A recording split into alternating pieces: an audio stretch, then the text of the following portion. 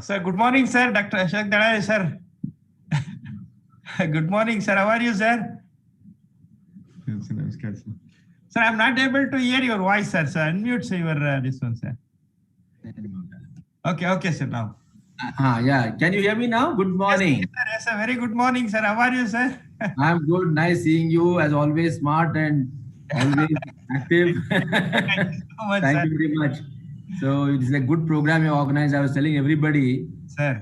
the US Bangalore has been very active with science. Okay, thank you. You've had national conference, international conference, and every year you're organizing this. That's really a great thing, I must say.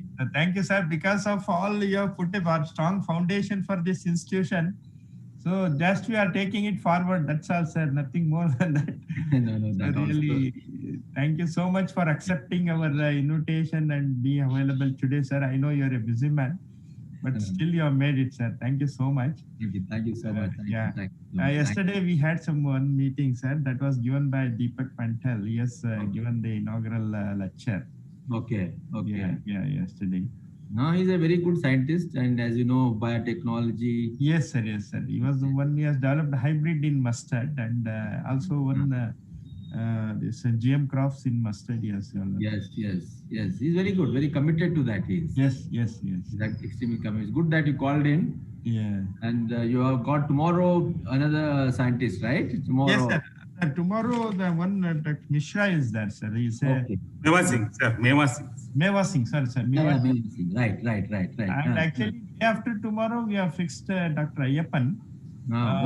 He is having some positive, so he is taking treatment. Probably we have to see, sir, whether he will be able to do it. Oh my God, acha. Okay. Yes, sir. Right. This is a very bad, this one. But he's taking rest, sir, but not this one. He's taking Okay.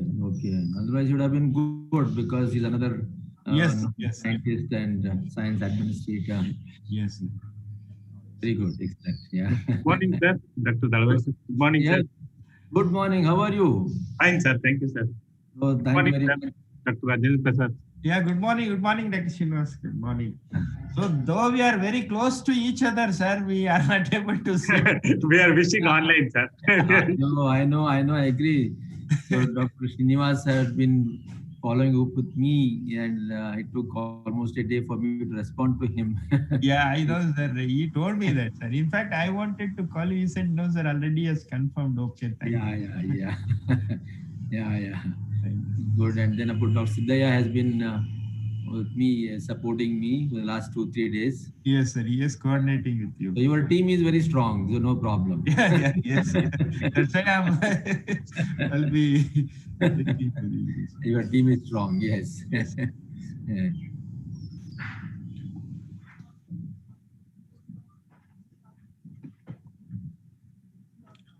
So, Dr. Srinivas, shall we wait for or shall start? Yes, sir. Yes. Dr. Siddhaya?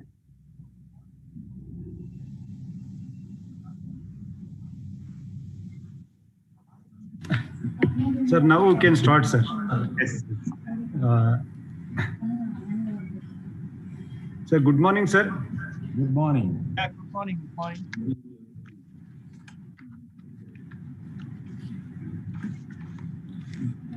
Sir, good morning, everyone.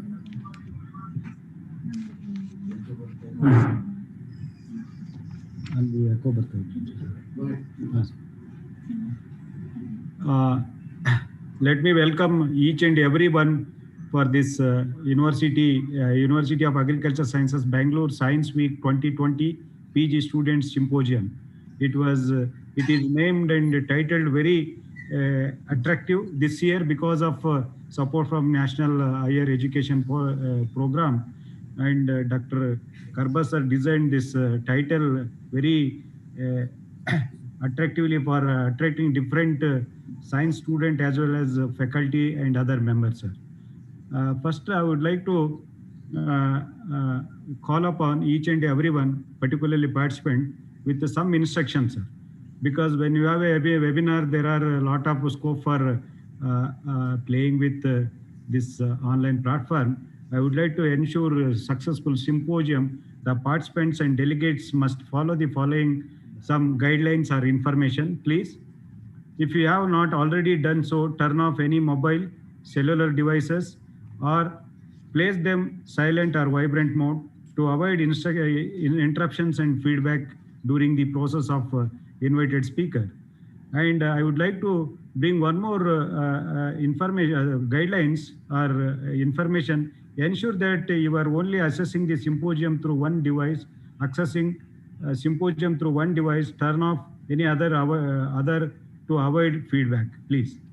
I request particularly everyone remain muted and keep their video off unless they are called upon to present or pose questions during the question and answer discussion period, please.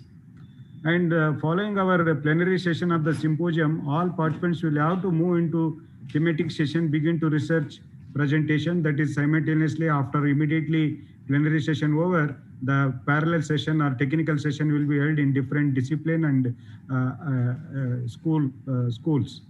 And other important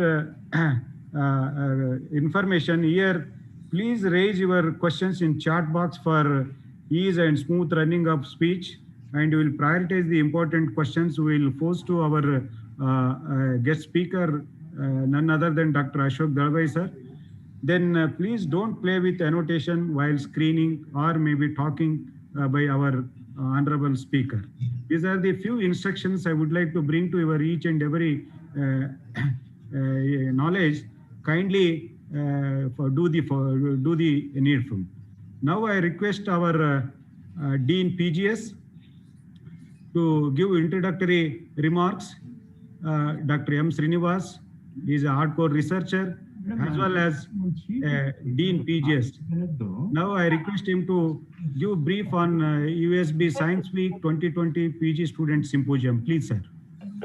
Thank you, Dr. Sidaya. First of all, I will welcome Dr. Ashok Dalwai for this Science Week program, sir. Let me brief this one about the UASB Science Week 2020, sir. Sir, this is actually purely a student symposium, sir.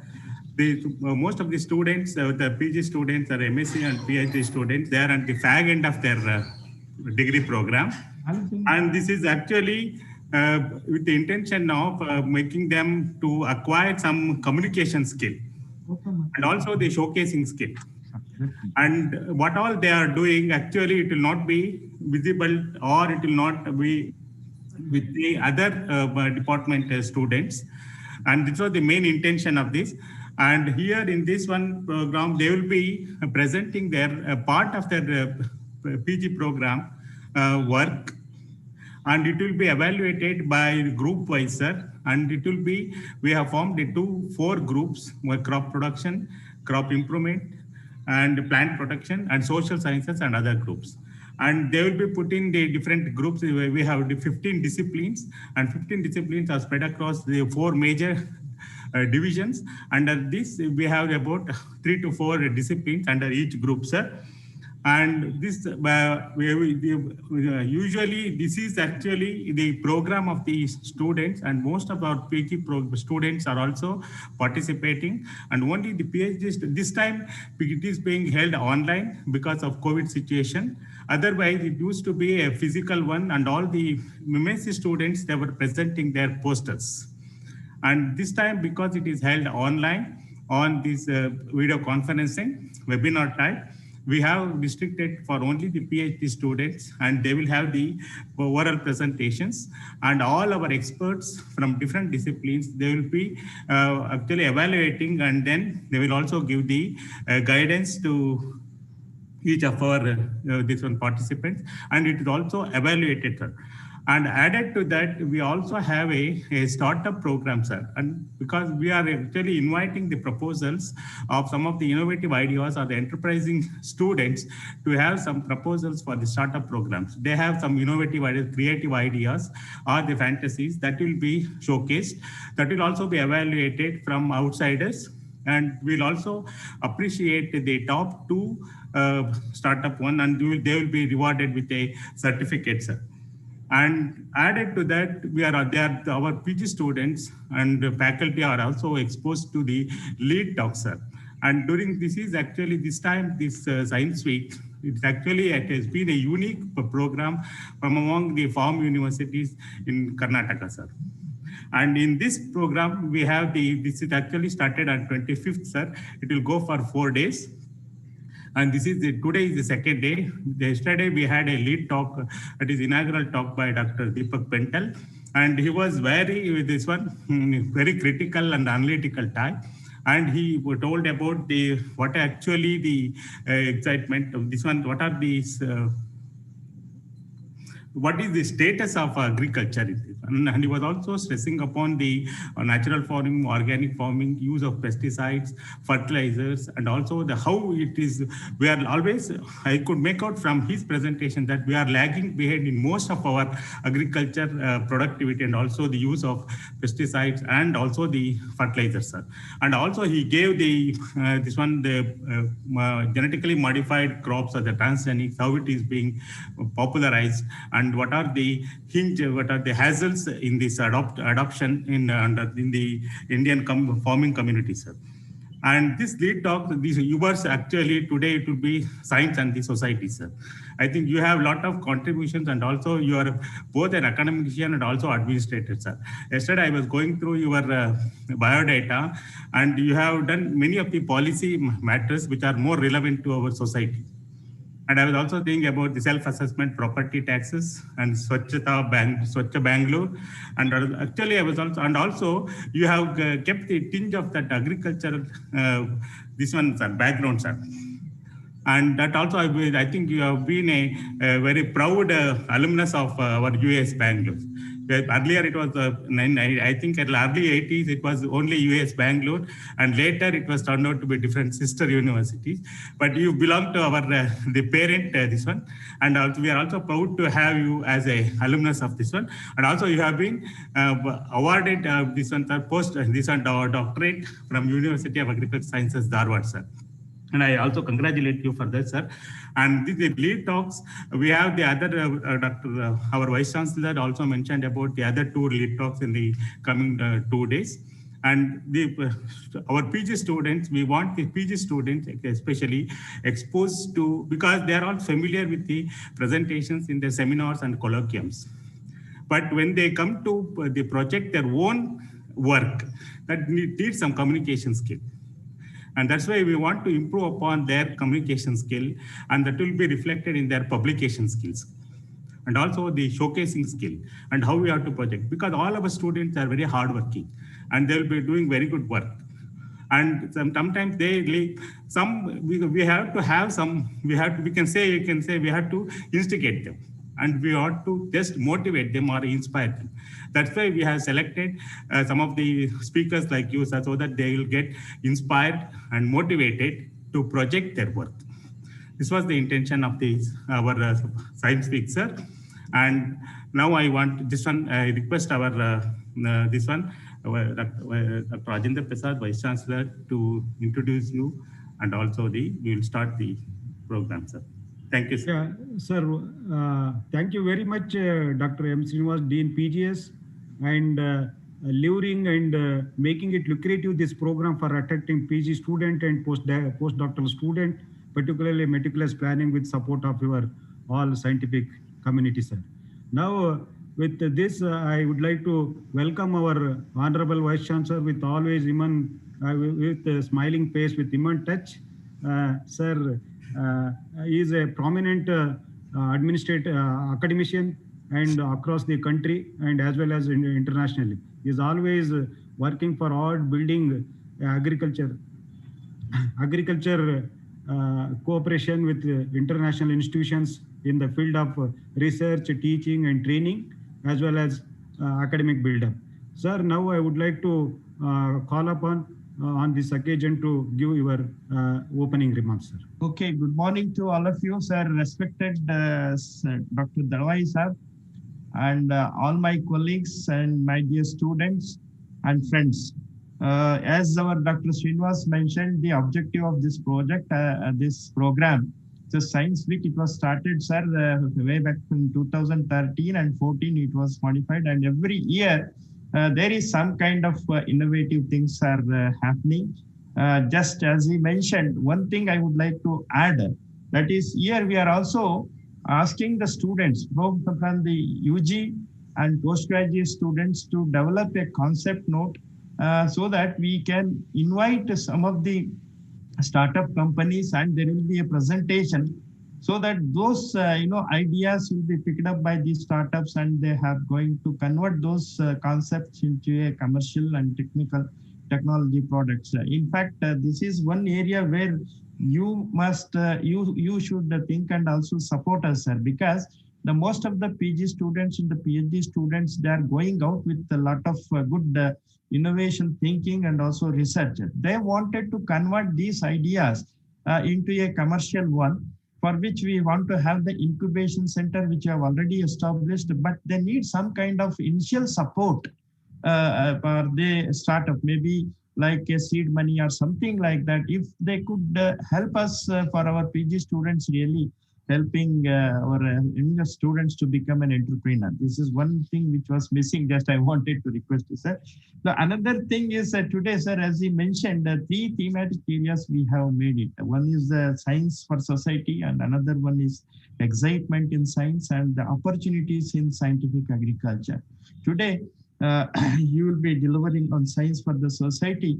See, as dear friends, as it is a collaborative, forum, bringing together the right experts, the professionals to discuss the need of the hour and what are the challenges and the innovation solutions that can improve the quality of our life, especially those who are underserved communities.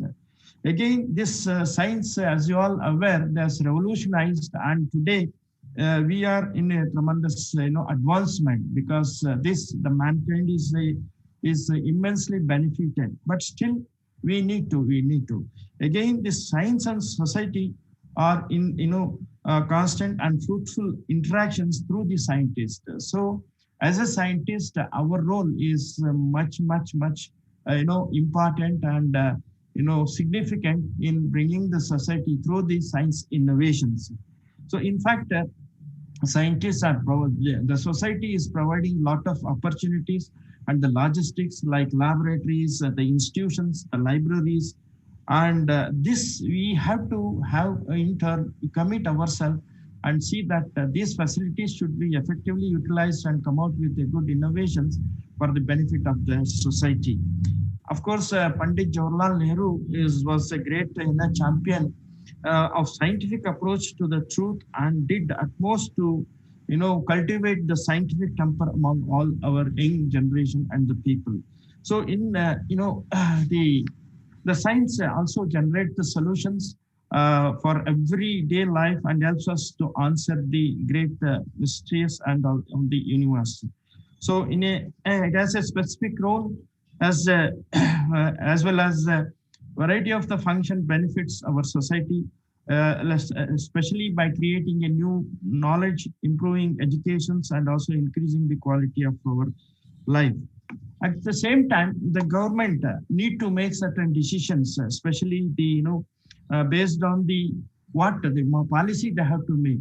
Based on what? That is to be based on the quality scientific information on the issues, especially health and agriculture, and these parliaments need to legislate on some of the societal issues which is necessitate the latest scientific knowledge.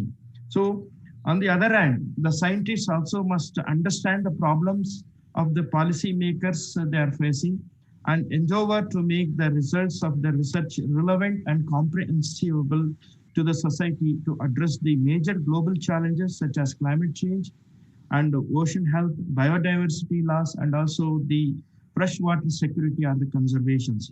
So this science, technology, and innovation must drive our pursuit to more equitable and sustainable development. Sir, with this, I would like to introduce our guest today as a speaker. Of course, already our Srinivas has introduced, but I have the privilege I wish to introduce because I know when I joined the MSc in Dharwad, he was outgoing, IAS officer there.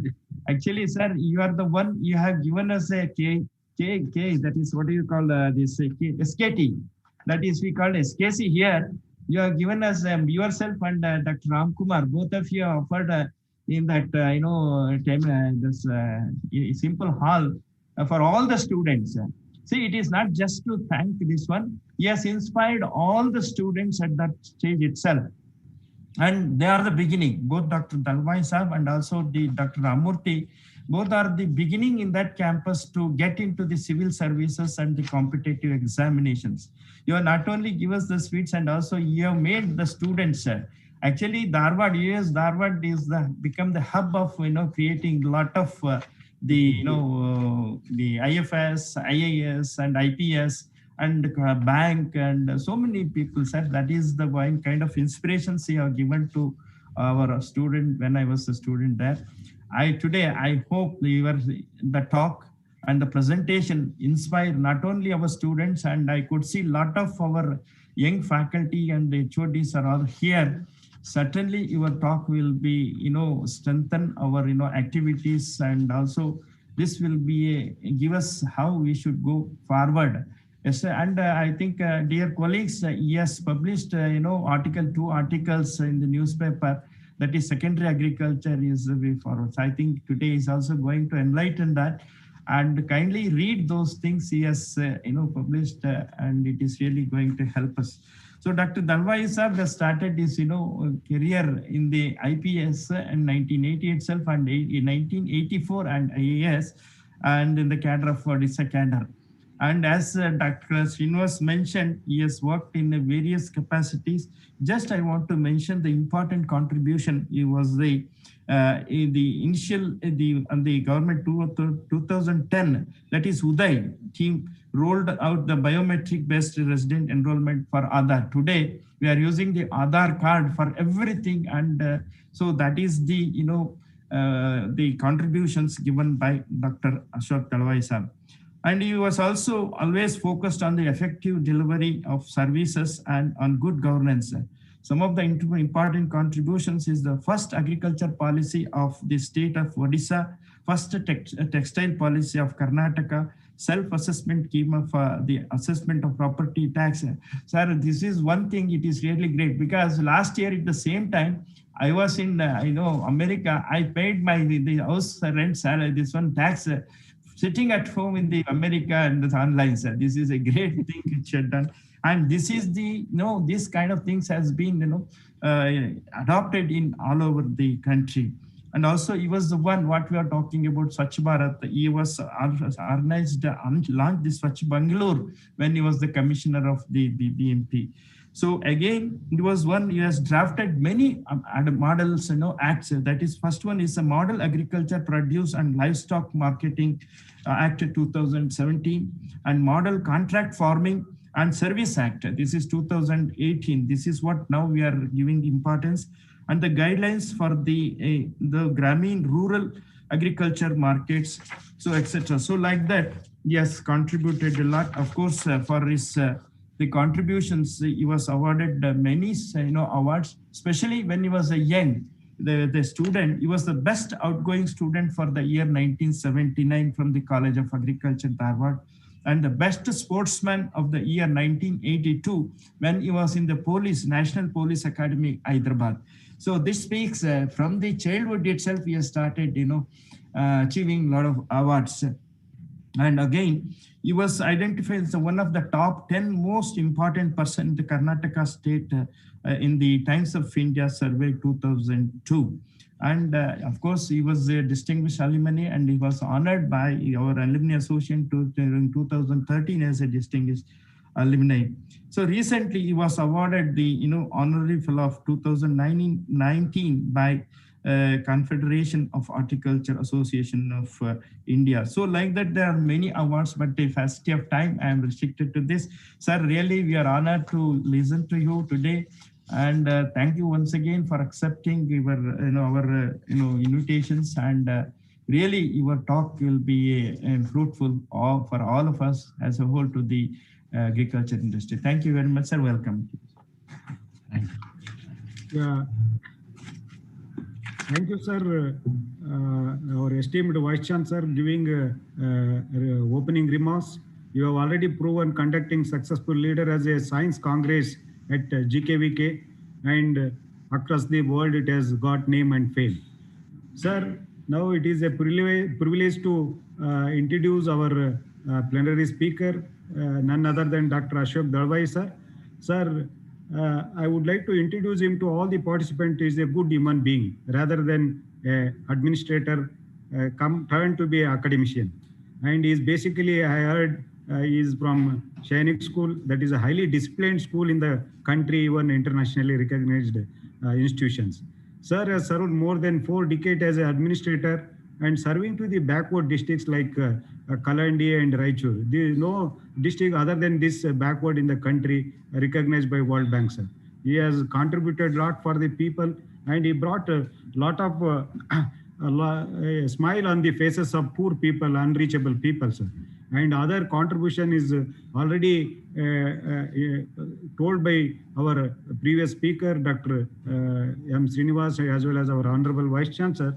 I would like to mention few of them. He served as a secretary and principal secretary to the Department of Industry, Steel, Mines, Textile, many. And he served as a chairman and managing director of public sector undertakings, research institutions, academic institutions.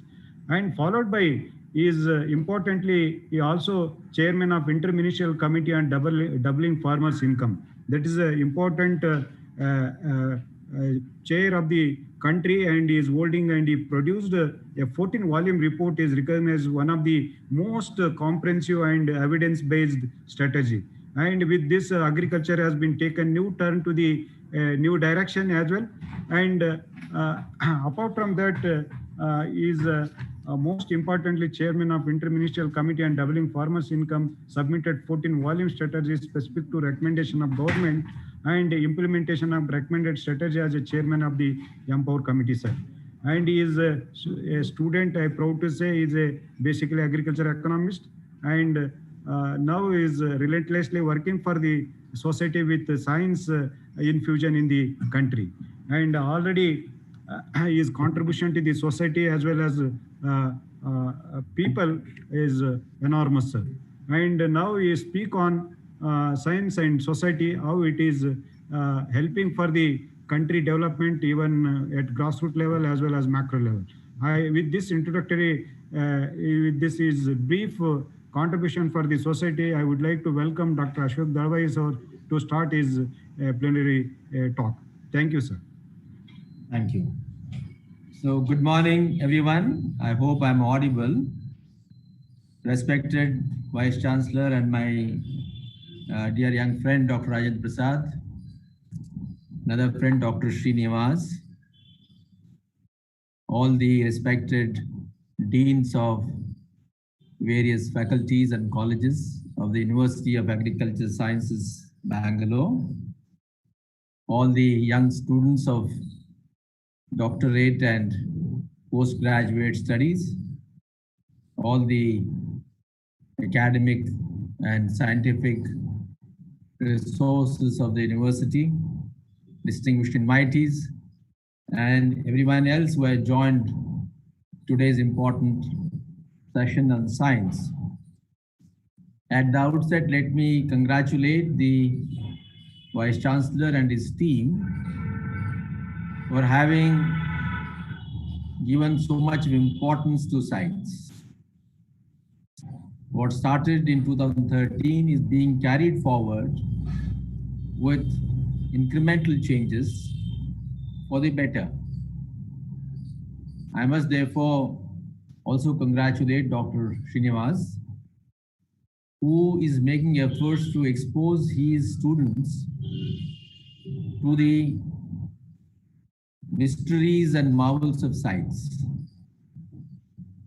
And I must also thank you all for giving me this honor of speaking with the students on science.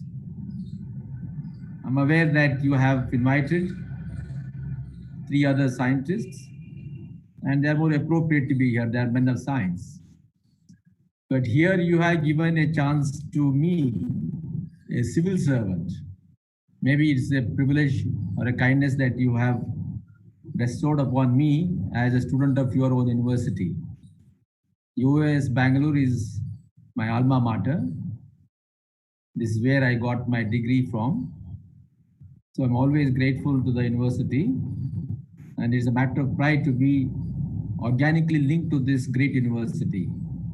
It's one of the top universities of our country, and we look forward to this university rising further and further. Thank you very much, and I must congratulate the young students who are going to present their papers as they are now approaching the closure of their 2 years postgraduate studies, and they would be looking forward to joining higher realms of science or pursue different professions based on agriculture sciences. So today my talk would be not confined to agriculture alone. I prefer, and I have been mandated to talk about science in general.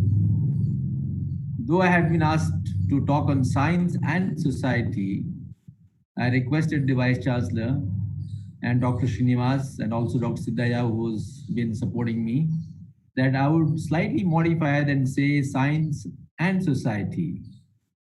When it is science for society, then we tend to look only at the positive sides of science.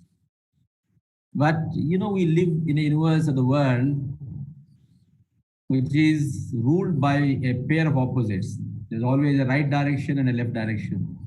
There is always a positive and negative. There is always up and down. So there is nothing called linear or unidirectional. There is always a pair of opposites.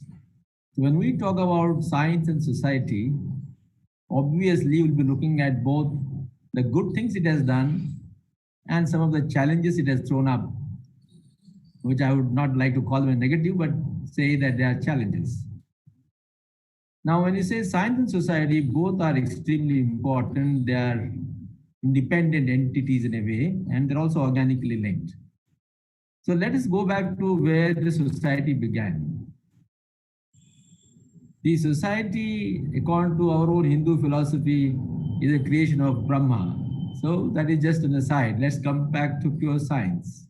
What science tells us is the beginning of this universe was as long ago as 13.8 billion years. And it all started with a dense atom, very small in size, undergoing what is called a Big Bang. And it gave origin to very important elements, aspects. It gave rise to energy, matter, space, and time. So these are the four fundamental things: energy, matter, space, and time. So whenever somebody asks you, how old are we on this earth? You should know that space and time are interchangeable. So you can say that we are as old today as 13.8 billion years. And then this universe has moved on like that. And the universe is very complex. It has billions of galaxies, and each galaxy has billions of solar systems, each of that containing billions of planets and stars and moons. And we who belong to this Earth planet are part of the Milky Way, which is a galaxy. And as per NASA, we have been able to identify around 500 solar systems so far, and there are many, many more billions to be identified as yet. So we belong to a particular solar system. So we are just part of the millions there. Just come to think of it, how small this Mother Earth or Earth planet is, or what we call a spaceship. This should give you an imagination that we who are living on this earth, we are not in a speck of dust on the universal scales of space and time. Now, after billions of years, it was 4 billion years ago that there were first signs of life. And that life evolution, 4 billion years ago that began, it gave rise to different kinds of life forms. We had first the plant forms, and then evolved into animal forms. And it was only 3 million years ago. See, 3 million years itself is a very long depth back into history. But if you consider 13.8 billion years, it was just 3 million years ago, we had the first human-like creatures called hominids. And thereafter, it was 2.5 million years ago that we had the first Homo genus. As you know, that we all belong to the genus Homo, but our species is sapiens. So the first genus of Homo was 2.5 million years ago. And after that, we have had several species of man. In fact, it was 5 lakh years ago that we had the Neanderthals, because they were the first one who were almost like what we have today. And the Homo sapiens, the species that we belong to, was only 2 lakh years ago. That means so near to our present times. And after 2 lakh years, since 2 lakh years, we have had at least 5 to 6 human species. And it is an interesting thing that only till 13,000 years ago, this Homo sapiens had another species on Earth. And all those species have gone extinct. Homo sapiens, the modern man, has been able to dominate them. And he's the only species that has now survived as man. So it is very recent history, just 13,000 years ago. And thereafter, when did the society begin? Now, 12,000 years ago is supposed to be the date when agriculture settlement began with domestication of animals and identifying certain seeds which could be domesticated and grown under husbanded conditions. That means farming systems. When we have a settled agriculture graduating from hunting and gathering of food in the forests, naturally, there is surplus food production, or there's a greater security of food production. It is this security of food production that enabled man to evolve his communities and his villages. And due course of time, human civilizations began. As you are aware, that when the first human settlement began 12,000 years ago, we have graduated from the Stone Ages because we use stone implements, even including for plowing. Then we have gone into Bronze Age. That means we used an alloy of tin and copper. And then we have finally gone 3,500 years ago, or 5,000 years ago, into what's called an Iron Age.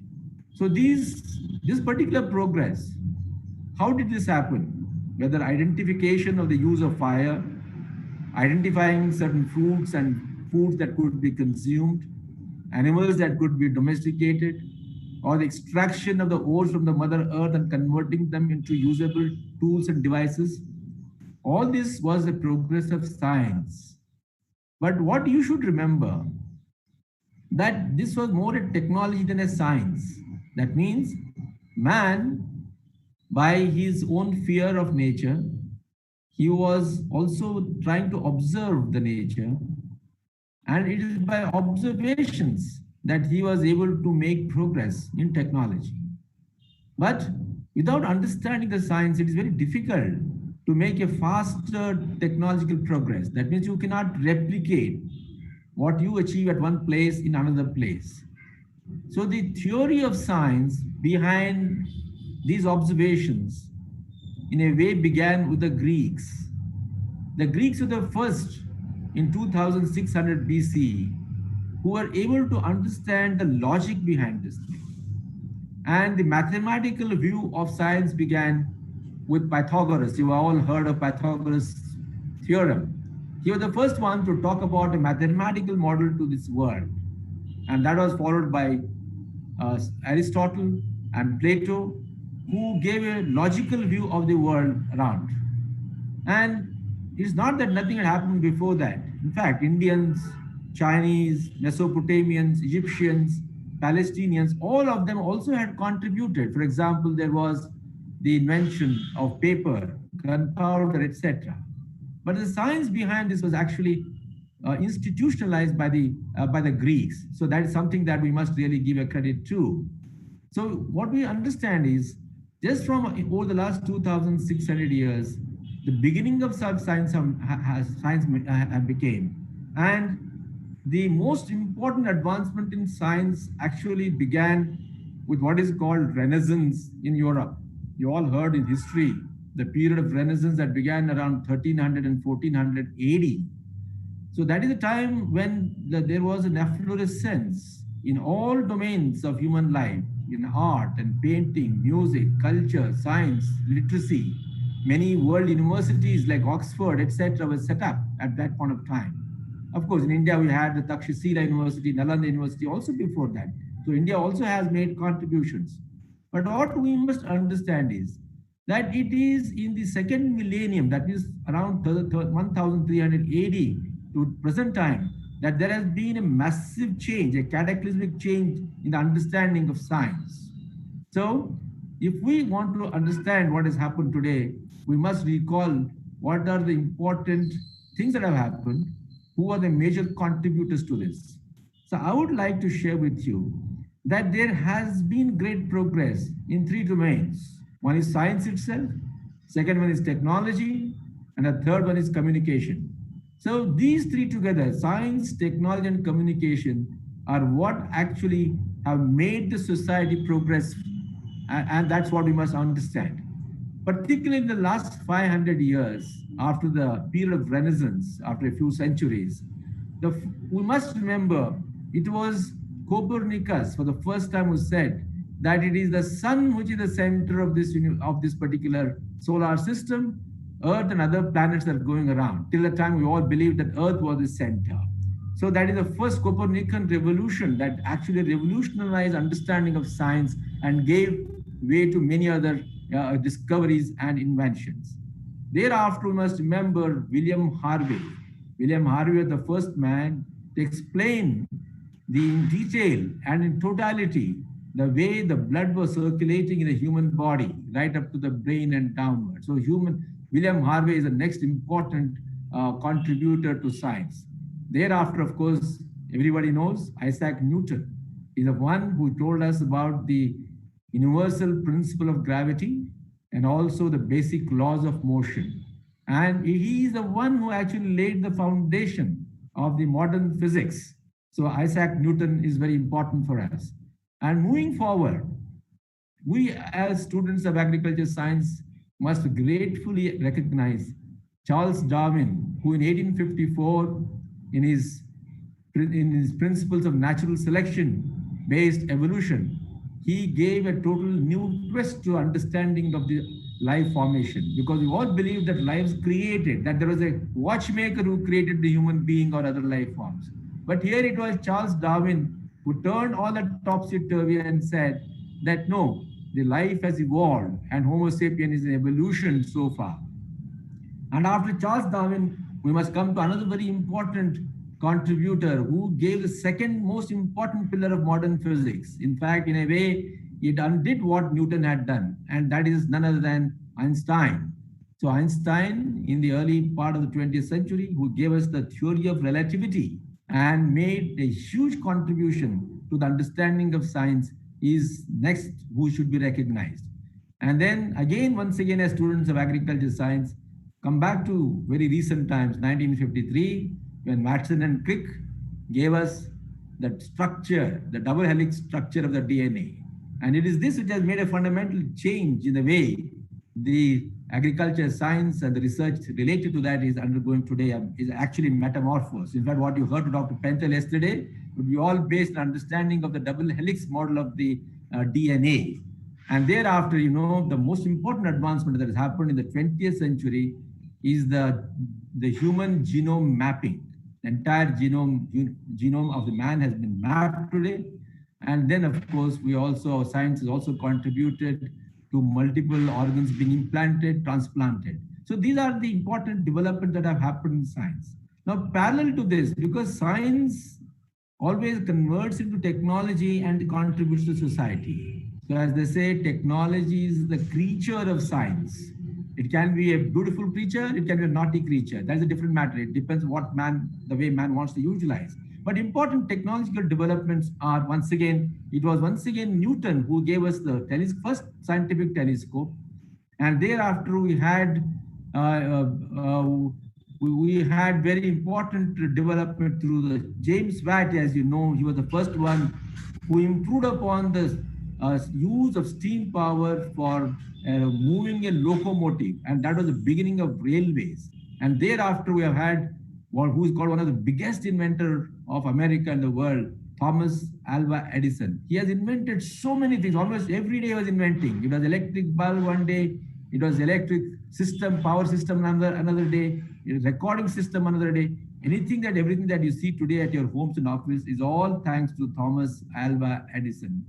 And then, of course, we had the invention of the flying machine, or by the Wright brothers, two brothers together for the first time. They were able to control an engine and actually fly a few kilometers. So the Wright brothers are important. And then, of course, we must remember ultimately Yuri Gagarin, a Russian, was put into the orbit for the first time, a human being into the orbit for the first time. And then finally, Neil Armstrong, the first man to land on moon in 1969. So these have been important technological developments. There are many things, but these are important milestones that we must all remember. And as I was telling you, all these things is important. And today, your dean was talking about improving the communication of the students. So communication is that important. When did this communication begin?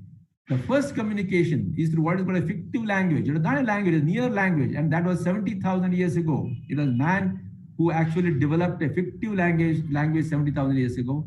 And then it progressed into a proper human speech some 35,000 years ago. Okay, for the first time, 35,000 years ago, we had the first human speech. And thereafter, of course, it has evolved into several languages, as we know, mostly in the recent centuries and millennia. But then, I think important advancement in communication, that the credit must go to Chinese, who developed in 1000 AD the art of printing. And that later on, in 500 years thereafter, we had the first printing press called a Caxton printing press. They all made our communication extremely important, because now we're able to spread out, share our thoughts through documents and not just orally. And then taking this documented form of communication forward, in the beginning of the 20th century, we had the wireless communication. And thereafter, of course, you know, particularly youngsters like you, that we are coming to the era of telecom sector. We have come to the era of computers and laptops, where it is instantaneous communication. So communication has also evolved slowly over the last 70,000 years to reach where we are today. So these three things I would certainly like you to remember. So friends, now, if we have understood the important milestones that man has been able to evolve and contribute to the society, let's understand what is actually science. In simple language, science is nothing but to understand the truth about ourselves and truth about the surroundings, into this world and this universe. And that is science. And there can be different aspects of science. As you know, we have got a pure or a basic science, and we all got an applied science. For example, the students for University of Agriculture Sciences, you all belong to the applied sciences. You use the basic science that is generated in the basic universities or the basic institutions. At another level, we also divide science as fundamental research and as strategic research. The difference between these two is fundamental is more fundamental, which means that the applications of fundamental research to everyday life may not be immediate. It may happen tomorrow, it may happen after a few decades. Whereas in case of strategic research, the outcomes of that strategic research is more closely applicable. That means it may be applied just tomorrow, or it may be applied just next year. So that is the difference between fundamental and strategic research. Now, along with these two, fundamental and strategic research, one thing that has evolved in the last 30 to 40 years is very important. That is called technoscience. Technoscience consists of a basket of three sciences. One is, of course, the information communication technology, ICT, which is used every day by us now. Second one is the materials technology. This is what has made a great progress in the material world, in progress of prosperity. And the third very important, of course, is a biotechnology, which we are all using. So biotechnology, materials technology, information communication technology, this which belong to what is called the technoscience, they are so distinct from the fundamental and the strategic research in the sense that the output of these things is utilized immediately. That means almost the production happens on the back of the science. So this particular distinction, we must all be able to appreciate. Now, when we apply this science and this technology or this communication to society, we must appreciate that society is a collective of human beings, is an aggregation of people. Of course, there can be a sociological definition where that means we go into finer aspects of culture, organization, political authority, etc. But so suffice at this stage to understand that society is an aggregation of people which live as a community. And that is the fundamental truth of our community, of the society. So now let's try to understand how society and science have been interacting over these centuries. Okay, now first is that the importance of science as a technology came to be realized with the beginning of the Industrial Revolution. You all know that sometimes in the late 18th century and more so in the beginning of the 19th century, we started having what is called an Industrial Revolution. An Industrial Revolution that began in Britain, what it made was that the individual entrepreneurs were the first one to approach the science and technology domain and use that for their industry. That means the power of steam, for example. Now, it was therefore the individuals and not the government which understood the importance of science every day. However, as we graduated towards the end of 19th century and more so in the 20th century, it was the nation states who understood the power of science and therefore made science integral to the government policy. And they also realized the power that it can be, the power that comes with it at the negotiating tables. And that's how some of the countries started utilizing science as a bargaining chip. And particularly when the World War I and the World War II happened, where the negative power of science came to be utilized by certain countries, it became a great source of power. So that's how in the 20th century, science became an integral policy of all the governments. And from national level, further towards the end of the 20th century, it has gone up to become a global power. Because as you know, that we entered into the phase of globalization. So suffice it to say that the power of science and technology vis-a-vis the society has grown from individuals during the Industrial Revolution to the national level as an integral policy and to the global level, particularly after 1989 when the Cold War ended and we established what's called a World Trade Organization in 1996. So if this has been the evolution of science and society interface, let's see what positive effects the science has had on the world at large. So all of you will agree with me that science has made tremendous progress. It has brought in a lot of prosperity on this planet Earth. And if you simply look at the progress of the economic strength of the globe as a whole, I'm not talking about country-wise power today, I'm talking to you about the global economic power.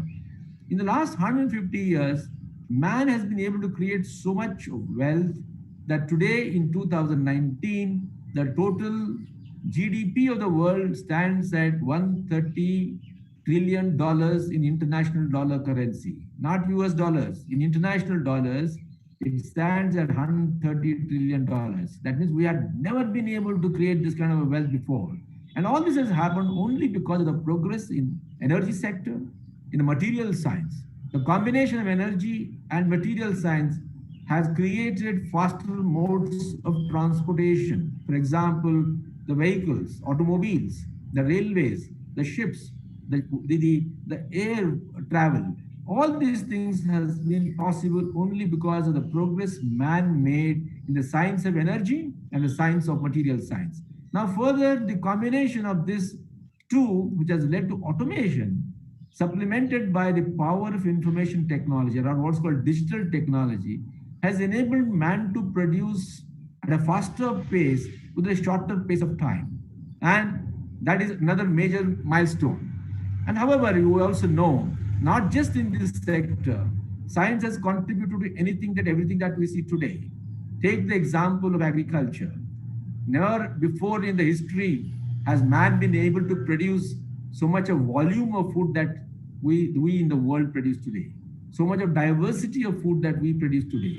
Not just the food, the non-food commodities also are produced in the agriculture sector, all thanks to the application of science and technology. And the beginnings of science application in the modern science began once again in England.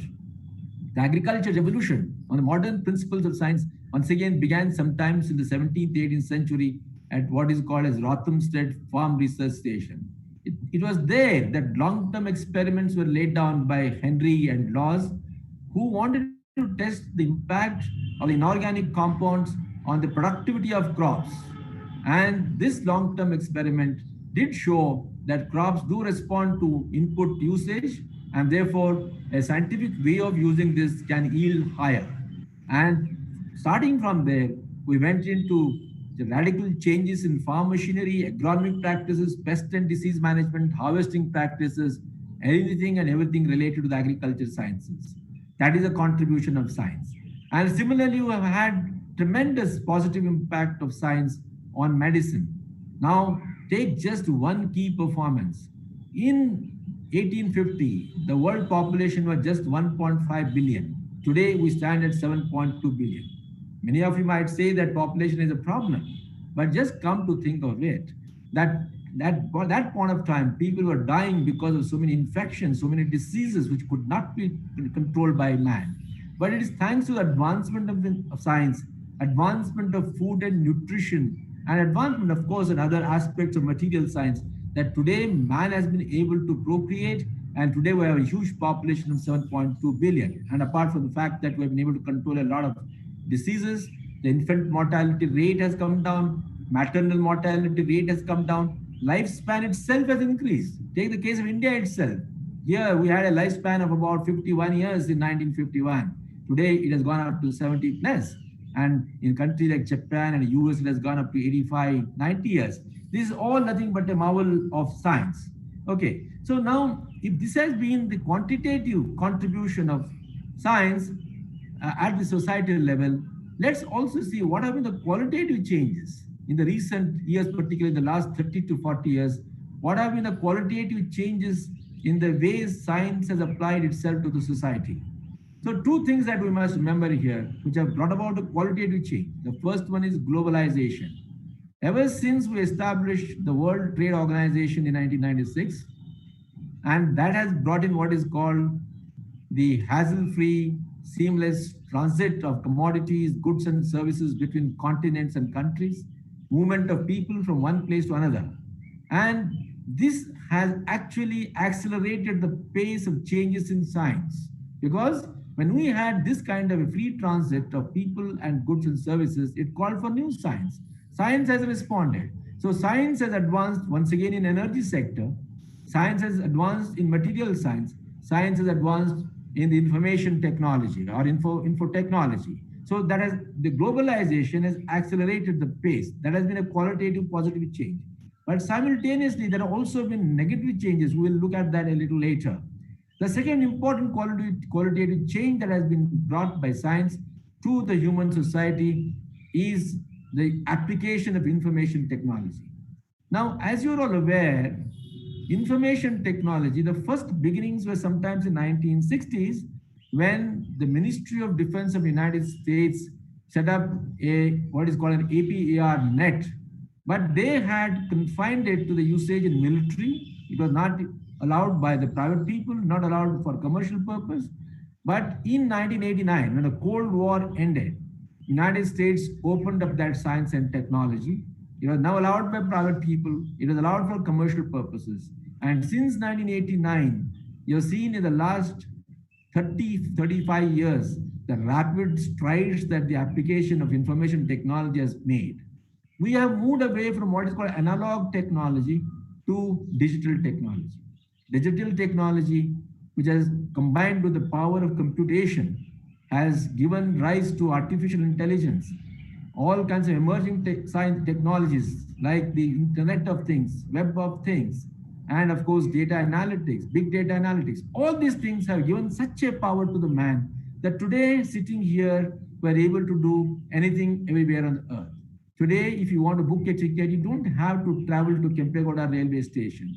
If you want to book a hotel in Mysore, you don't have to travel there and book a ticket or call up a relative and book a ticket in a hotel. You can do everything online. You can plan your travels world over. You can book your tickets. You can do anything and everything sitting right here. That is the power of information technology. And this big data analytics has helped us to understand better the trends around in nature, trends in the society, because the data, which is a mass of data, is confusing. It makes no sense that mass of data is made available to us.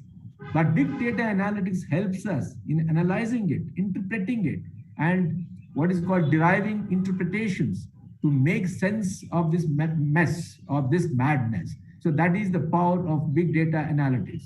So these are the qualitative positive changes that this globalization and information technology have affected to the society. But friends, as I told you at the beginning, that I consciously chose science and society instead of science for society. In a way, what I have spoken to is all science for society. But when you talk of science and society, it makes us aware of the fact that science, as it applies to society or technology, the way it is used, need not be always positive. There need not be a hunky-dory relationship all the time.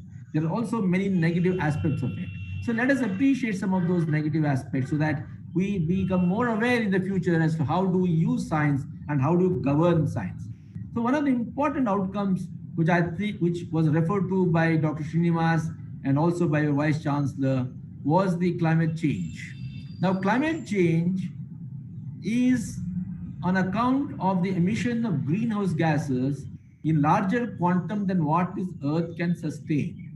Since the beginning of Industrial Revolution, based on the application of science and technology, man has been generating larger volumes of carbon dioxide, methane, nitrous oxide, and other kinds of greenhouse gases, such that it has actually brought about a change in the temperature of an order never before known in history. And it has brought about a change in the precipitation patterns. It has brought about changes in other parameters of the weather and long-term climatic factors. So this climate change or global warming is now impacting agriculture, impacting human life, impacting all aspects of our society. Now the man is struggling to contain the rise in temperature to 2 degrees Celsius by 2100 instead of the expected 4 degrees Celsius. Now just imagine if our temperature rises by 4 degrees Celsius, what kind of negative impact it will have on productivity, negative influence on the soils, negative influence on the precipitation patterns, on all other kinds of weather inclemencies and human life at large. So that is one negative impact that we have to understand and appreciate and do something about it. The second one, which is very critical, is a negative impact of the information technology itself. I told you this, information technology has made our life more comfortable. It has made us to access conveniences much better than what our previous generations could do. But simultaneously, it is also creating a digital divide in the society. It is creating what is called a digital haves and digital have-nots. We earlier heard of haves and have-nots in terms of finances, in terms of money, in terms of power. But today we're talking about digital haves and digital have-nots. Why is that? The reason is this. When the science began to be applied initially in the 17th, 18th, 19th centuries, and even 20th century, man was free either to use it or not to use it. Let us take the simple case of a television or a washing machine.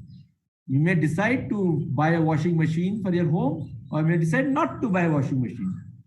Somebody might say, I don't need a washing machine. I'll wash my clothes myself manually. I prefer to do that and not use a washing machine. Or somebody may say, I prefer not to watch a television. I don't need a television. But today, the choice has become minimal. Today, man has become a default user of science. If he does not use, he gets left out. Take the case of information technology. If today you have to file applications for your college online, and if the university makes it compulsory that only online applications shall be entertained, then a boy or a girl who does not know how to use computers will be left out. He or she can't even apply for it. If you don't know how to book an online ticket, you will not be able to fly or travel. So that means today the individual is left with a Hobson's choice. Either you use it or you feel left out. Now take similarly the case of climate change, the changes in temperature or changes in precipitation pattern. The farmer, poor farmer, who has never contributed to this climate change is left with no go but to face the negative impacts of climate change. And unfortunately, as you realize, the climate change based on greenhouse gases, the culprit has been those countries which used more of science, which applied more of science and created more of wealth. It is UK, USA, or Europe, and all these countries, which are advanced countries, which applied science, created wealth for themselves, and they generated huge quantum of greenhouse gases. But it is the poor people in Africa, in Asia, who are left with no choice but to face the negative impact of the climate change. So these are the emerging challenges of science and technology that we as society have to understand and do something about that. Now going forward, since we're talking about now it is bringing us closely to the aspects of the way we use science, the way we apply it every day. Therefore, it is closely linked to what is called ethics. So let me give you two examples of ethical issues, because yes, ethics comes everywhere, but two distinct cases where ethics becomes a critical eyesore or it becomes an angel that actually makes us to realize the need to control the application of science and technology in a rational manner are agriculture and medicine. Let's take the case of agriculture. I told you that how agriculture has benefited from the Rothamsted experiences. Then further, most important, Gregor Mendel, a monk in an English country of England, was the first man out of curiosity handled the peas, and he was the first one to begin inquisition or investigation into the plant genetics. And he realized that there is something that man can do to cross these species or the varieties and evolve something new. So Mendelian principles of genetics were actually the ones which laid the foundation for crop science improvement. The dean was talking about one of the disciplines that you're going to discuss today is crop science improvement. The crop science improvement, friends, began in 1900. And since 1900, you know how we have been able to build resistance against pests and diseases, build resistance against various biotic and abiotic stresses, and more importantly, evolve varieties that actually have increased the productivity manyfold. And the two examples, Mexico and Manila, these are the two centers of the world where Green Revolution originated. It was Norman Borlaug at Mexico Research Farm was able to cross thousands upon thousands of varieties and evolve what is called a wheat variety that was resistant to rust, which was the most dangerous disease that man was having till that time. And more importantly, he was able to convert the gangly tall wheat into a dwarf architecture such that it was able to respond to the intensive use of fertilizers and water and bring about manifold increase in the productivity. It is this finding of Norman Borlaug which actually laid the foundation for Green Revolution in China, in India, in Pakistan, Africa, and also North American countries. And combined with the wheat revolution of Mexico, it was a rice revolution in Manila at the International Rice Research Institute, which similarly brought about dwarf varieties that man has been able to feed himself. And that understanding of the plant breeding in wheat and paddy has also been now escalated to all other domains of agriculture.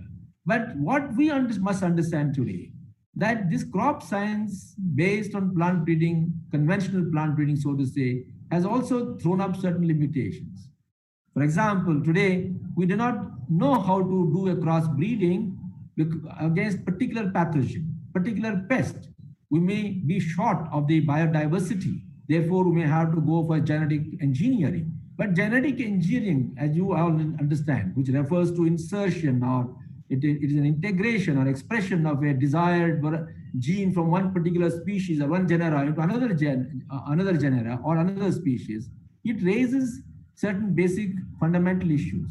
When we have this kind of interspecies crossing through the what is called as recombinant DNA technology, we don't know what what we are doing to the evolution of science or evolution of life on Earth. There could be many adverse impacts. We do not know what is going to happen to the toxicity, the safety, etc. So this raises an issue that man has to decide consciously whether he would like to use genetic engineering or not. There are positive things. Dr. Pentel must have told you yesterday. For example, the economists calculate that but for the genetic engineering, which started in 1996 and has covered 2.1 billion hectares of land under different crops world over, man may have had to bring an additional 100 million hectares of land under cultivation to produce the additional that he has produced in the last 26 years. So that is the power of genetic engineering. But simultaneously, the ethical issues as to how we can ensure that the safety issues, the regulatory issues, the ethical issues are actually are a concern, are taken care of, is what brings us to the issue that man has to learn to control science. And more distinctly or more absurdly, the negative or abuse or misuse of science can happen in health sector itself. We are aware that in the medical science, we have had forced sterilizations. We have had what is called prenatal detection of the sex, for example. And we know in 1939 what happened in Germany, where scientific racism was what was promoted by Hitler based on his belief that Aryan race is superior.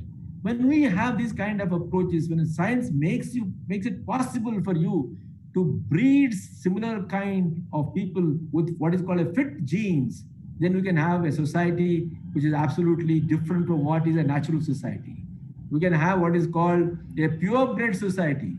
And in genetically, as you all understand, a purebred society can actually lead to genetic disorders. And that is not an ethical thing, not a moral thing. Hence, we must all appreciate science is a double-edged sword. And that's why Mahatma Gandhi very clearly said, like education or science is like a scissor. You can give it to a doctor to conduct an operation and save a life, or you can give it to a thief to cut somebody's pocket. So friends, let's understand that this understanding at the global level, that we all belong to one spaceship, is very important. It was in 1965, actually, Andrew Stevenson, the ambassador of the United States to United Nations, for the first time talked about the Mother Earth as a small spaceship where all of us are co-passengers traveling together towards a destination, which is an endless destiny, but using the vulnerable resources of air and soil. That means air and soil on Mother Earth are the most important resources, and they are finite. They have to be maintained, they have to be sustained. And unless we co-passengers on this spaceship understand the value of air and water and soil, will not be able to sustain ourselves. Once again, to quote Mahatma Gandhi, he very clearly said, this Mother Earth has enough for everybody's need, but it doesn't have enough for everybody's greed. So he distinguished between need and greed. Mother Earth can give man enough for us to survive and sustain ourselves. But if all of us become greedy and rapacious and start using science for a self-aggrandizement, then there can be a danger.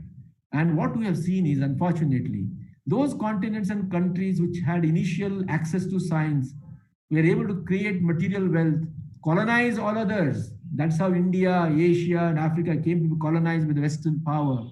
So science has not been equal. Today also there are differences in class between countries, within the countries between states, within the state between societies, between sections. And there are a large number of individuals even today who don't have access to health, who do not have access to water, who do not have access to sanitation, and there are people who are actually rolling on plenty of wealth and prosperity. So how do we use science to create an egalitarian system? I think that is the fundamental thing that all of us must understand. So before I close, let me draw your attention to one aspect we have spoken about the science and society at the global level. What about we in India? I won't talk to you much about India, but only it's important that we just have a brief survey. Let's understand that India is one of the oldest civilizations. Indus Valley civilization is one of the oldest civilizations on earth. So we're very proud about that. It was 5,000 years ago that we had the civilization. Before that, India is one of the 11 hotspots on the earth, which actually gave rise to the agricultural revolution. The agricultural revolution that began 12,000 years ago. One of the sites was today, what is today called Mehergarh village at the Bolan Hills in the Balochistan state of Pakistan. After all, that was also India.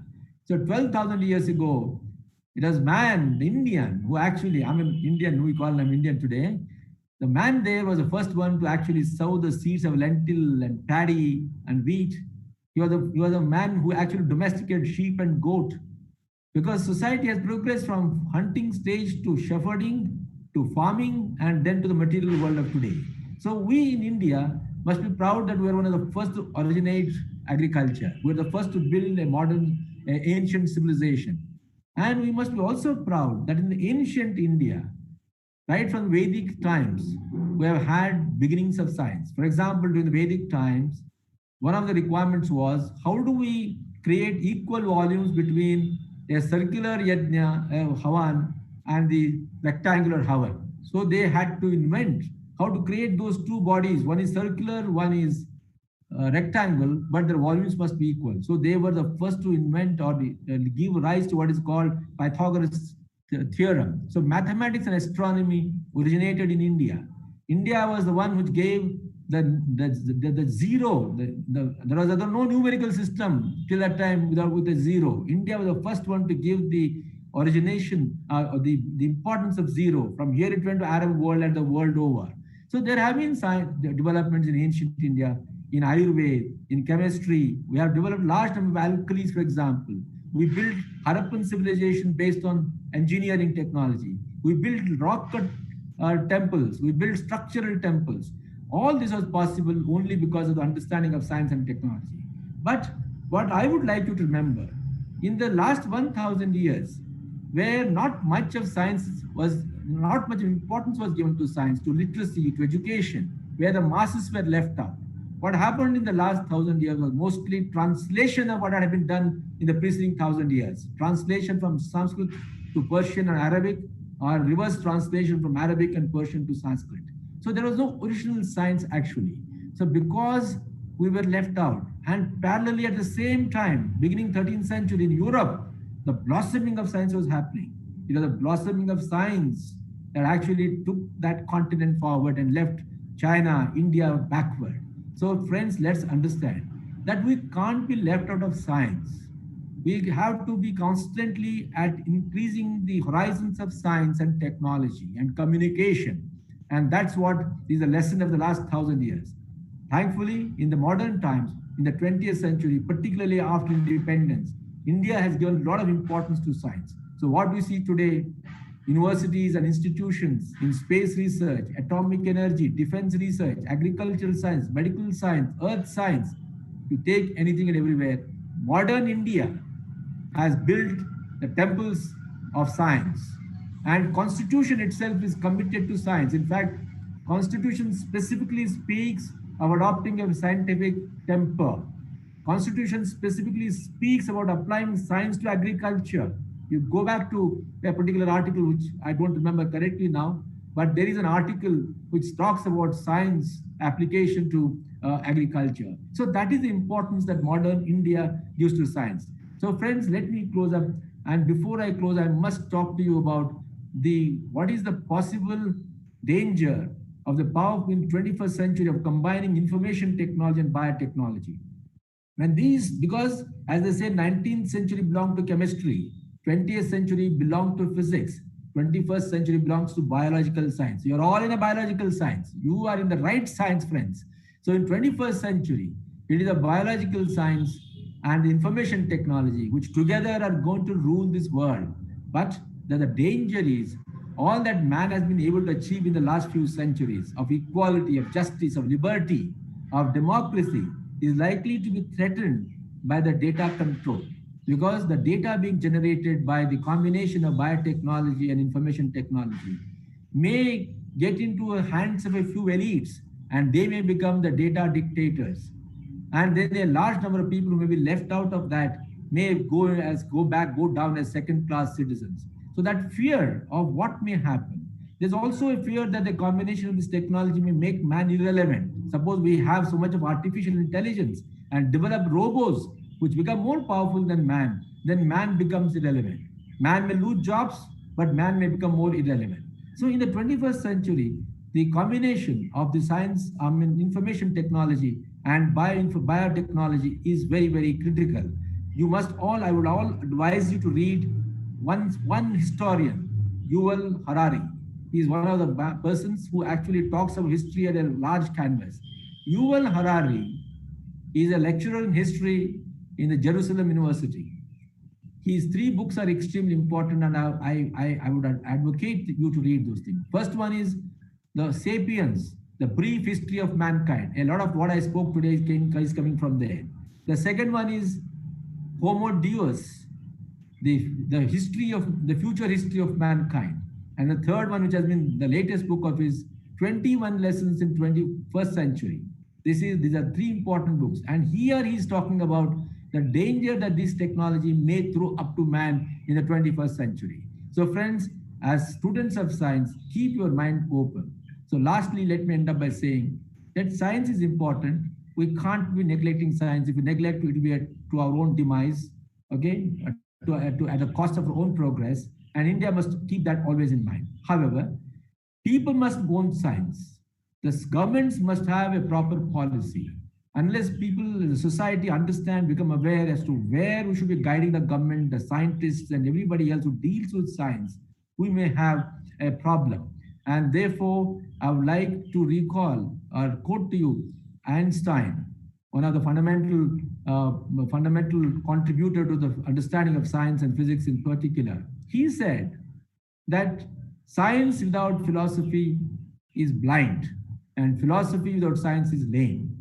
What you are saying is that if you don't have science, then society cannot make material progress. But without a philosophy, we will not be moving in a right direction. If we want science to move in a right direction, then philosophy and science must go together. So ultimately, science, religion, and philosophy, which have guided the mankind over this millennia, will have to continue to guide us in 21st century and thereafter. Some may say, no, I need only science. I don't need religion. I don't need spiritualism. Some may say that is a moot point. But I always feel that there has to be a combination of philosophy, because that is what brings ethics, morality.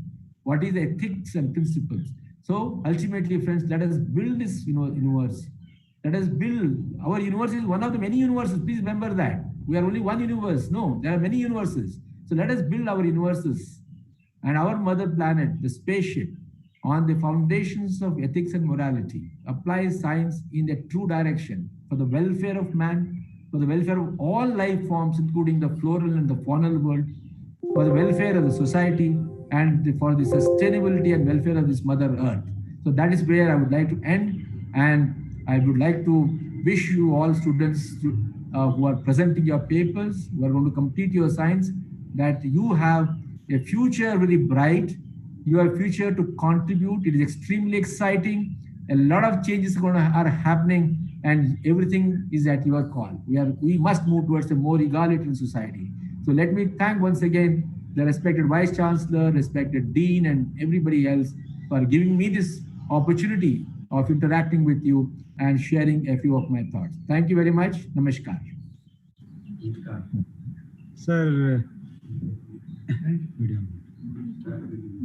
Sir, with your vision of speech, we have drawn many new challenges in generally other science and in particular agriculture science.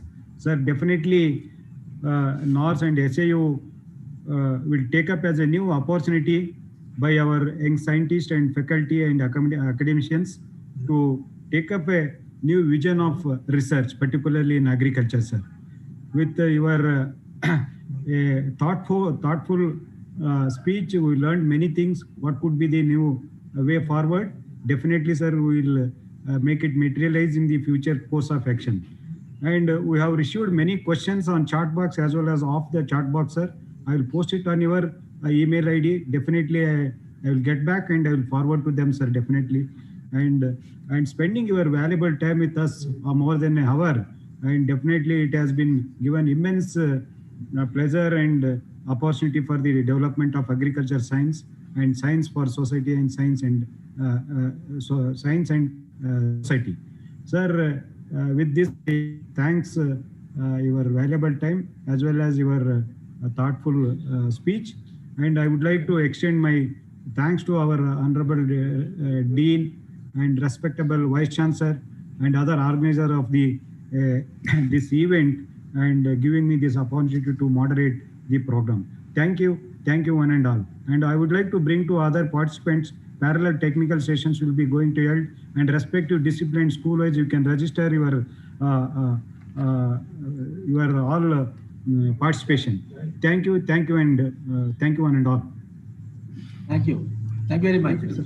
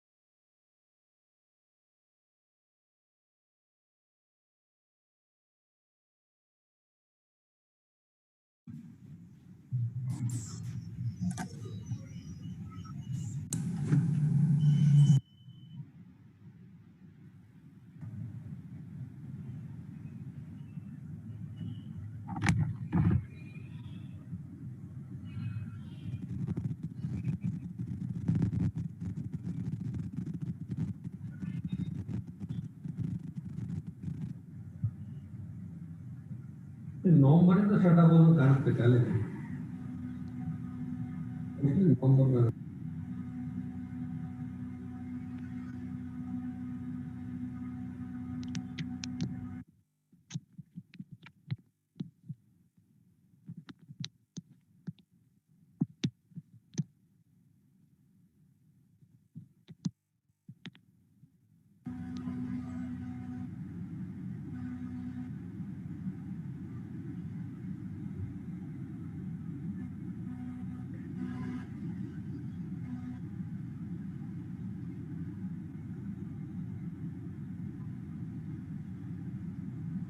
Okay. How many participants are there? 41. Okay. Good morning. Good morning, sir. Good morning. Yeah. Friends, very warm welcome to the second day session of Social Science Group. So I welcome Dr. G.S. Anand sir, Dr. H.B. Shivalila madam, and Dr. D.A. Niteshri madam for the second day presentations. So we have totally 7 presentations today. So as a part of this presentation, I welcome all the 3 division heads, that is Dr. Umesh, Dr. Neena Joshi, Dr. Krishnamurthy sir. At the same time, I also welcome all the 3 departmental heads, professor and department head, Dr. Venkatramana, Dr. B. Krishnamurthy, Dr. M.L. Remana for the session. And a warm welcome and best wishes to the 7 presenters, as well as all the participants of the US Bangalore, as well as other institutions, including faculty. A warm welcome again. So now we'll start with the first presenter. So before that, Dr. Ganesh Murthy will give a brief about again the guidelines need to be followed. Thank you, madam. Good morning to all of you. I welcome all of you for the second day session on the Science Week. Today we had a wonderful session, the preliminary session by Dr. Ashok Dalwai. Now we are moving into the technical session on the social science and others. As madam told, today we are having the 6 presentations. I welcome the experts, 3 experts, and the participants, all of us. Today we have 7. Today, sorry, we are having the 7 presentations from the students. These are the presentations scheduled for today. So before it, as we discussed yesterday, there were some guidelines, simple guidelines. Just we have to be muted always with the audio. Video can be on, no problem, but audio has to be muted unless otherwise you want to speak directly. If it is allowed, if it is required, we will unmute you. Then you can do that. So please be muted, and you can put your queries in the chat box. So that will be screened in the screen to the presenter, so that they will be able to answer it. So that is a simple request. So because of that, smoothness will be ensured. I request all of you to cooperate in this. And then, so with this brief introduction, by welcoming the experts and the students and all the participants and the university officials, we would like to start the presentation now. So first presentation is by Arnab. Yes, sir. Arnab, so you are ready there? Yes, sir, I am ready. So can I share my slides, sir? Yeah, you can share now. Okay, sir. You can share it now. It's open.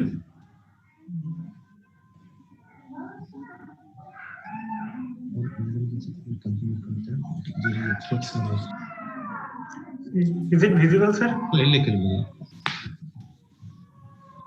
I hope all the 3 experts are able to hear and follow the presentation. Yes. Niteshri madam? Yes. No problem. Shivalila madam? Yes. Okay. Thank you, madam. Yeah, thank you, madam. Thank you, all. sir. Now, Arnab, you can start your presentation now. Thank you, sir. Good morning and welcome you all for my presentation. And today I am going to present on topic interstate income inequalities and public investment in Eastern India and inequality decomposition approach. This is the part of my second objective on my research, that is impact of investment in agriculture productivity and diversification in Eastern India. This is my flow of presentation: introduction, data methodology, result discussion, and conclusion. we know that investment is the increase of the capital stock in existing economy. So any organization or any individual made investment in order to get some return. Investment can be made from both from the public and private. Generally, public investment made in order to creation of rural infrastructure, research and development, and different development activities. But in private investment, generally made in order to create farm asset and to maintain their quality. But main aims to create investment is to generating income and economic development, and in this order, reduction of poverty also take place. So in this picture, we can see that investment, poverty reduction, income, enhancement of capital, human capital, and increased productivity are related in cyclical manner. Each factor and each component of this cycle are act and react upon each other, and they are moving to pave the path for growth of the economy. And this investment is not sufficient to generating the income. It's also reduce the rural poverty in order by means to developing the growth. But problem arises when the generating of income is not equal throughout the state. In some state it is higher, in some state it is lower. So in order to capture the effect of in agricultural investment to income inequality, I consider Eastern India as my research study area, because we know that Eastern India is the probable for next green revolution, and in this area in Eastern India there is 4 states, that is Bihar, Jharkhand, West Bengal, and Orissa. From 1980 to 2015-16, there is a increase of investment in 7-fold. That is from 11,000 to 71,000 crore. But the increase of the per capita income is 4-fold, and that is not equal in all the states. So we can say that there is income inequality across the state. So this is my study area. I have selected Eastern India for my study, that is Bihar, Jharkhand, West Bengal, and Orissa. And I have considered the study period from 2004-5 to 2017-18, and I have classified this entire period into 3 periods: period 1, period 2, and period 3. Why I am considering from 2004? Because Jharkhand is the state which formed after 2000. So before that 2004, there is no data available for Jharkhand. So that I consider for 2004 to 2017. Now this is the some indicator. I have considered 13 indicators to consider to make the difference across the state. That is progressive, semi-progressive, and less progressive. I have considered gross state domestic product, capital expenditure, number of credit institutions, like that, and I have classified into 3 progressive states. That is West Bengal as the most progressive state, and Orissa is the semi-progressive, and Jharkhand is the less progressive state. Now this is my methodology for capturing the inequality for public investment, and this is a 2-step method. That first one in that is we are calculating elasticity through Cobb-Douglas production function, and in that left hand side, that is capturing the state gross domestic product. That is as I am using gross domestic state product that in proxy of agricultural income, and right hand side including the conventional input along with the public investment. And I use panel data regression model to capture the inequality made by the public investment. And second step of this inequality decomposition method is to capture the contribution of the each factor to the income inequality.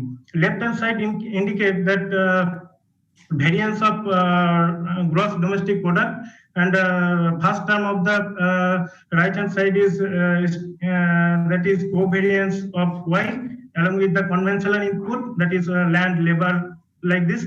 And the second term of the right hand side is the covariance between the gross state domestic product and public investment, and that error term is considering the all other variables which are not considering in this model. Now I am coming to the result. This table shows the statewide capital expenditure in agriculture and allied activities in Eastern India. I calculated all this price in 2011 to 12 prices.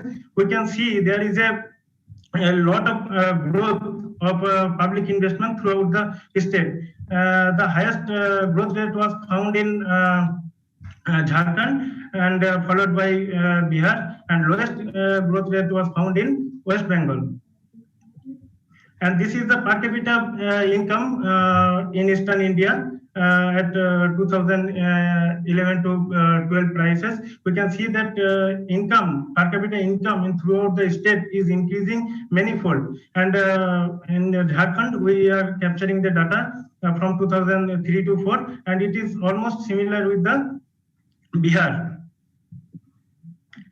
Now, this is the growth rate of capital expenditure on agriculture and allied activities in Eastern India. We can see that in all the states except Jharkhand and Bihar are showing the decline growth rate in capital expenditure in agriculture and allied sector. Rest West Bengal and Odisha showing the increasing growth rate in capital expenditure. Now, this is the elasticity estimate from the production function, and this is this variable. I am categorizing the entire variable into three. That is land, labor, and capital. Under capital, that is public investment, I consider these are the component, that private irrigation, public irrigation, road density, electricity consumption, agriculture, R&D, education, and fertilizer consumption. And to capture the climatic effect, I consider annual rainfall.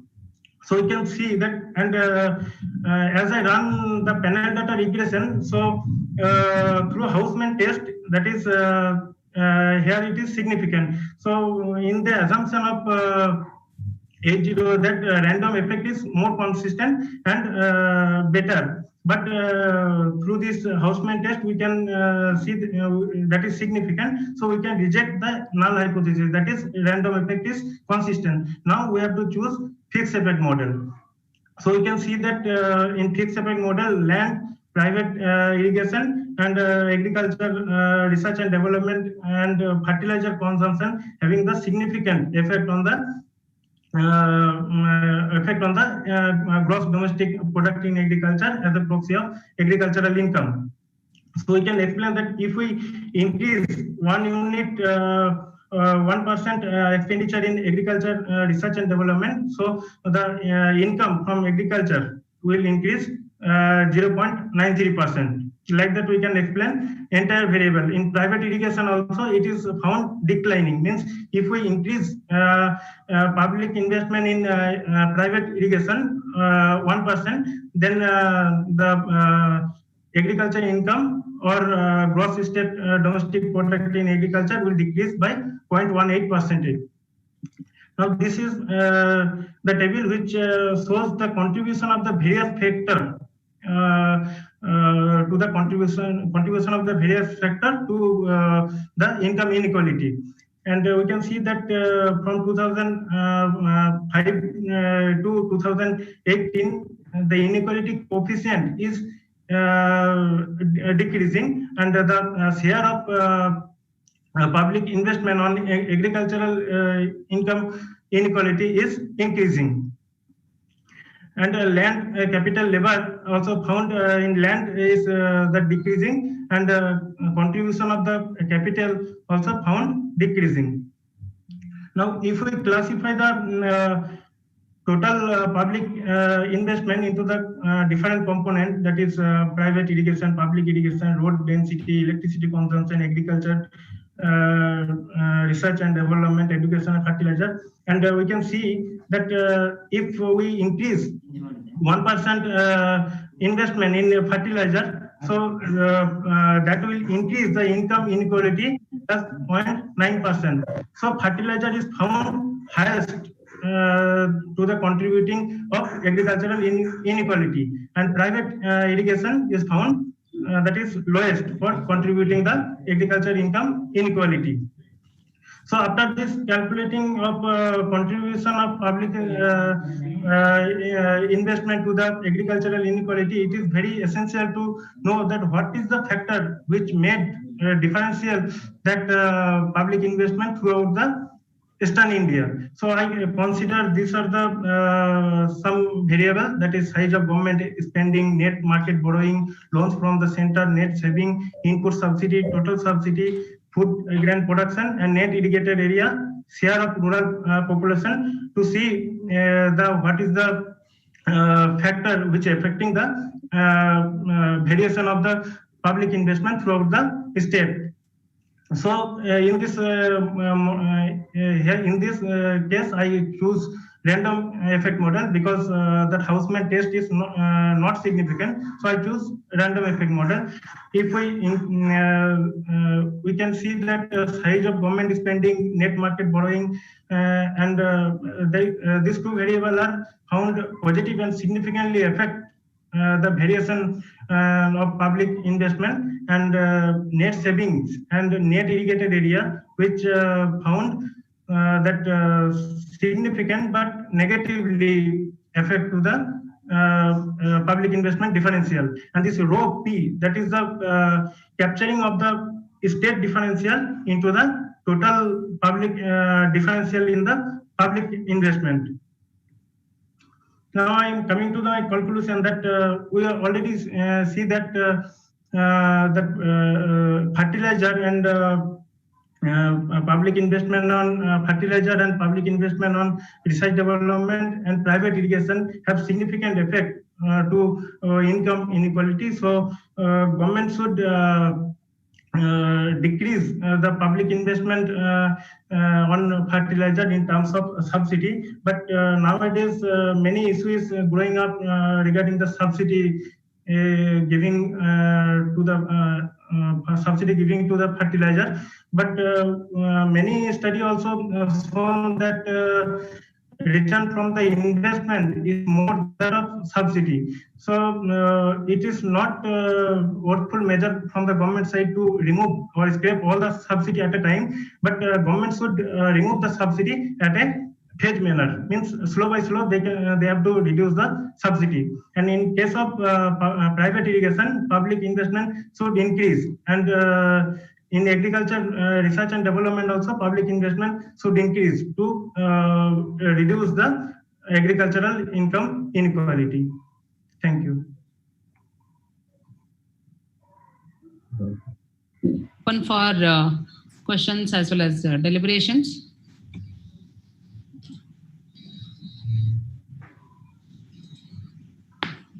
Hello.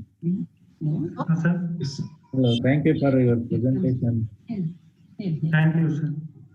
Now I am asking about this the public investment in agriculture. Yes, sir. With regard to this fertilizer subsidy. Yes, sir. Is favored the inequality in investment agricultural income. Yes, reduce the inequality. Yes, sir. That means we are giving subsidy for the farmers to increase the productivity or production of the crops or any agriculture items. Yes, sir. So that means the subsidy favored the farmers to increase the production. So that means they are depending on the subsidy. Yes, sir. If you remove the subsidy, what will happen? Sir, if we want to reduce the income inequality, then subsidy has to be reduced. But it should not reduce entirely. It has to reduce in phase, means in phase manner. As we know that investment having more return than subsidy, but still subsidy it improves the terms of trade to the farmer. But at the same time, it's also increase the income inequality. We know that subsidy is increasing agriculture productivity and profitability, but at the same time it improves the income inequality. So if we want to, is there any programs to improve the income level by reducing the subsidy of fertilizer by the government? Any program? Sir, actually, in different policy has been implemented in case of fertilizer, that is nutrition-based subsidy and new price policy. Different measure has been already implemented, but that is not effective because government, if government is giving subsidy for urea, so then people will increase more urea. So that's why the nutrients means ratio of different fertilizer will make imbalance. So that will affect the entire economy in the different way. So that earlier program, that nutrition based subsidy, that's made fail because of that only. Can we recommend this what we are using earlier, the biofertilizers or some farmer manure, so that we can improve the soil structure and increase the productivity, like that? Yes, sir. Yes, sir. So what are the programs they have made in biofertilizer usage and other things? So biofertilizer, nowadays biofertilizer using is increased, but paramparagat, that Jojona one is, that is relating to the organic fertilizer, is organic farming. In organic farming, if we use FIM and all these things, so that can reduce the use of the chemical fertilizer to some extent. And also you have mentioned that private investment in irrigation. Yes, sir. The private investment in irrigation is also going to reduce the inequality. Like that. Yes, sir. So private investment on bore oil, and especially in bore oil, we saw that that is contributing more, means contributing less to increase the income inequality. So on that private irrigation, government should increase the investment to reduce the income inequality. So for private irrigation, the way of bore wells and other things. So what about the imbalance of this environment, that the water resources, ground level or groundwater? Sir, actually in Eastern India, there is no, means farmers are not much using that ground level groundwater. Canal and all these things, river, pond, they are using more. Okay. But if government is investing on that private irrigation, that can use, means that will promote the farmer to use the more groundwater. Means in Punjab and Haryana, we can see that groundwater is declining in extreme level, but that is not in this case of Eastern India. Eastern, okay. Thank you. So thank you very much. Okay. Thank you. Any queries from the experts, please? Hello, Sir Shubhlila. Yes, madam. Please. I have a question whether the subsidy is applicable only to fertilizer or seeds and other activities also in the... Actually, government public made means subsidy to three items, that is food subsidy, subsidy on fertilizer and petroleum product. But in this case, I consider only means subsidy on fertilizer. No, seeds. I'm talking about seeds for the farmers. I did not consider seed because in Eastern India or there is no such type of subsidies available. Only subsidies giving on fertilizer. There's one more point. When it comes to fertilizer, is the subsidy given only if it is a chemical fertilizer or for both organic and inorganic? Actually, most of the subsidy is giving on the urea. As we know that potassic fertilizer is mostly imported from the foreign country. There is no such type of fertilizer production unit in India. But if we import the raw material from the foreign, and we are preparing the fertilizer in our in India. So that from in raw material, government can give subsidy in different way, but not directly as fertilizer like urea. Yeah. Did you come across any place where they were trying to become self-reliant, producing their own fertilizers, caretaking, so that their productivity will be there? They don't have to pay it back. Did you come across any such incident in any one of the states there? Actually, in this Eastern India, means there is no such type of initiative has been made for production of chemical fertilizer. But of course, biogas, that biofertilizer and FIM is they are promoting more nowadays. One more point is there when it comes to pesticides. We are talking about pesticides. I'm sure our own university has worked on it using some of the bio sprays. Yes, ma'am. Did you come across such practices anywhere there? Here they use neem, eucalyptus neem, and such sprays are being used. That domestic means indigenous utilization of the pesticide not using in this area. Okay, I think that should also be added on as a point when you propose your recommendations, probably, which will conserve India, not only East India. It will Eastern India. It will conserve complete. Okay, that could be one of the point in your suggestions, probably. Okay, okay, fine. Arnab, you have started, your title states that interstate income inequalities. Yes, but your that part I think you have not dealt completely. Interstate, what in the 4 states you have studied. What do you mean difference between the inequalities and the public investment?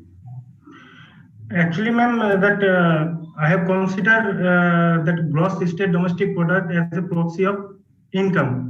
But I already saw that there is a lot of difference between the across the state in Eastern India. And if we see that per capita income from agriculture or source from agriculture and non-agriculture, there is a significant difference between the income across the state. So like that inequality is there in across the state.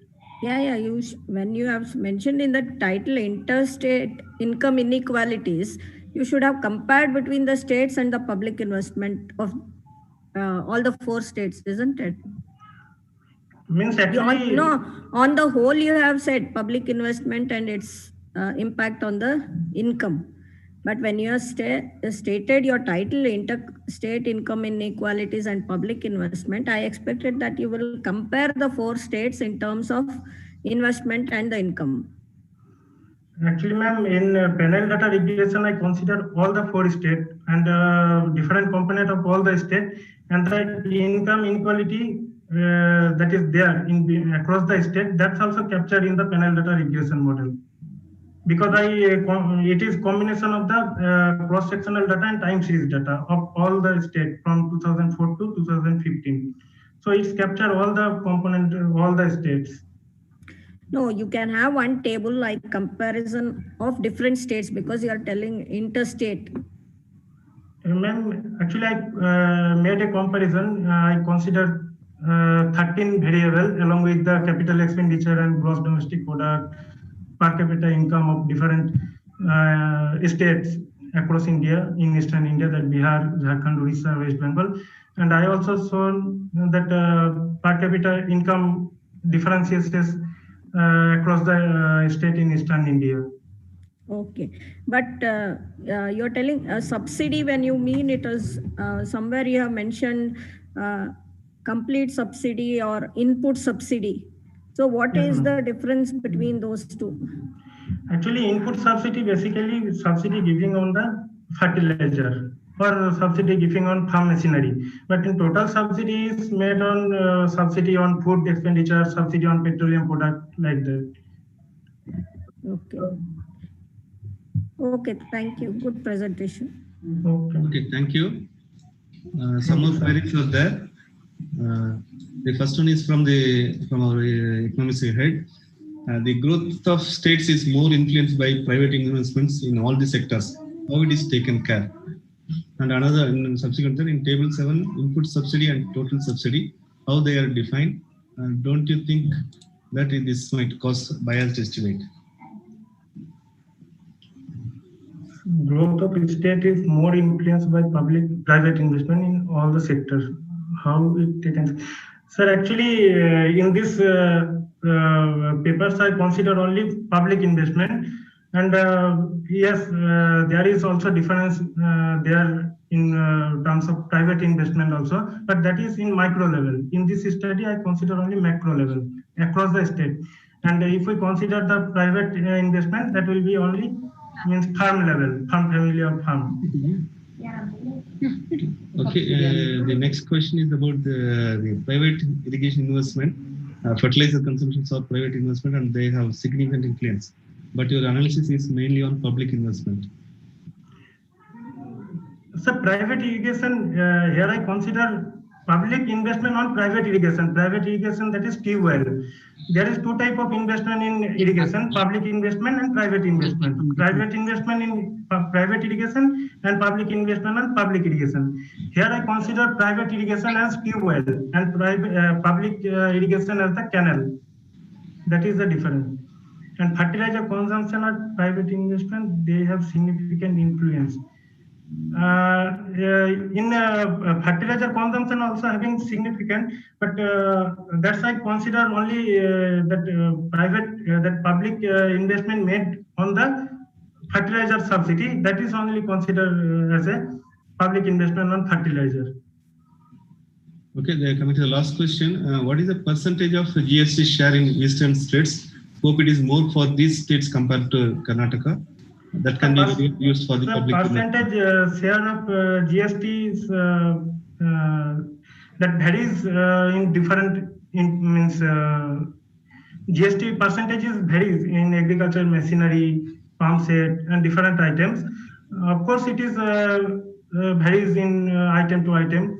And if you are telling about the GST means share of the state from the West Bengal, from the center, of course, in West Bengal, the GST share is more than Karnataka. Yeah. And the highest share is observed in Uttar Pradesh is having the highest share of GST. Okay, thank you, Arnab. With this, we can complete this presentation. And we'll move on to the next presentation by Habang Ali. Before that, an announcement. Yeah, there are other questions, Arnab. So which we will just pass it on to you because of the positive time. We are not able to take up all the questions. So because today we have to cover 7 presentations. So we'll take up major questions from the experts and best 2 to 3 questions from the chat box.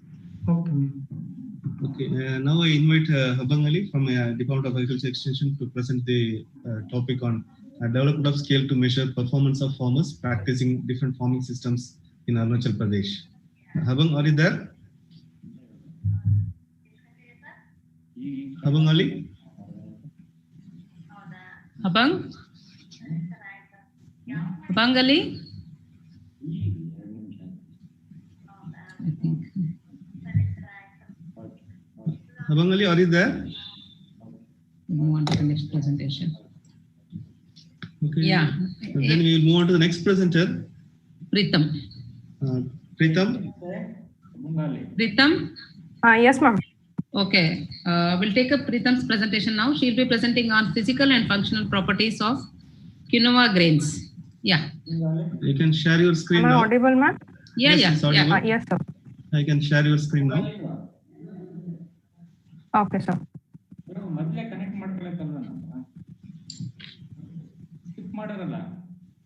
So just a minute. Is it full screen, sir? Hello? Yeah, now it's okay. It is in full screen, sir? Yeah, it's a full screen. You can start presenting, please. Okay, thank you. Good afternoon to everyone. I am Preetham, third year PhD student from the Department of Food Science and Nutrition. I welcome you all to my scientific presentation.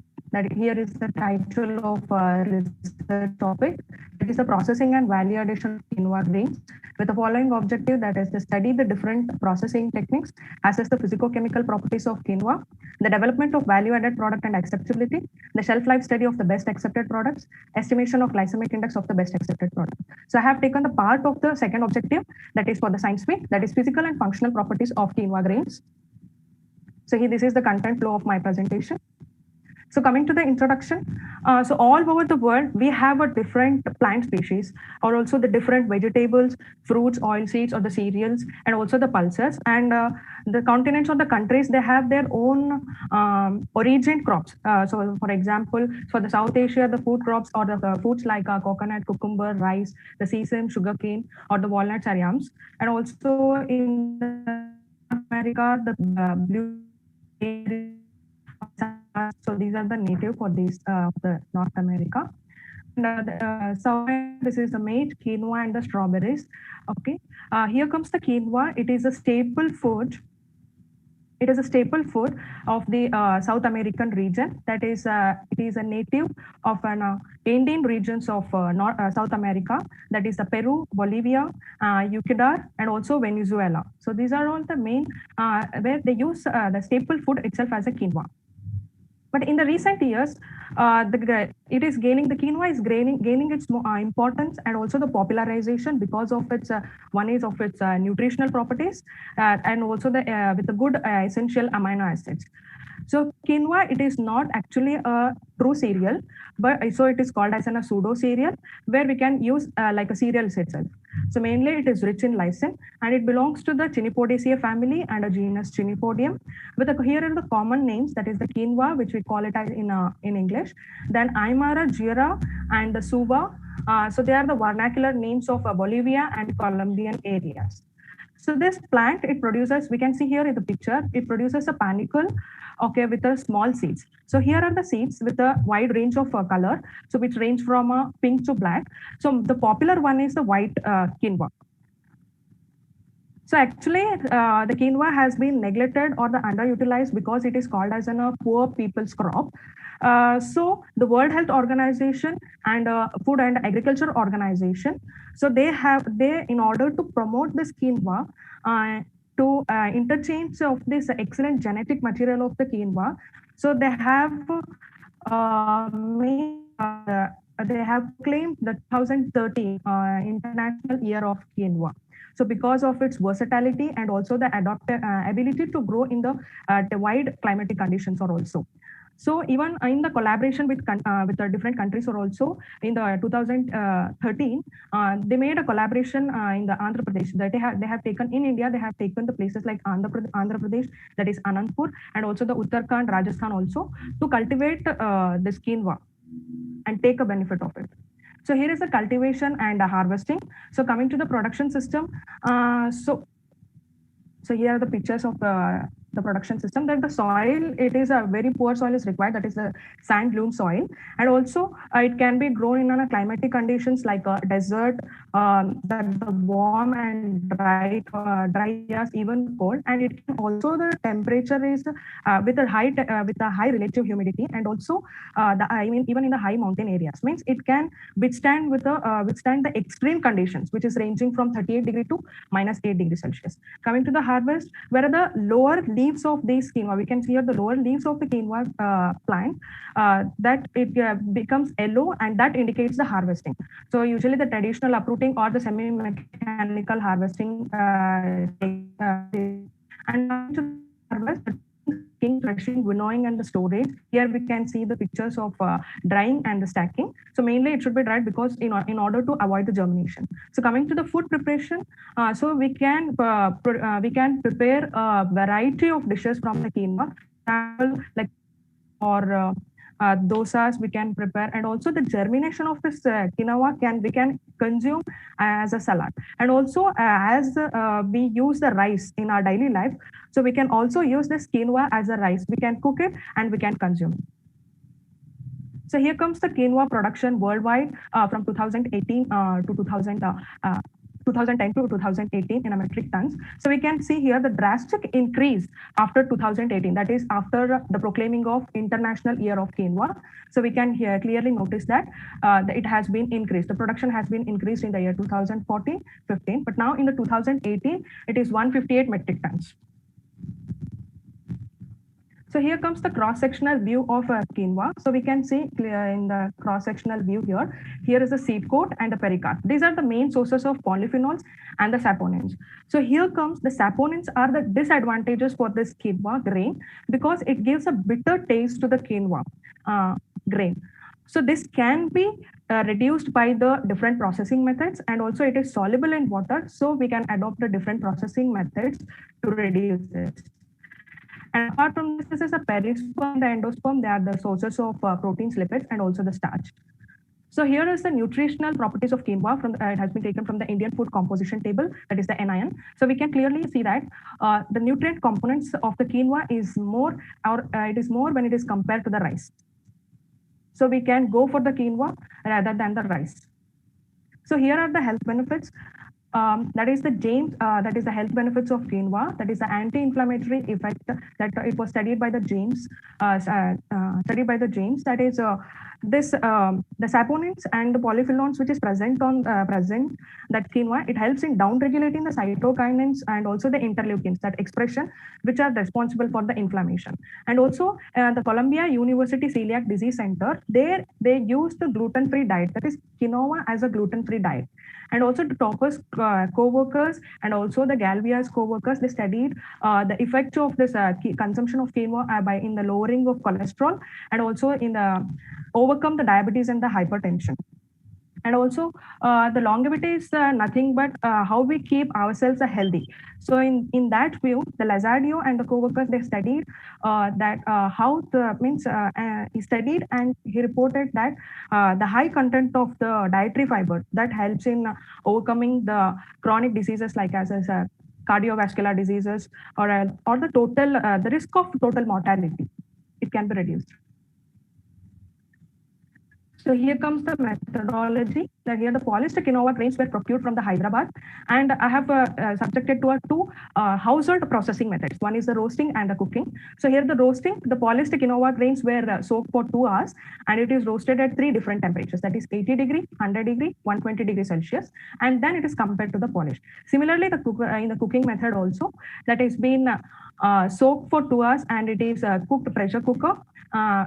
And also the open vessel. Then the sensory evaluation was done, that is evaluated by the 9-point hedonic scale, and the best accepted sample only they're taken for the further, that is the evaluation for the physical and so that statistical analysis were done. So here are some pictures of methodology. That is the polished grain which is soaked, roasted, and cooked, and the sensory evaluation. So coming to the figure 1, that the sensory evaluation of a roasted quinoa grains at 3 different temperatures. So we can notice here that there is a significant difference among the treatments. That is, it showed a better overall acceptabilities or the appearance, mouth texture, color. I mean, all the sensory attribute is good in case of the roasting temperature, that is 120 degrees Celsius. So in that, actually, in the roasting that 120 degrees Celsius, the taste and the flavor is the characteristic. It has a characteristic flavor in the taste. So that may be because of change of the amino acids, that is the change, biochemical change in the amino acid and the reducing sugar. That is what we call it as a Maillard reaction. And here's the figure 2, which shows a sensory evaluation of the cooked quinoa grains, that is pressure cooking, the open vessel cooking. So there is no much difference between this. But in case of the mouth texture, it is good in case of the pressure cooking. That mainly because under the pressure, the starch of the quinoa, it degelatinizes more. So that may be the one reason, and it is best accepted. So coming to the table, the parameters of the significant difference for the polished because of the more moisture content. Whereas in the hydration capacity, it showed the significant for the roasted processing method. Where in this roasting, what happens? evaporation takes place, which forms a pores. So these pores absorbs the water. So in the hydration index itself is where the seeds were soaked for the overnight. So the difference by difference, so that we call it as a hydration index. So that is more in case of the roasted seeds. So coming to the cooking characteristics, so here it showed a 235% increase in the cooked the weight of the quinoa grains, and also 281% of increase in the volume of the in the cooked grains. So and it took about 5 minutes and 3 seconds. So it is mainly important. The cooking characteristics is important because it has its role in the product development. So coming to the taste properties of the polished and processed quinoa grains. So here there is no significant difference what found in the bulk density, whereas the difference found in of capacity, that too, it is more in case of roasted and cooked samples, cooked treatment. But this is when it is compared to the polished one. So this may be because of that is the one is the gelatinization of the starch takes place, and the other one is denaturation of the protein in case of roasting. So that the breakdown that takes place, and thus the sides of the interaction with the water and also the holding of the water will be increased. So that is what why it is more in case of roasted and cooking. And coming to the color analysis, it showed a significant color analysis for that is the LAB values. Here they have given the L is nothing but black to white. So we can see that the polished having more values for the L. So that is 87. So it shows that the whiteness of the grains. So that has been reduced in case of the roasted and the cooking methods. So because of the heat treatment, and also in the A, which shows the redness of the seeds, redness, where it is more in case of the roasting. So this is because, as I said earlier, the Maillard reaction, which gives a taste as well as a flavor, and also the color. So and also the B values is more in case of the cooking, means B value is nothing but tending towards the yellowness. So that is more in case of the... You are left with 3 minutes. Yes, ma'am. It is, so B values, it towards the tend to the yellowness. That is what is more in case of the cooking. So that it is nothing but because of the heat treatment. So coming to the summary. So the sensory evaluation study of a different processing methods that is revealed that 120 degrees Celsius roasting temperature and the pressure cooking methods was best accepted with a mean overall acceptability, that is 8.69 and 8.56 respectively. And the seed weight, breadth, and the hydration capacity that showed a significant difference between the processing methods. The pressure cooking that showed a 235% increase in the weight, and also 280% increase in the volume.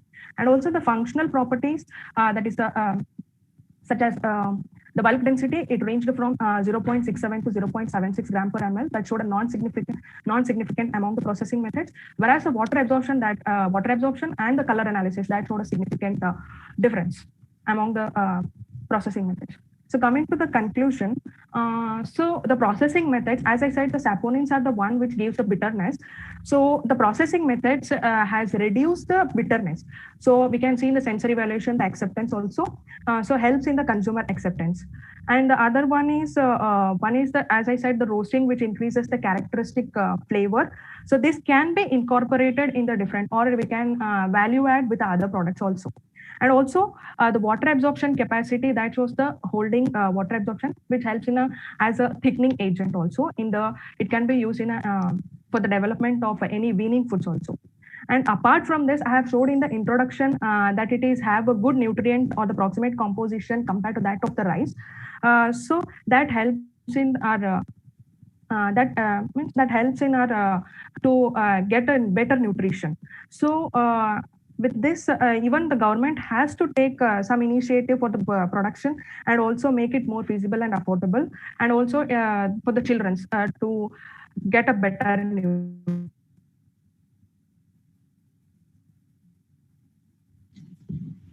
Hello, are you there? Disconnected. Yeah. Yeah, are you able to hear me, Pritham? Yes, sir. Yes, sir. Okay. Okay. Thank you, Pritham. Now I have finished. Yeah, tell me. Hello. Yes, I have finished it. Okay. Okay. So now you are open for the discussion. I invite the experts to react.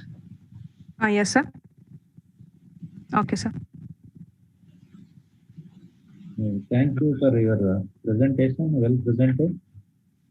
And thank you, sir. so my question is, you have compared Yes, this with the rice. Because yes, sir. It is grown under water usage is more. And then this cost of production is also more in case of paddy. Yes, sir. Yes. Compared to this. So you might have taken other the minor millets. Okay, like, sir. Okay. The foxtail millet or the arka, that is in Kannada we will call it arka. Arka. Yes, sir. Yes, sir. Yeah, you would have been taken that and compare with this quinoa. So because it is also growing in a dry area, arka or yes, sir. Yes, sir. Millets are yes, sir. Instead of taking this rice, you would have been taken that. Maybe the processing and everything maybe is similar. Yes, sir. Yes, sir. Yeah, okay, nice. okay, sir. So, but anyway, your presentation is good, and then your results is okay now. Okay, sir. Oh, thank you, sir. Okay, thank you. Thank you, sir. Thank you.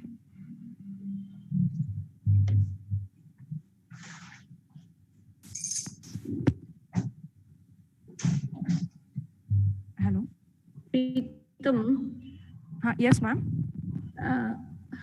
Hello, Preetam. Yes. Yeah, your presentation was good, but one thing, as Anand said, you are able to hear me? Yes, ma'am. Yes, ma'am. You're able to hear me? Yes, ma'am. Yeah, as Anand said, we already have so many minor millets which are native of our country only. Is it necessary to bring quinoa from outside? We can develop our own minor millets which are native of our country, isn't it? Then bringing an outside. Yes, ma'am. Of course, ma'am. Of course. But just I'm not. Just it be an alternative, sir. Alternative for the millets, ma'am. So because in my view or in consideration, because as the population increasing, so we have to consider the better nutrition crops, nutrition crop. Yeah, so yeah.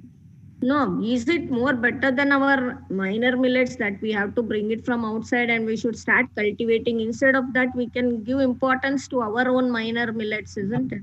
What are native of our Yes, ma'am. Yes, ma'am. In that case, what is the significance of your study now?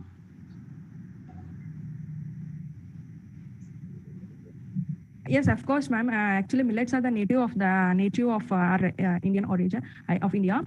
So, but apart from that, even compared to that, the essential amino acids, I think the quinoa is having a better essential amino acids, ma'am. So, because of that reason, we should cultivate the quinoa. Okay, thank you. Thank you. Hello. Yes, ma'am. Can you hear me? Yes, ma'am. Yes. Yes, ma'am. Yes, ma'am. I do agree. You have justified that it is one of the best food grain and of course on par with millets. Yes, ma'am. You're trying to bring it on comparison with rice. But here when it comes to, when you compare it with rice, once you polish, in no way I think it is going to be better than rice.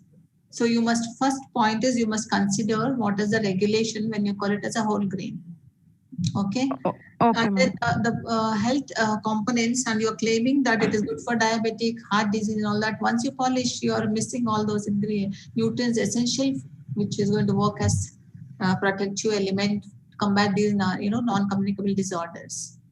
So I think it is, and plus you have done roasting and you told it gets converted into Maillard reaction takes place. So which is going to bind almost all the nutrients. Here it is essential that you should give the comparison of nutrient content of a quinoa that you have used as polished with rice. I don't think it will be. So if you're in, for that matter, our own local rice varieties are there now, red rice, brown rice, those are which are going to be much better than quinoa, as madam said, no? Yes, actually, just I have not compared in my research. I have not compared with rice, so that only I have taken the table from the NIN just for the introduction purpose. No, then if it is ideal that you present it as whole quinoa and polished quinoa. Polished quinoa. So that you will justify, in spite of polishing, there will be some, still it is going to give us the nutrients. Nutrients, yes. Yeah, that would be better, and then it is going to be add on to your work. Okay. Otherwise done well. Thank you so much, ma'am. Thank you. You can work out on cost also, no? Comparison. Yes, ma'am. Yes, other millets and rice. Yes, it can be a suggestion to promote its cultivation even in our own place. Yes, ma'am. Cost of cultivation. Yeah. Yes, ma'am. Thank you, ma'am. Thank you. Thank you, ma'am. There are some queries from the participants from the chat window. So you have compared the quinoa with the rice. If quinoa is compared with the nutri-cereals like foxtail millet, little millet, etc., our own crops, how quinoa fares? So as I said, that is what it is more. One is it is when it compared to the nutrition, that is one is it rich in folic acid, and also the magnesium is more in case of in quinoa, and also the protein is around 22%. It ranges from 15 to 22%, sir, in quinoa. So that may be when it compared to the millets, it is more. Hello. Yeah, you can justify this only when you say you are using the whole quinoa grain, not once you polish it. Polished one. Your polished will not give you those nutrients. There will be reduction. Okay, in the polished, even in the polished, I have got 18% of protein, madam. Yeah, then you should mention that type of comparative table. You can document in pieces. Okay. Yes. Okay, another query is quinoa is best substitute for which crop, which food crop? Okay, substitute.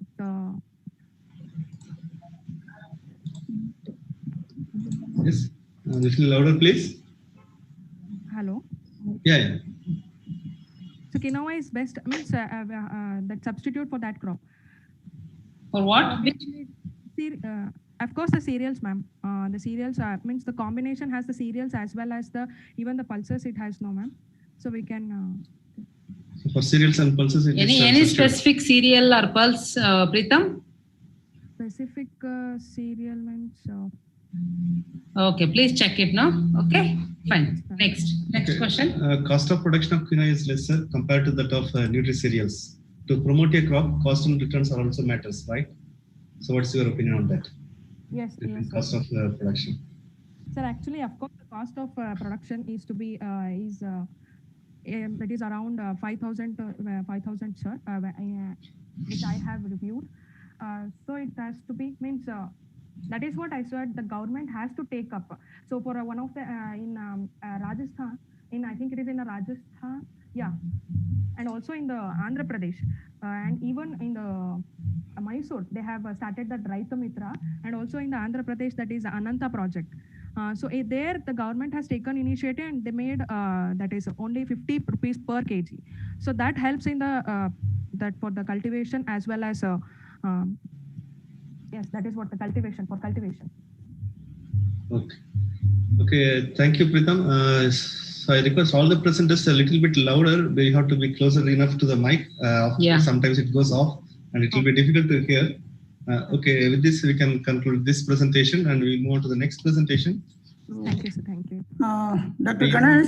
Ganesh. Yes, sir. Tell me, sir. I want one clarification from the moderators. Yes, sir. Why there is a deviation from the schedule? The student couldn't respond. Habang Ali could not respond in time. Okay. We called her 4 times, sir, but she was not able to hear us, I think, due to net connection, I think. Actually, my network got disconnected. Okay, good. But we'll take up at the end, ma'am. Yeah, we'll take it up, sir. Okay, now you are going. So the next presentation is by Deepa from Department of Agriculture Economics on the topic. Now also she is not connected? No, sir, we don't want to change the sequence. We will admit at the end, sir, because other students will be ready. Okay. She has not contacted so far, so we will take up at the end, sir. Okay. So I invite Ms. Deepa from Department of Agriculture Economics to present the topic of empirical assessment of the impact and determinants of groundwater usage, for irrigation by farmers under different user regimes in Karnataka. Deepa, are you there? Yes, sir. Shall I you can start? share your screen. Be louder. Hello. Yeah, be louder, Deepa. Am I audible, ma'am, now? Yeah. Yes, madam. We can go into the Hello. screen, Yeah. slideshow. Then get into slideshow first. Now in the editing window.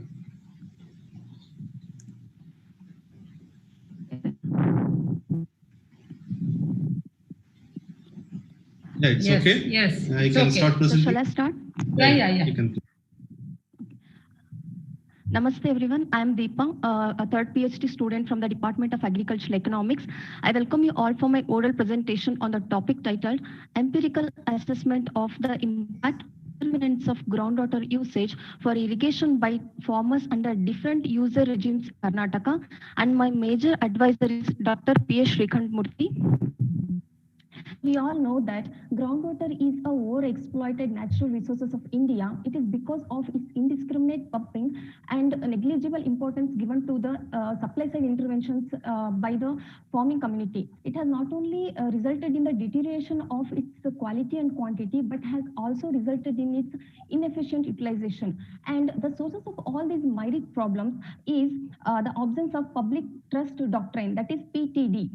In the presence of public trust doctrine, it ensures the availability of these crucial natural resources like groundwater to everyone equitably without considering the socio-economic criteria. So, in the common term or in the general terms, the absence of the public trust doctrine can be stated as there are no well-defined property rights for the groundwater. And in the midst of all these situations, there exist several small and informal groundwater markets and institutional arrangements like sharing in India. And the groundwater market includes sellers and purchasers, where the groundwater itself is a commodity. Hello? Hello? Continue, Deepa. Okay. Where groundwater itself is a commodity and is exchanged for the currency or for the crops, and in most of the times it is exchanged for the currency. When it comes to the groundwater sharing, the concepts and practicalities of groundwater sharing are completely different from that of the groundwater marketing. As the groundwater sharing, it involves exchange, it doesn't involve exchange of the groundwater for any purpose. So here, based on the ancestral property rights, the groundwater, the borewell will be shared among the siblings and hence the groundwater.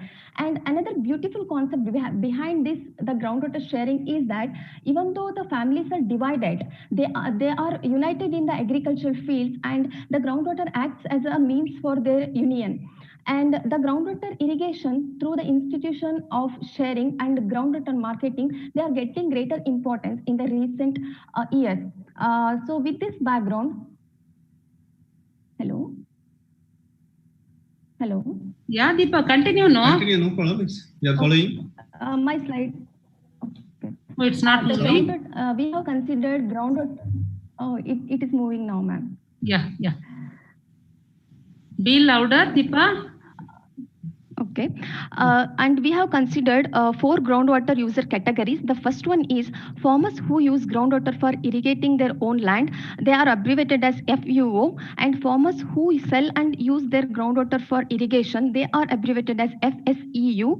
And farmers who purchase and use groundwater for irrigation, and they are abbreviated as FPU. And farmers who share and use their groundwater for irrigation are abbreviated as FSHU.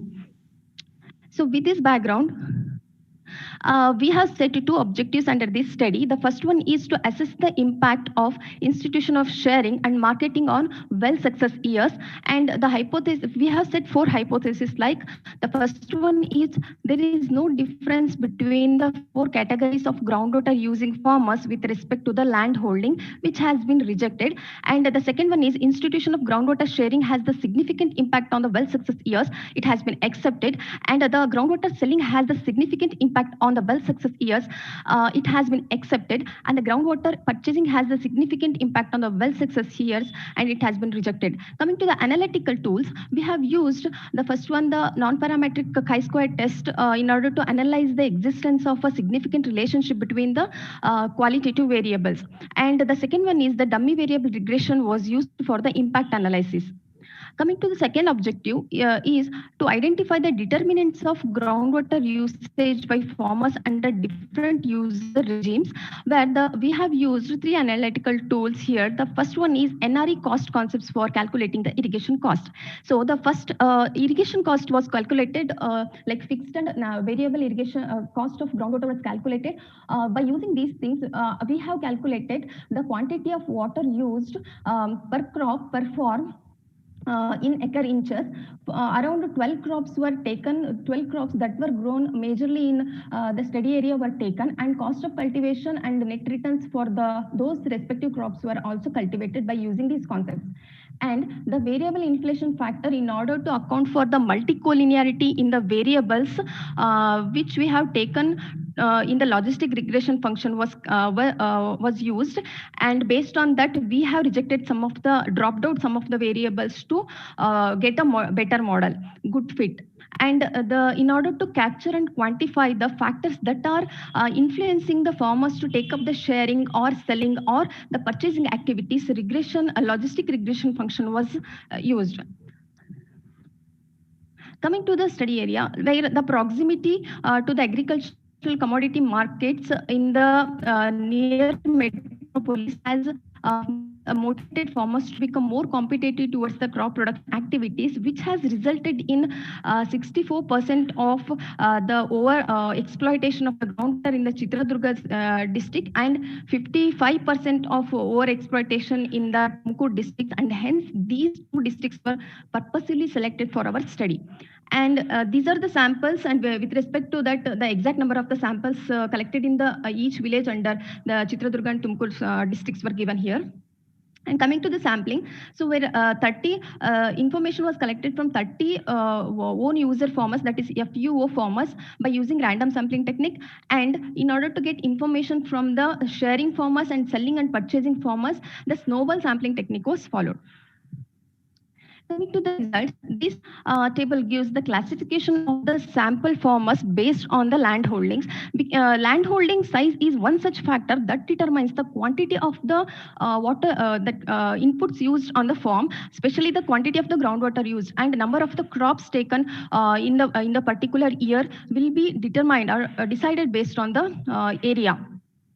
And you can notice here that 18 farmers, like 60% of the farmers under the sharing category are the marginal farmers with less land, and 11% of 36% of the farmers under own user category are the medium and large farmers. And the test chi-square test has showed that it is significant at like a 5% level of significance with 0.03 as a p-value. It shows that there exists a significant difference between the four categories of water users. Coming to the table 3, where it gives the profile of irrigation wells in the study area across different farmer categories. So here you can see that the farmers who share the groundwater, they have accounted for less number of total bore wells, that is 87, and accounted for the least proportion of the initially failed bore wells, that is 13%, and they have accounted for the highest proportion of functioning wells, that is to the extent of 55.72%, and accounted for the highest average age of 13.5 years, ranging from 1 to 34 years. And followed by this, the sharing farmers, selling farmers who were involved in selling groundwater, they had highest number of irrigation wells, and own users, they have the least average age of functioning well of 9.5 years, and the purchasing farmers, they accounted for the highest proportion of the initially failed bore wells and lowest proportion of the functioning wells. So this table, it explains about the important attribute, that is initial yield and initial failure of the bore wells, which further triggers the investment of the farmers. I'll explain it through a graph here. It shows that So the initial yields of the bore wells, they decide further investment by the farmers with regard to the further casing and drilling and casing activities. So this is the point where the investment will be triggered. And you can see here that the farmers category, which had the lowest proportion of the initial bore well failure, has the highest proportion of the functioning wells at the present. And the farmers category, which had the highest initial failure of bore wells, has the lowest initial lowest in functioning well at the present. So it is a kind of like behavioral aspect. It will show kind of a behavioral aspects of the farmers. And coming to the table 4, it gives the effect of groundwater institution of sharing and marketing a number of success years. Here I have used a model where y is equal to beta naught plus beta 1 x.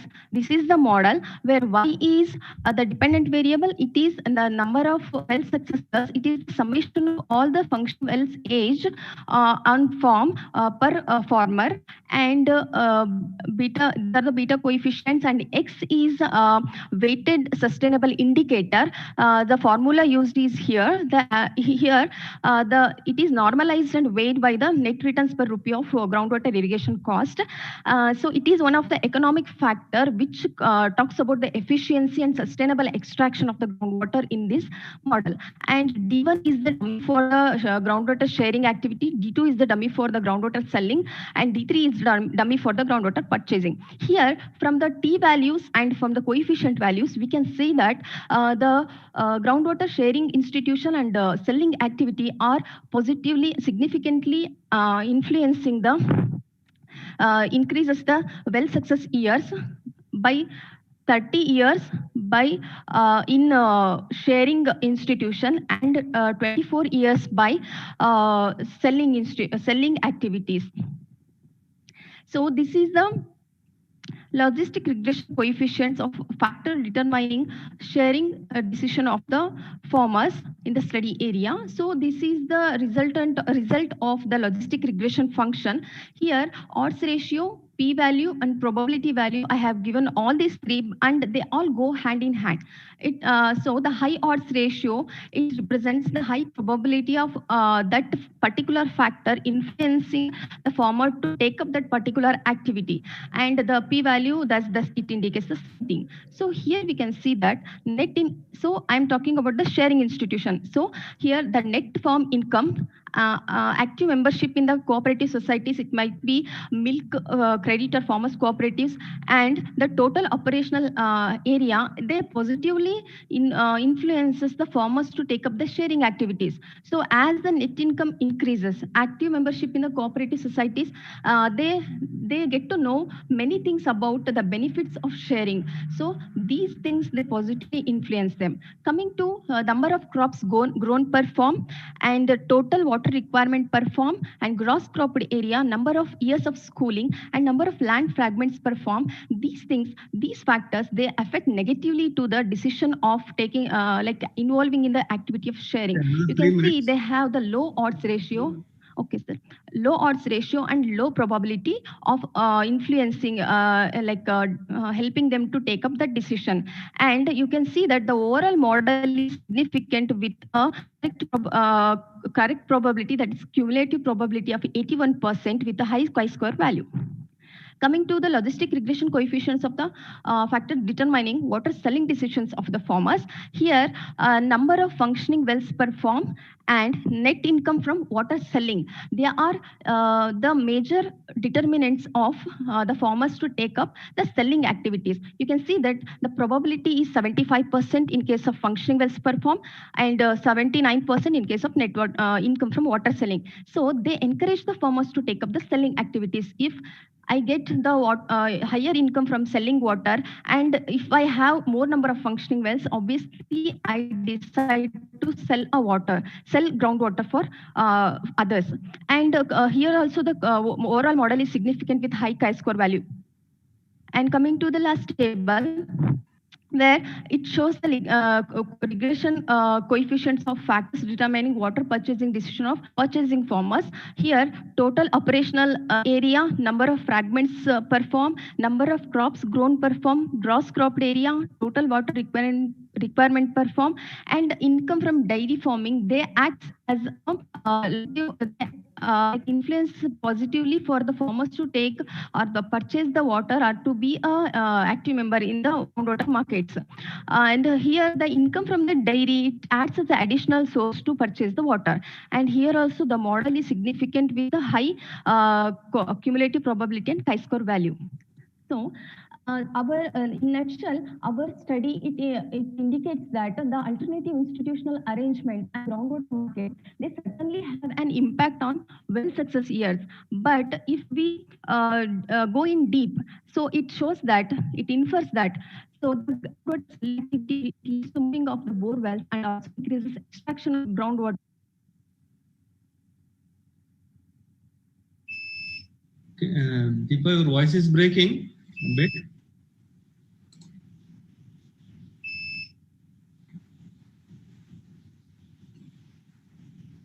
Deepa, are you there? Yeah.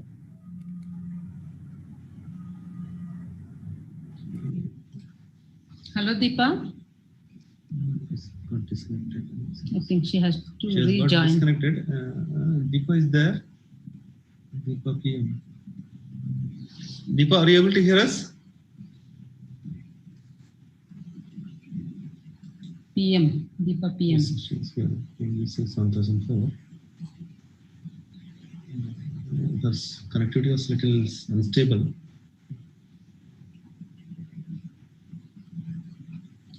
Hello, Deepa.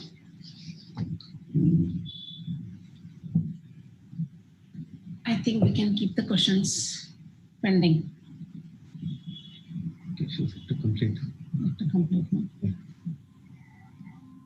I think she has lost the connectivity. Yeah. Connected. There was instability was there. That's why we muted his video. Then there was a variation in the voice also because of the connectivity issue. Yeah, Deepa, you can rejoin.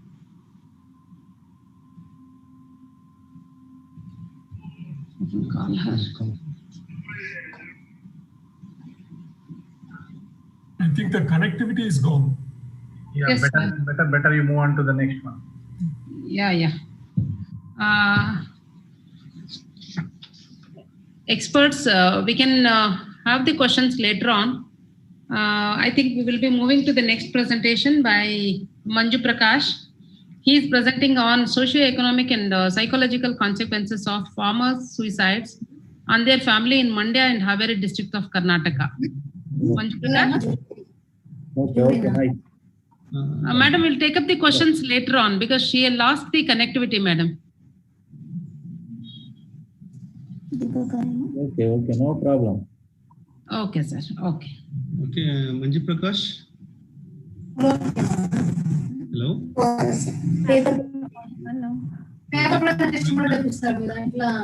Deepa has joined back. ఇది రెండు పేపర్లు publish అయింది అలా వాడు PhD thesis submit చేసే లోపల ఇది అంతే పిహెచ్డి రెండు పేపర్లు వాళ్ళు సబ్మిట్ అయింది అలా నేను ఎంఎస్సీ కదా. Hello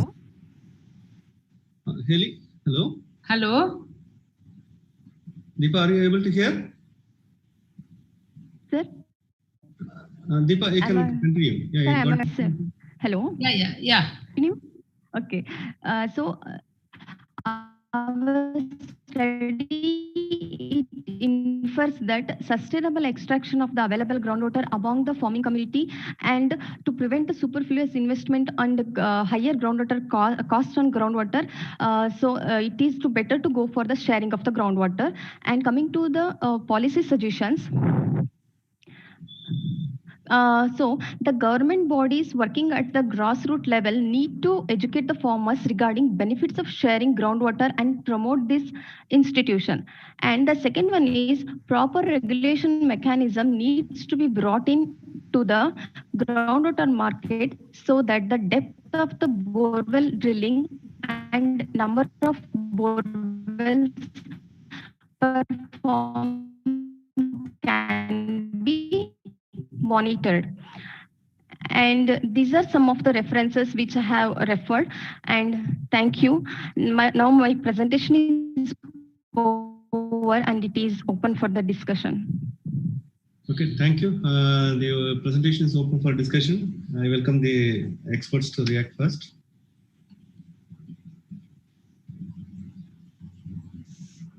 Hello. Yes, Yes, madam. ma'am. Yes, ma'am. Here I have a small question. It's a really good work done. Well done. And it is one of the need of the day. At the same time, whether it is only for economic benefit or economic benefit sharing for maintenance of health, that concept has been left out. Impact on business sharing, increasing the income, and all other parameters have been taken care. But was there any impact on improvement of health of those farmers for sharing should have also been one of the concept, I feel. Was there any documentation on that? Deepa, you can respond. Deepa? She's left. She's not able to hear. Hello, Deepa. Hello. Yeah. Hello? No.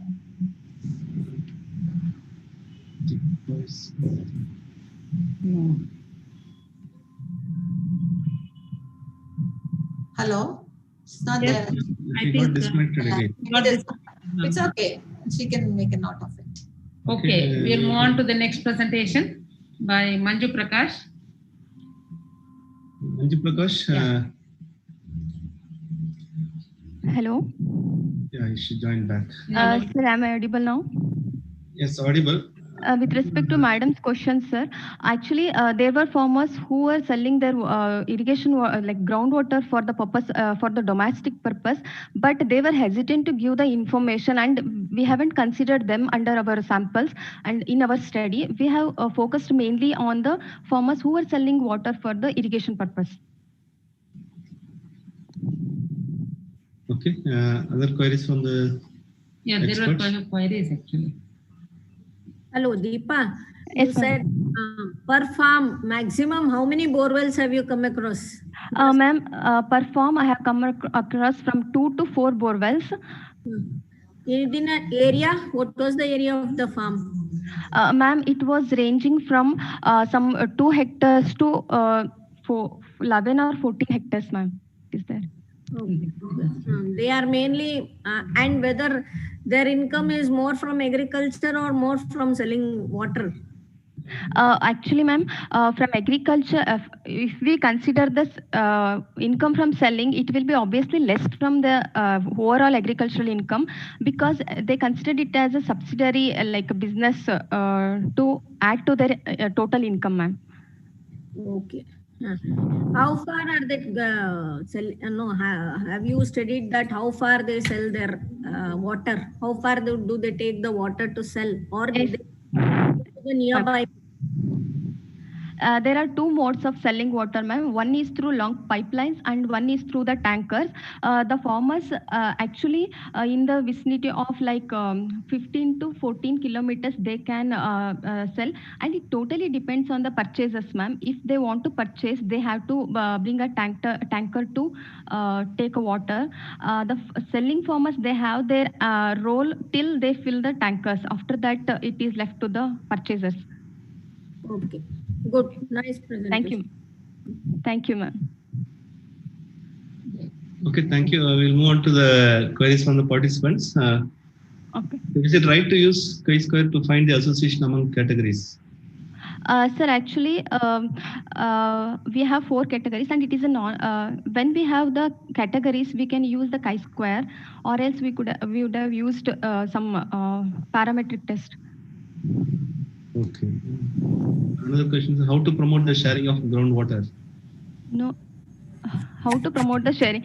Sir, that has to be done through, it can be done informally and formally at the government level or at the informal level, like the cooperative societies, and KVKs can promote the farmers to take up the sharing activities by creating awareness among them, sir. Another query is number of borewells per farm, how it is worked out? Sir, number of bore wells, the total number of the bore wells divided by the number of farmers I have taken, so that I got the number of bore wells per farm. It ranges from 2 to 4, sir. Ganesh, Yes, sir. Please. I ask, I just want to, ask Deepa. Are you listening to me? Sir, yes, sir. Right. Now you want to know the four groups, categories, are they different or same? Are you clear about this? So that is the first hypothesis. Okay. Now you have used, you did not use the word like association. Suppose if there is an association, if you want to say, if there is an association among the categories, then what it means? What is the implication? And if they are not associated, what it means? That is an implication. See, chi-square, I am right. Okay, you have used it. But you should know how to interpret the chi-square. Are they different? Are they same? And it depends upon the value of the chi-square. And interpretation would be different. What is that you interpreted is wrong. Okay. Okay, kindly check this. Please, have a discussion with the statistician. Okay. Do not commit a type 2 error. Okay, are you clear about this? Okay, sir. Okay. Thank you.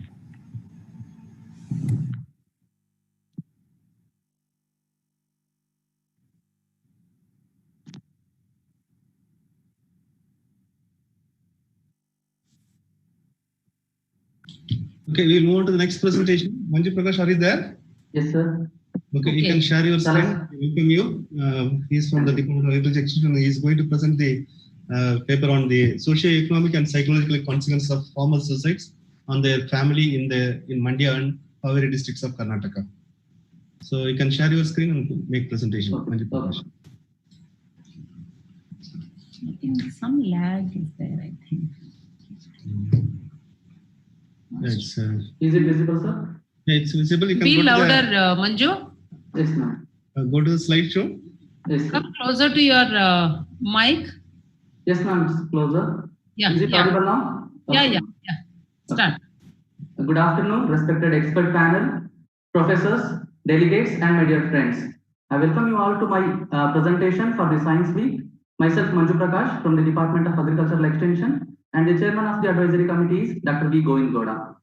The paper I am going to present in this Science Week is Socio-economic and Psychological Consequences of Farmer Suicides and Their Family in Mandya and Haveri districts of Karnataka. Suicide is an act of intentionally causing one's own death. Mental disorders including depression, bipolar disorder, schizophrenia, mental disorder, and the personality disorder and anxiety disorders. These are the risk factors which are said to be slightly higher in the case of farming community.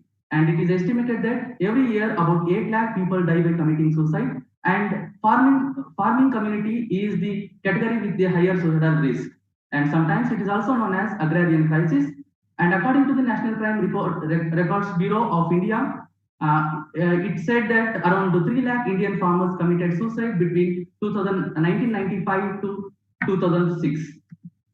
And sometimes this farmer suicide is quoted as the national catastrophe of farmers committing suicide since 1990s. And the ways and means are the methods by which the individual commits suicide varies from person to person. And the most common one are hanging, setting fire, drinking pesticides, and setting fire. When it comes to the farming community, it is often by drinking pesticides due to their inability to repay the loans.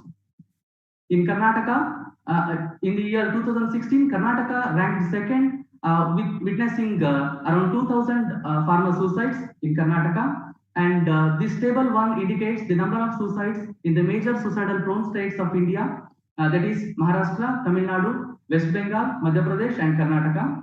Together, these 5 states contributed to the extent of more than half of the farmer suicides in the country. And when it comes to Karnataka, it has witnessed 11,561 farmer suicides in the year 2018. Among them, 5,763 were the farmers and 4,586 were the agricultural laborers. It is evident from the figures that overwhelming majority of the farming community that commit suicide are among the males than the females. And the reason that is quoted by National Crime Report Bureau of India in the 2018, the reasons for the farmers committing suicide was untimely rains and the drought conditions in the parts of India. This is the figure that is given by the United Nations Commissions for Sustainable Development in the year 2016. It states that among the six states, that is Maharashtra, Karnataka, Andhra Pradesh, Madhya Pradesh, and Kerala together accounted for about 76% of the total farmer suicides in the country. And it further stated that for every 30 minutes in that year, one farmer committed suicide. And among the total suicides in the country, the farmer suicide is to the extent of 11.2%. These are the causes of the farmer suicides that are being listed by National Crime Records Bureau of India. That is bankruptcy, family problems, farming related issues, illness, drug abuse, alcoholic causes which are unknown, and poverty, marriage related issues, etc.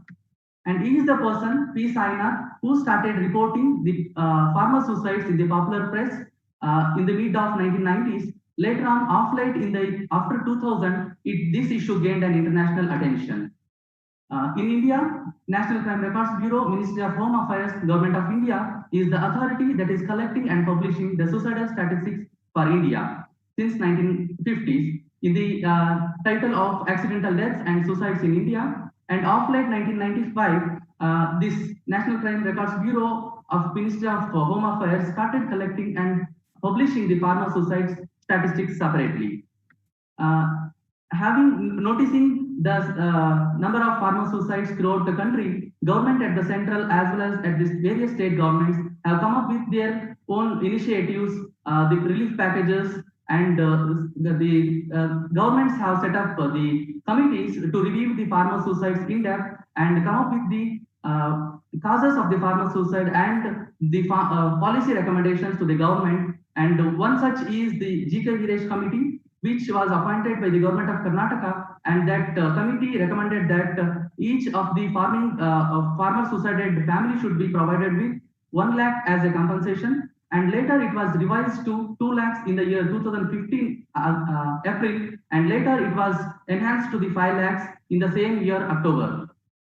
Despite of saying all these things, the farmer suicides are being dynamic and they are seen every year. Hence, the farmer who ends his life will go once, but the family which is dependent on him is left with nothing. So it is relevant to study what are the effects or the impacts or the consequences that have occurred among the family members after the suicide of the breadwinning farmer. In this regard, the following objective was included in the part of PhD research, that is to delineate the consequences of farmer suicides on the affected family, and the operational definition for the consequences on the affected family. It is operationally defined as the changes that have occurred in social, economic, psychological domain among the affected family members after the suicidal death of the breadwinning member of the farm family. Coming to the methodology, ex post facto research design was employed, and Mande and Haveri districts were purposefully selected for the study as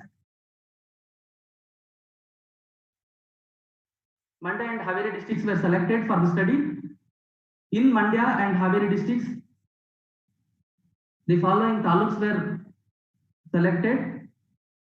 In Mandya, Nagamangala, Krishnarajpete, Mandya. Manju, your data is not loading screen. Another screen, I think you are trying. You are able to see the PowerPoint, but you can share that another window which you are opening right now. Okay, sir. Yeah. Now is it visible, sir? Something is coming up. Yeah, it's visible. Yeah. Okay. In Mandya, you can zoom it up. Yeah. In Mandya, Malavalli, Maddur, Krishnarajpete, Nagamangala, and Mandya were selected. From Haveri, Ranebellur,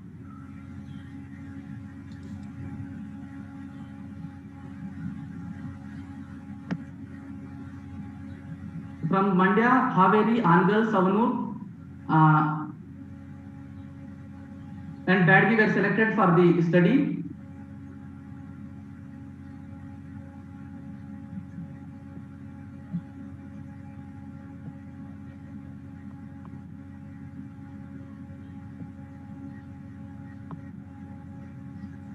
Yeah, continue. Yes, sir. Is it visible, sir? It's visible. You can get into the slideshow. Yeah. Yes, sir. Table 2 indicates the district-wise farmer suicides in Karnataka, which was obtained from Karnataka State Department of Agriculture in the year 2019. And from this, the farmer suicides who have committed suicide since from 2015 till 2018 were considered for the study in order to study the consequences on the affected family.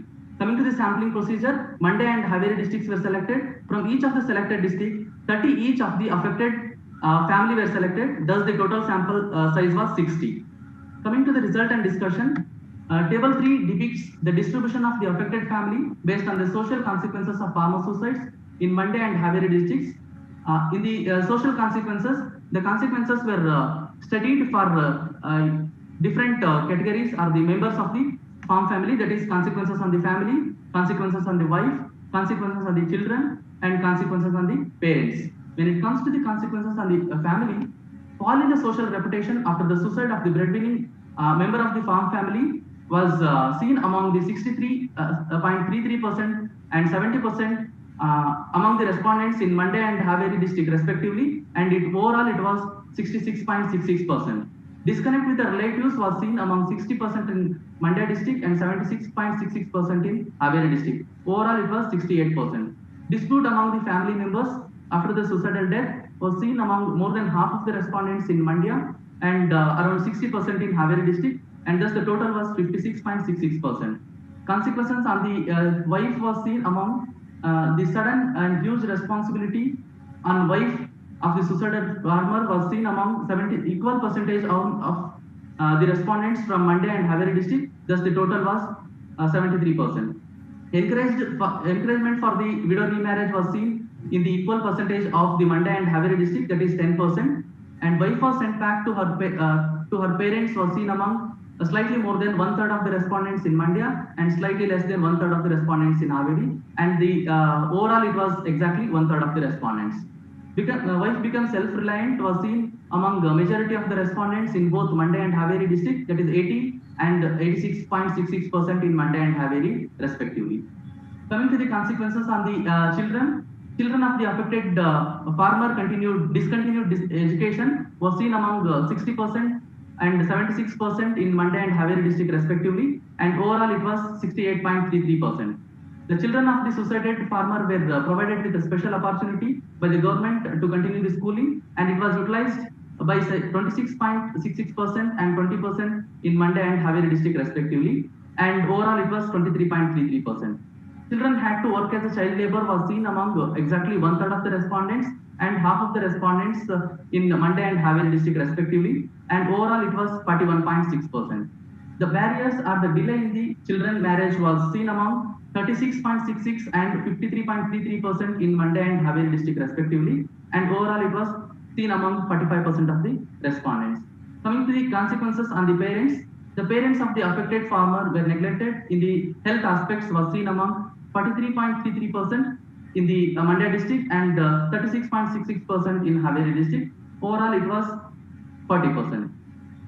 Death of either of the parent after the suicidal of the farmer, it was seen among 16.66% in Mandya and 36.66% in Haveri district, and overall it was 26.66%.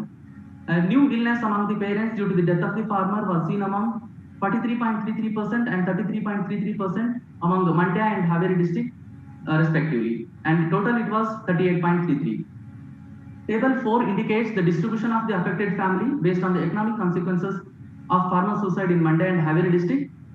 There was a reduction in the income of the family from the agriculture was seen among slightly higher than half of the respondents in Mandya and among 2/3 of the respondents in Haveri district, and overall it was 60%. Increase in the outstanding debt of the family was seen among exactly same percentage in the both Mandya and Haveri district, that is 60%. The loan taken by the family before the suicidal death of the farmer was repaid was seen amongst 23.33% in Mandya and 26.66% in Haveri district, and it was 25% as a overall. The compensation amount was utilized for employment generation activities such as dairying or the petty shops, etc. was seen among 20% among Mandya affected family and 26.66% in the Haveri district, and overall it was 23.33%. The property was seen among 23.33% in Mandya and 30% among Haveri affected families, and total it was 26.66. Table 5 shows the distribution of the affected family based on the psychological consequences of farmer suicides in Mandya and Haveri districts. The family members went into depression was seen among 46.66% in Mandya district, and among Haveri affected farmers it was seen among 60%, and overall it was slightly higher than half of the respondents.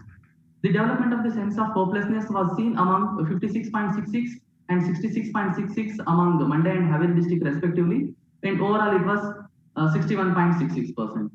Developed a sense of insecurity among the family members was seen among 56.66% and 46.66% in Mandya and Haveri district respectively, and overall it was slightly higher than half of the respondents.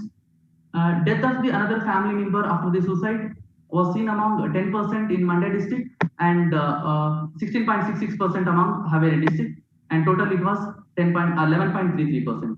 Developed anxiety, stress, which led to the mental insecurity was seen among 46.66% in Mandya district and 56.66% in Haveri district, and overall it was slightly higher than half of the respondents. 2 minutes. Yes, sir. Illness among the family members after the death of the breadwinning farmer was seen among 30% and 40% in Mandya and Haveri district respectively, and overall it was 35%. These are the pictures showing the discussion with the expert, that is Dr. G.K. Viresh and with Dr. P. Sainath, and these are the glimpses of the data collection and the discussion with the affected family members. Coming to the conclusion, the findings revealed that majority of the consequences were negative on the affected family. Hence, the government and the non-governmental organization need to train, counsel, and support the family members during the farm family during the distress, and this should be followed for the affected family once after the suicidal death of the breadwinning farmer, and the financial support is needed to be provided to the higher education of the affected farmer children, and the member of the family should be provided with employment opportunity after the death of the breadwinning farmer, and the affected family debt need to be waived off in order to get relief from the debt and continue the sustainable living. Thank you. Okay, thank you, Manju Prakash. Thank you, sir. Now the presentation is open for discussion. I invite the experts to react first. Hello. Yes, hello, ma'am. Hello. Hello, ma'am. Is he online? Manju Prakash online? Yes, ma'am. Yes, ma'am. You can ask. Me as a home scientist and nutrition, my first point would be, what was the basis on which the table 5 says 1 to 6 points, clinical points? Was it a clinical report by a doctor? Which one, ma'am? Yeah, distribution of affected family based on psychological consequences. You have got point 1 to 6. Yes, ma'am. Is it based on expressed by the family or? Yes, as expressed by the family members, ma'am. I think this has to be taken care through clinical reports only. Otherwise, even supposing I am angry with, I will also start saying yes for all these points. I think this cannot be the right method. Unless there is a case already. Yes, ma'am. Example, a person under depression is under treatment in the family, and if you happen to see them physically, then I can accept.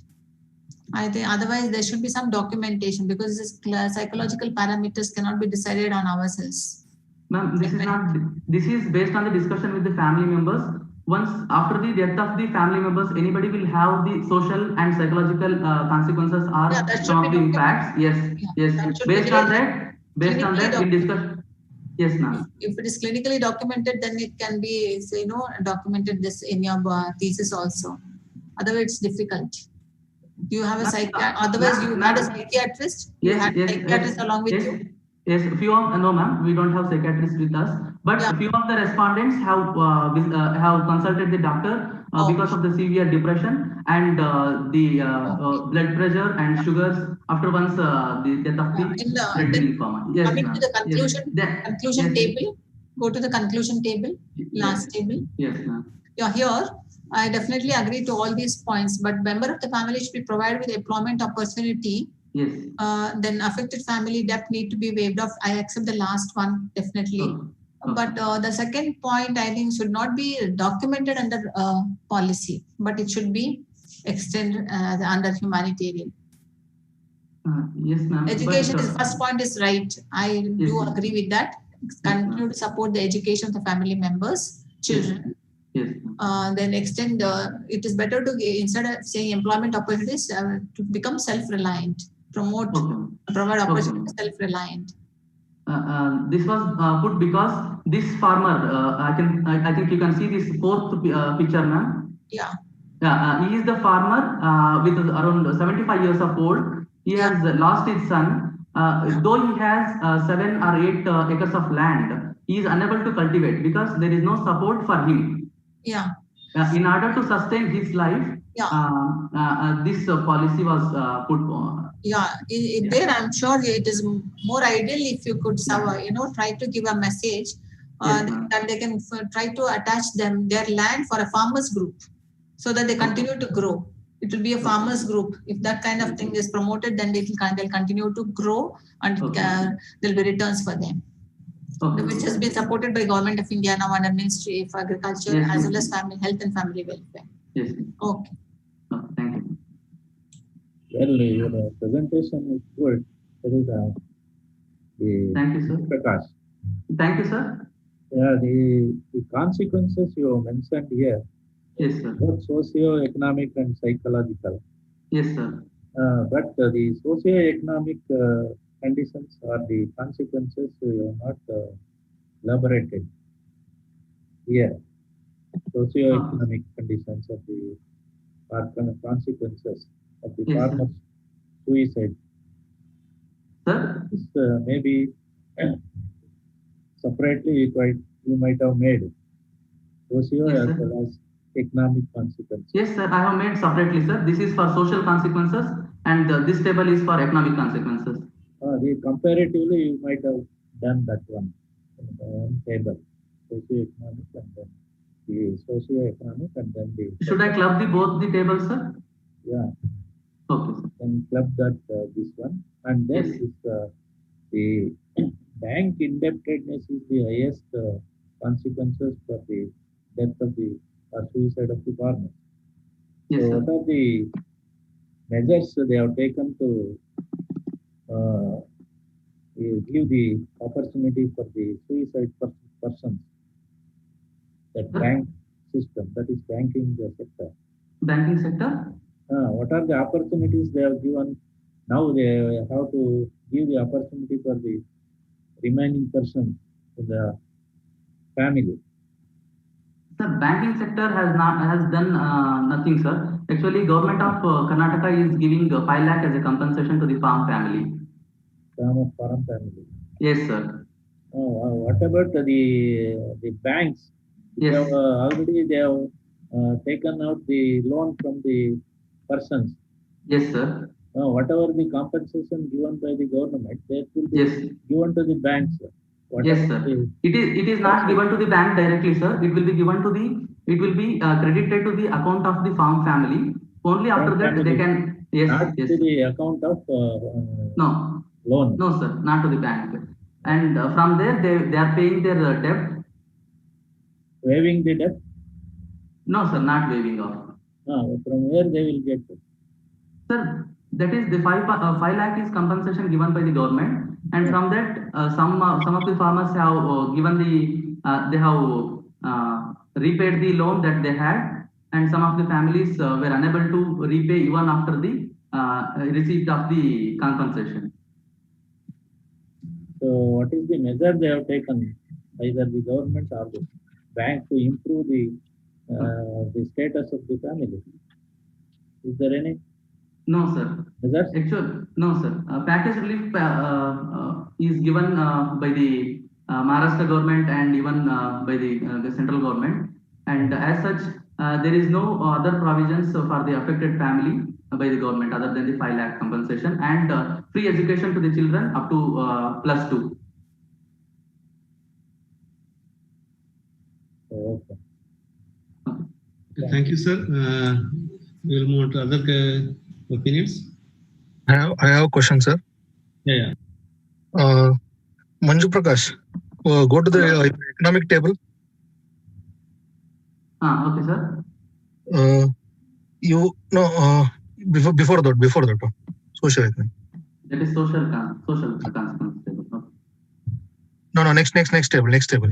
After the social economic table, next table. Yes, next. Before, yes. Here you said the family members went into the depression. What are the questions you ask them to quantify these things? Sir, actually, while discussion, these were asked indirectly, sir. Means after the suicidal death of the breadwinning farmer, what was the condition of the family, and the sudden responsibility will be on the wife of the farmer. And if there is a son who can take care of the farm family, is okay. But if the wife has to take care, then she will undergo certain psychological feelings, that she feels loneliness. She cannot Is there any scoring pattern to quantify these things? No, sir. Then how do you quantify these things? Sir, these are the responses taken from the farm family, sir. No, the thing is, in the anthropological work, they will ask proxy questions to measure. Those things I have included in the index development, and based on that also these were taken, sir. Okay, in psychological domain I have included in the index development, and the same psychological consequences both were correlated, and these were the statements which are taken. Okay, then go to the methodology part, sample selection. This time is running up. Sir, 1 minute. What is the procedure that you have taken only 30 samples? You have already the population number. Why you have taken only 30 samples? Sir, I think you know that the suicided farm families are scattered throughout the district, and it is difficult to collect. You have the population, that number of families which are having suicidal effects. So when you have the population number, why can't you go for an sampling procedure? You just only why you have taken only 30? 30 is the minimum criteria that can be utilized for the statistical analysis. And any reference? No, we will, Mr. Shanberg, I think you can discuss with him later on. We have so many questions to be taken up now. Okay. Please. Okay, thank you.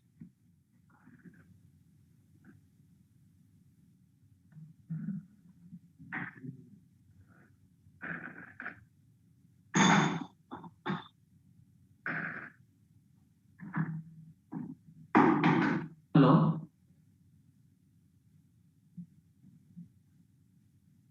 Hello. Hello. Hello. Hello. It is audible. Yes. Okay. Sir, shall I? Ganesh Murthy, sir? Madam? Okay. Yes. The first query, that is the number of the suicides over the years or in 1 year in 2018. Sir, actually 3 years data was taken for the selection of the respondent. That is from 2015 to 2018, sir.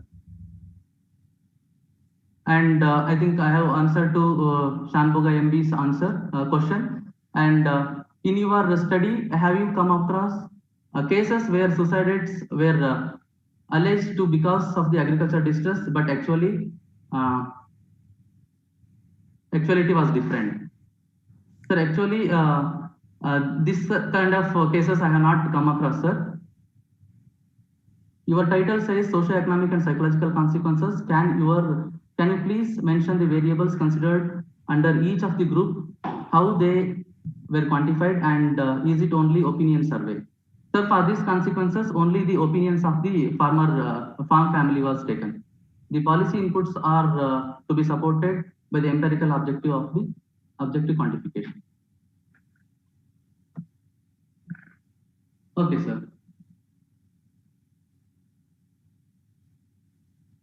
compensation amount was used for repaying the loans among 25% for the income generation activity among. What about the rest? Sir, rest of them were, it was utilized for the marriage of the children and education of the children, and it was fixed as a fixed deposit in the bank. Social consequences are higher in Haveri than the Mandya. Can you attribute to the reasons? Yes, sir. In Haveri, it was found slightly higher with respect to the social consequences. It may be because the farm family was mainly dependent on the farmer who was earning for their livelihood, and immediately after the death, they might have felt the slightly higher social consequences. Yeah, Manju, you have answered the last question. Yes, ma'am. I think similar question was posed by the expert also. Yes, okay. Well, thank you, Manju. Thank you, ma'am. On to the next presenter. That is by Rupa Patil. She is presenting on formulation and evaluation of law prepared from Kodo millet. Rupa? Yes, madam. Yeah, you can share the screen. Yes, madam.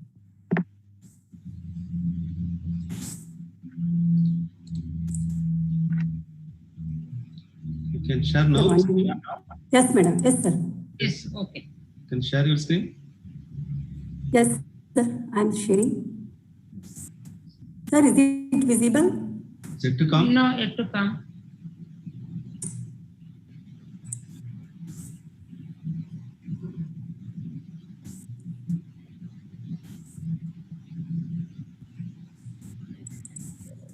Now it's coming up. Yeah.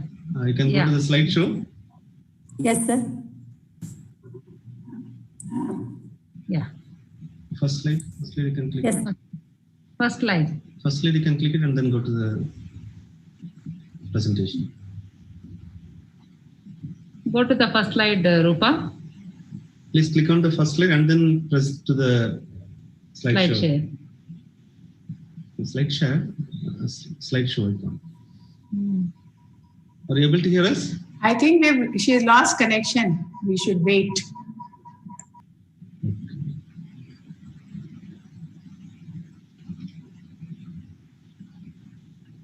Rupa is there. She's there actually. Hello, Rupa.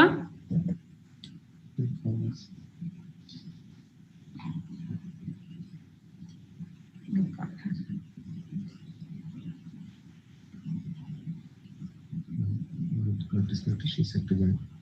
She has to rejoin.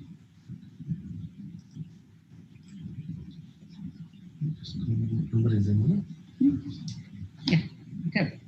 99. 99643 66 226.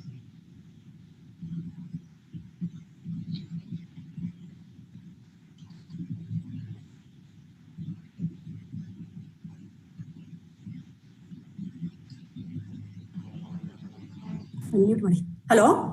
Rupa. Hello, Rupa.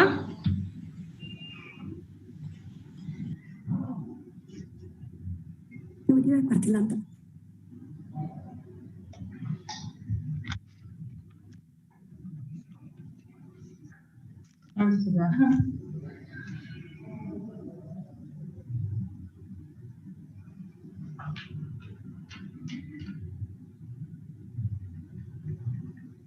ಏನ್ problem correct ಶುರುವಾಗಷ್ಟೊತ್ತಿಗೆ ಏನ್ problem ಮಾಡ್ಕೊಂಡ್ಬಿಡ್ತಾರೆ ಅದು.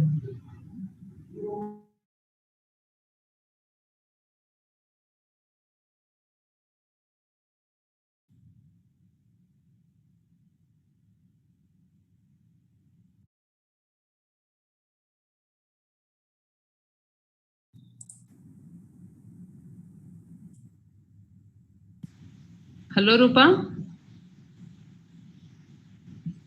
Are you able to hear me? Are you there? Hello, Rupa. I think they move on to the next one. Sangeeta, are you there? Shall I take up yours now? Hello. Hello, Sangeeta. Sangeeta, you are there? Yes, yes, sir. Okay. So we'll move on to the next presentation. We'll admit Rupa a little later. Participant Sangeeta, you can, I will. Hello. Hello, sir. Yeah, Sangeeta, you can present your. Last title Santosh Nandu. Welcome, Sangeeta from. Sir, I'm unable to hear, sir. Rupa. Rupa has come, I think. So Rupa is online.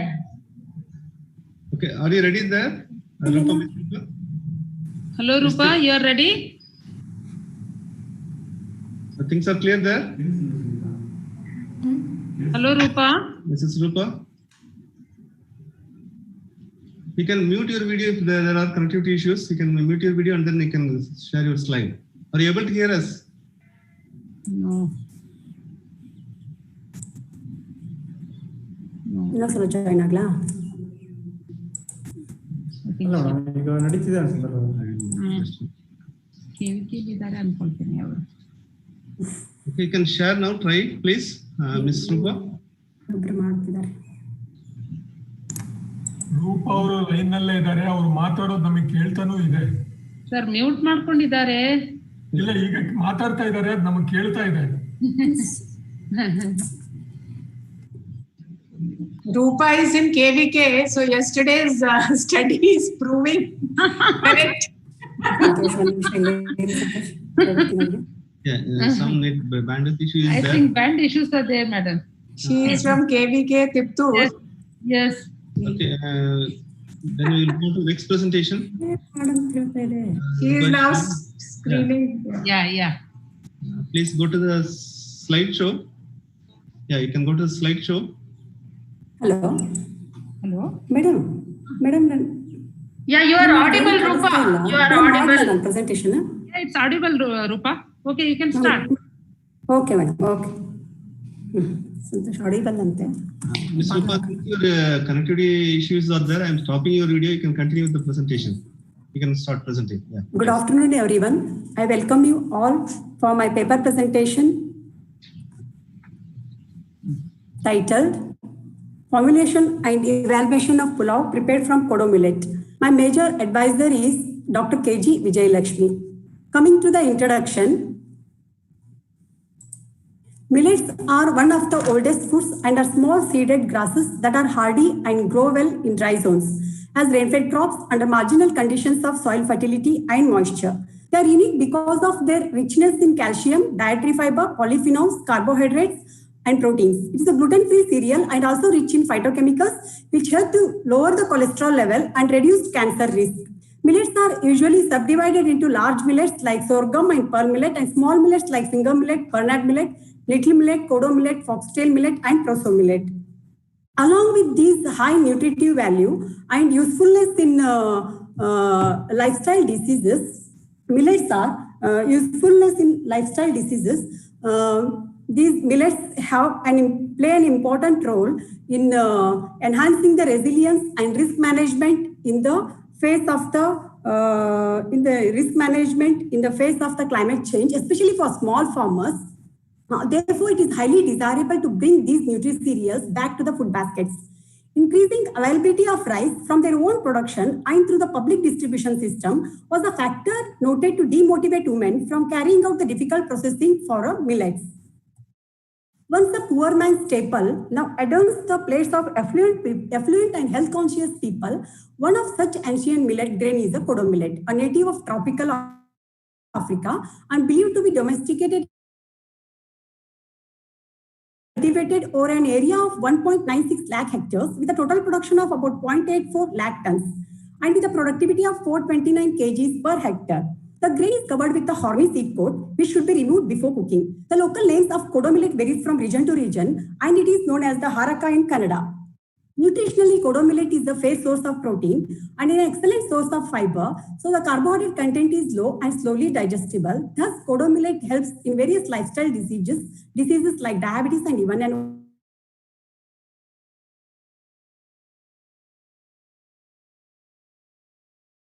100% for the development of traditional as well as novel food products is feasible. Thus, for the health conscious genre of the present world, kodo millet is perhaps one more addition to the proliferating list of the healthy foods, owing to its nutritional superiority. Coming to the taxonomic position of the kodo millet, as kodo millet scientific name is Paspalum strobiculatum and it belongs to the Poaceae order, Poaceae family and Paspalum genus. Coming to the nutritional composition of kodo millet per 100 gram, it is fair source of protein and excellent source of fiber, and carbohydrate content is low, and it contains about 1.4 grams of fat and 2.6 grams of minerals.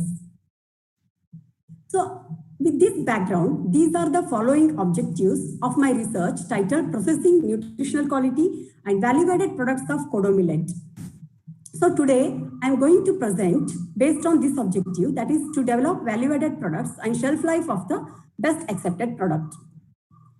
Coming to the methodology, kodo millet was procured from the local farmers of the Gopalhalli village of Chiknaiknalli Taluk of Tumkur district of Karnataka. Then it is standardized, pulao is standardized by incorporating kodo millet rice with broken rice at 50%, 75%, 100%, and control pulao was formulated from 100% broken rice. Then these pulaos were evaluated with the help of 9-point hedonic scale by a panel of 21 semi-trained judges. Then best accepted variation was selected for the development of the kodo millet pulao mix. These are the ingredients used for developing the kodo millet pulao. These are broken rice, kodo millet, then oil, spices, vegetables, then salt. Then this is the flow chart for developing the pulao. Kodo millet rice and broken rice were washed and soaked for 1 hour. Then oil was heated in a pan and spices and onion were added and fried till soft. Green chilies and ginger garlic paste were added and fried for 3 to 4 minutes. Then chopped vegetables, mint leaves and salt were added and fried for a minute. Then required quantity of water was added. Then kodo millet and broken rice were added to boiling water and mixed well. Then cooked in a pressure cooker till 3 vessels. These are the some of the pictures for developing the kodo millet pulao. Here, Haraka Growers Association is there in Gopalahalli. Their kodo millet has been procured, then processed into dehulled or processed into rice there itself, as they're having the millet processing unit there, then brought to the lab, then variation pulao was formulated with the different variations. Then best accepted product from this variation was selected for developing the kodo millet pulao mix. This is the flowchart for the kodo millet pulao mix.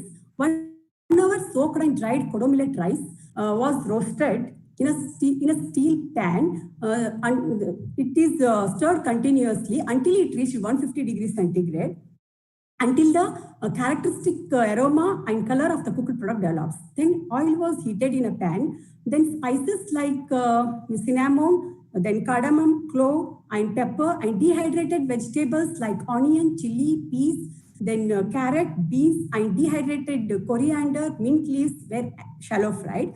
Then pre-processed and roasted kodo millet rice and broken rice were added.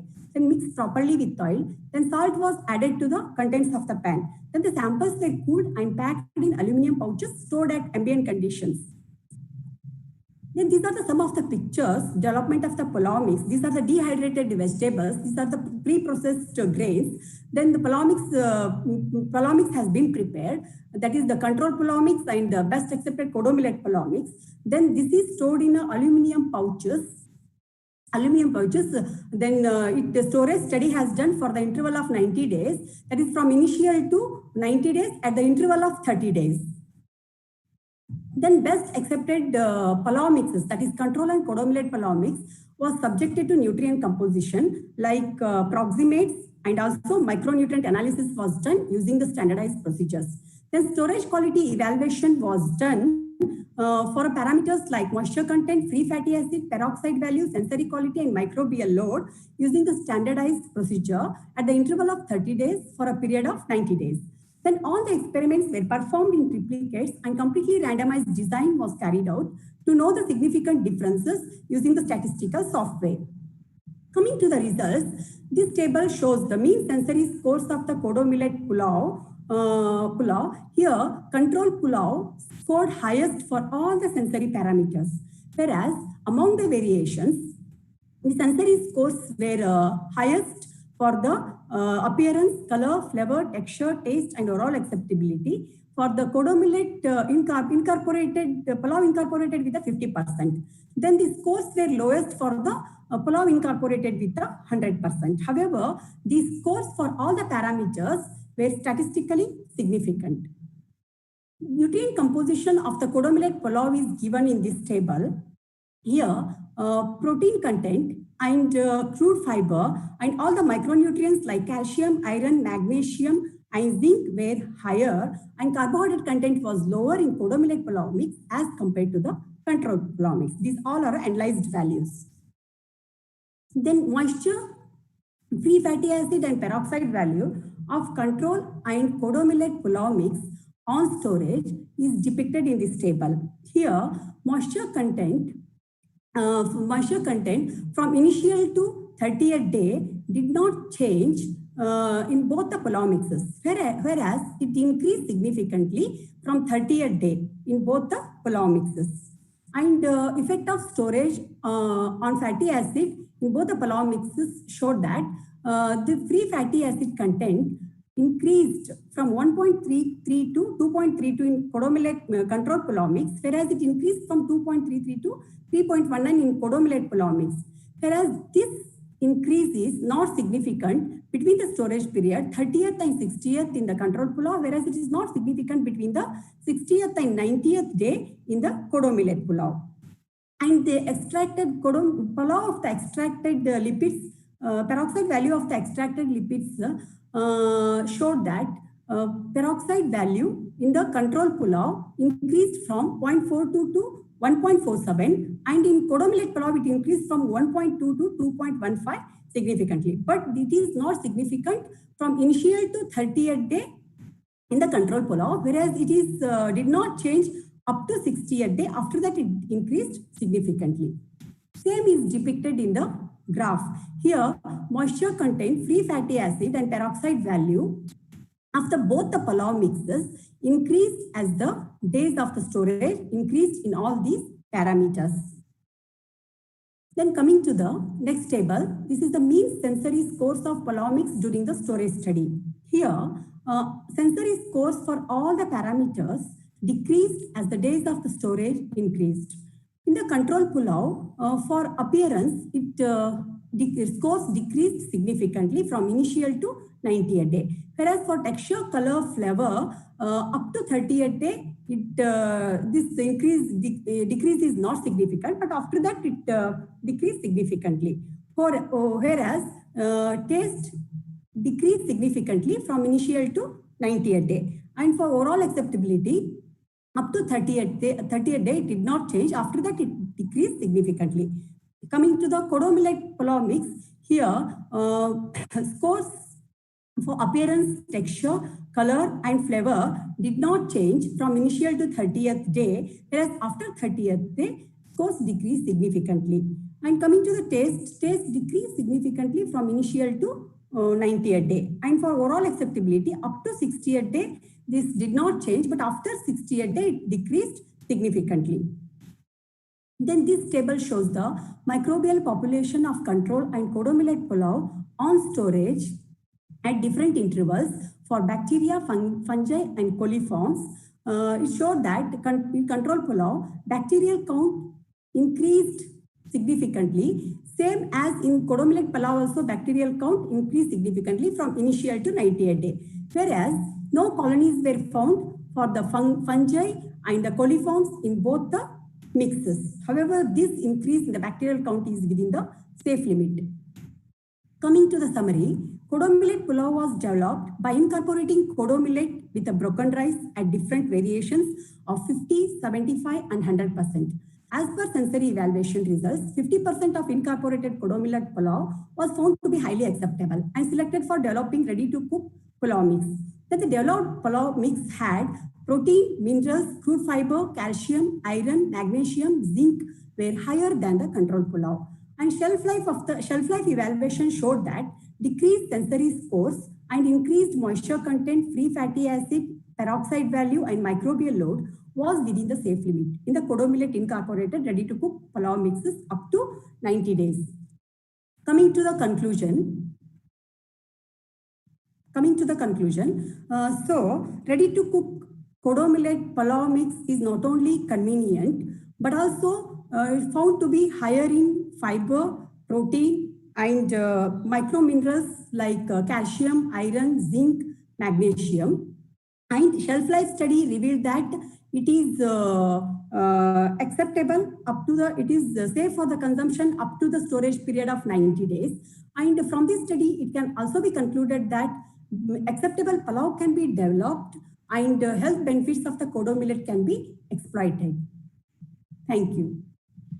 Okay. Now it's open for discussion. Experts can deliberate. Hello. Yes, ma'am. Yes, ma'am. Yeah. I have few points here which need to be, I think, added on. What is cost of production? Cost of production. Hello. Hello. Yes, yes. Yes, madam. Cost of production should also be included. Rough workout. Then have you conducted market trials? Hello. Hello. Hello, Rupa. Is muted. Hello. Rupa, unmute yourself. Hello, Rupa. Unmute yourself. Oh, it's unmuted, madam. You can talk. I think it is again a connection problem. You can. Hello, madam. Hello. Yes, yes. Hello, Rupa. Yes, madam. You asked the question, madam. Yeah. Please incorporate the concept of cost of production workout and incorporate that. And then hello. And Jai's report. Hello. It's a lag, it seems. Lag. Hello. Hello. Madam, yeah. Madam, there is a lag, madam. You can just ask and give her some time, madam. Space to the, Okay. Yeah. Yeah. like in TV program, you can give us space break after to react. Cost of production should be incorporated. And then FDA regulations. FDA regulations to give the title millet pulao.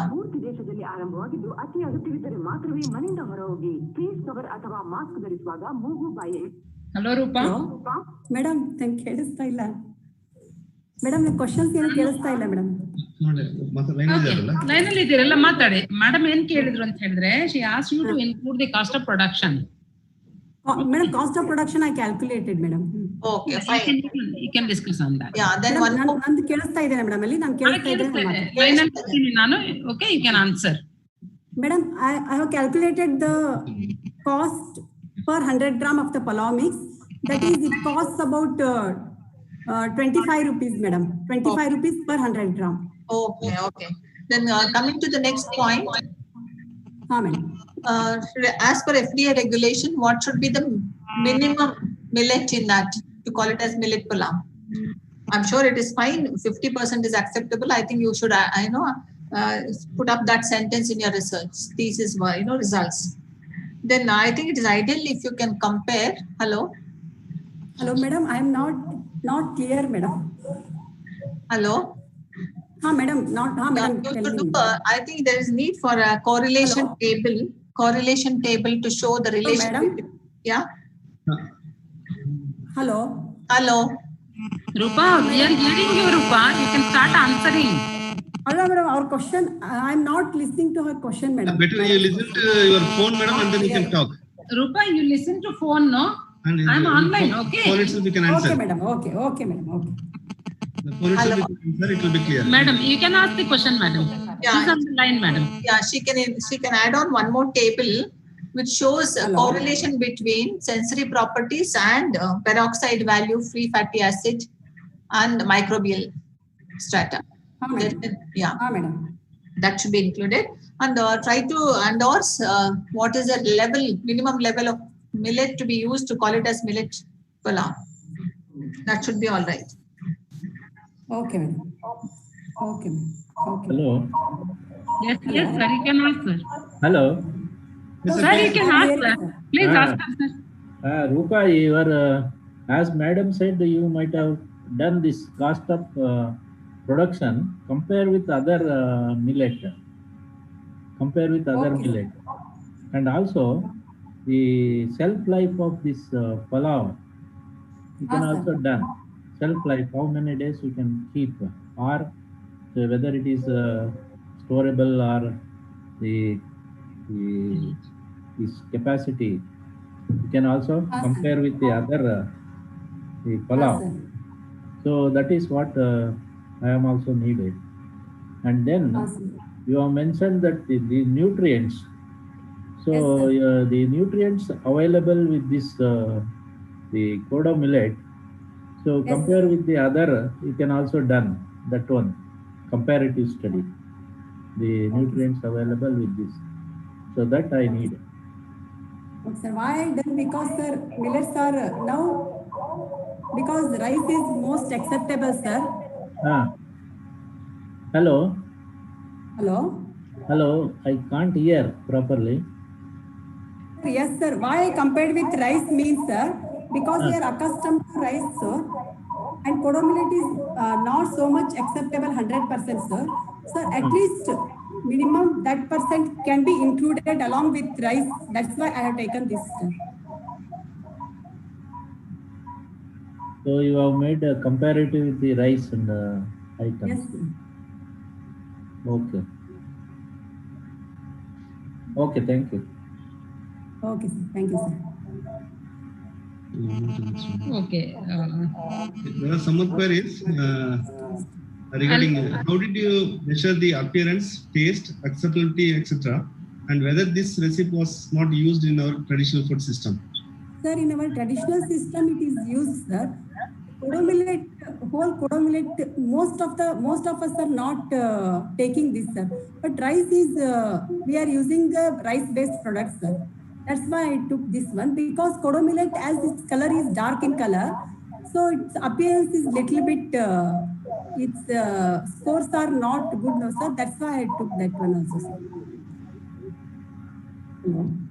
Actually, I want to promote in our traditional foods only, sir, this one. Another question. Please explain the significance of free fatty acids and peroxide value. Madam, because free fatty acid, it is actually, it shows the hydrolytic rancidity in the millets, and peroxide value, oxidative rancidity in the millets. If these are more, then it is detrimental to that, for all the taste will be lost and off flavors will come, madam. That's why this free fatty acid and peroxide value test is necessary for the millets, as millets having the more polyunsaturated fatty acids, so off flavor may develop. Therefore, this is very much important to test in the millets, madam. There is one more question, Rupa. During your training programs in KVK, do you include these millet preparations for the trainees? If you have included in the training during their lunch or dinner or whatever it is, regular menu, what is their response? Yes, sir, definitely. We include usually paisa, sir. Paisa or kheer made from the millet. Sometimes bisibede bath also we include, but they happily eat the paisa. Paisa will go better, sir. We usually do the fryings also, sir, chakli and all, laddu and all we do this. This is highly acceptable, sir. Okay, thank you. Thank you, Rupa. Thank you, madam. We will move on to the next presentation. Thank you. Okay, the next presentation I call up Ms. Sangeeta from economics to present an insight into the institutional structure and legal framework to implement the Nagoya Protocol on the access and benefit sharing. Sangeeta, are you there? Yes, sir. Am I audible, sir? Yeah, You're audible. You can now share your slides. Sure, sir.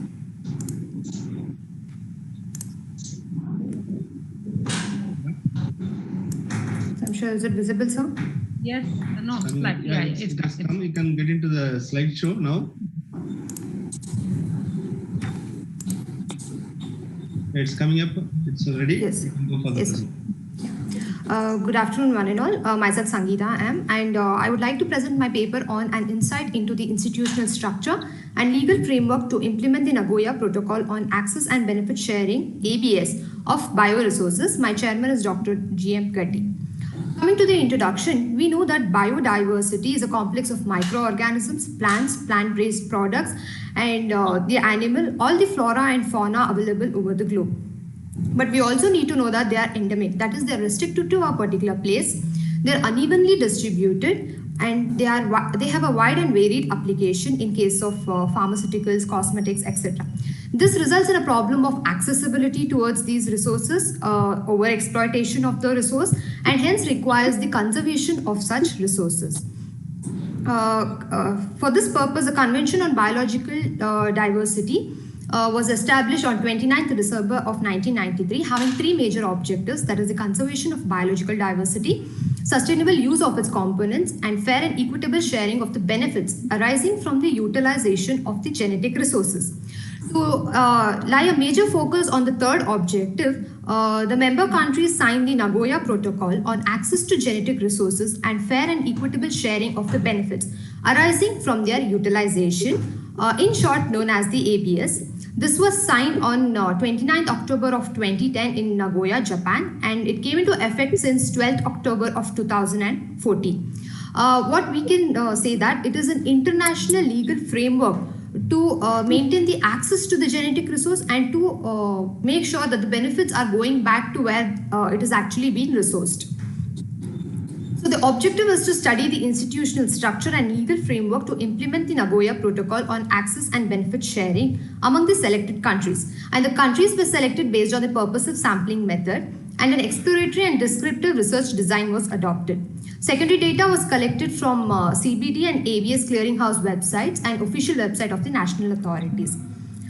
To select the countries, I laid my major focus on the biodiversity hotspots of the world, which are concentrated in the tropical region of the globe, and they spread across various countries. So mapping down the countries based on the mega diverse countries, here is the list of the countries. And that is continent-wise. We can see here is that United States, Brazil, Colombia, and Papua New Guinea are not the parties to the protocol. Hence, they were ruled out of sampling. And then others being the parties, I selected Mexico, Peru, India, and South Africa based on the availability of the reports and based on their level of implementation regarding the protocol and to represent each of the continent. Coming to the findings of the study, here is the basic mechanism of how an access benefit sharing model needs to work. We have the providers and we have the users of the resources. So the users of the resources could be the researchers, the universities, or the industries too. They actually access the genetic resource from the in situ, that is from the ecological system of the country, or even ex situ from the seed banks or from the universities or institutions, etc. They use this. The users use the genetic resource for various applications, like for commercial purposes regarding pharmaceuticals and cosmetics, and for non-commercial purposes like conservation, taxonomy, and research. And for this purpose, they need to apply to the national focal point or the, and even the competent national authority of the provider country, based on which the mutually agreed terms, prior informed consent, and the internationally recognized certificate of compliance is being established between the users and the providers for the exchange of the resources, which lays the terms of monetary and non-monetary benefits that needs to go back to the providers. Monetary benefits include paying a lump sum of the amount or a part of the profit, or even royalties or fees or license fees, etc. And the non-monetary benefits are transfer of the technology, or even the transfer of the research results, or training, or even transfer of knowledge is also a part of the non-monetary benefits. So there are around 124 countries which are party to the Nagoya Protocol. They need to abide by the 36 articles of the protocol, of which the two articles 13 and 14 are related to the institutional structure and legal framework of the protocol. So it emphasizes the establishment of national focal point and a competent national authority. So far 174 such national focal points are established worldwide, of which 121 are from the parties and 53 are from the non-parties, and 117 competent national authorities from 70 countries of which 13 countries have more than one competent national authorities. Coming to the 14th, Article 14 states that the legislative, administrative and policy measures must be established to take up the access of the resources. And then information on national focal point and competent national authority needs to be established. And permits like the PIC, MAT and IRCC also need to be declared once such agreements are being made. So this whole system gives a transparent and a legal, proper legal framework so that we can know where the resources have come from and for what purpose have they been actually used. Coming to the comparison of the institutional structure between the selected countries, the national focal point, as of in India, we have the Ministry of Environment, Forestry, Forest and Climate Change.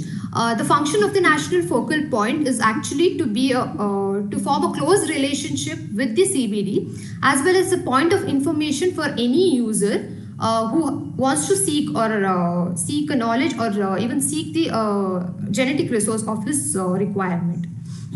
Coming to the competent national authority, we can see that Mexico and Peru have more than one competent national authority.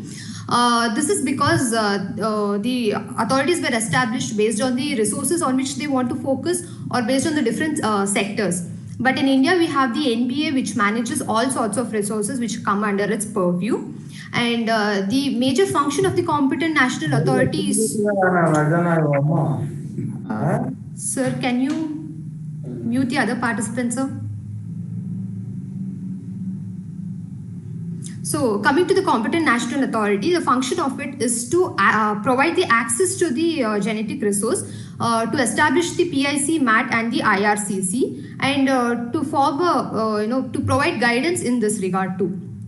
Just coming to the checkpoints which are being established.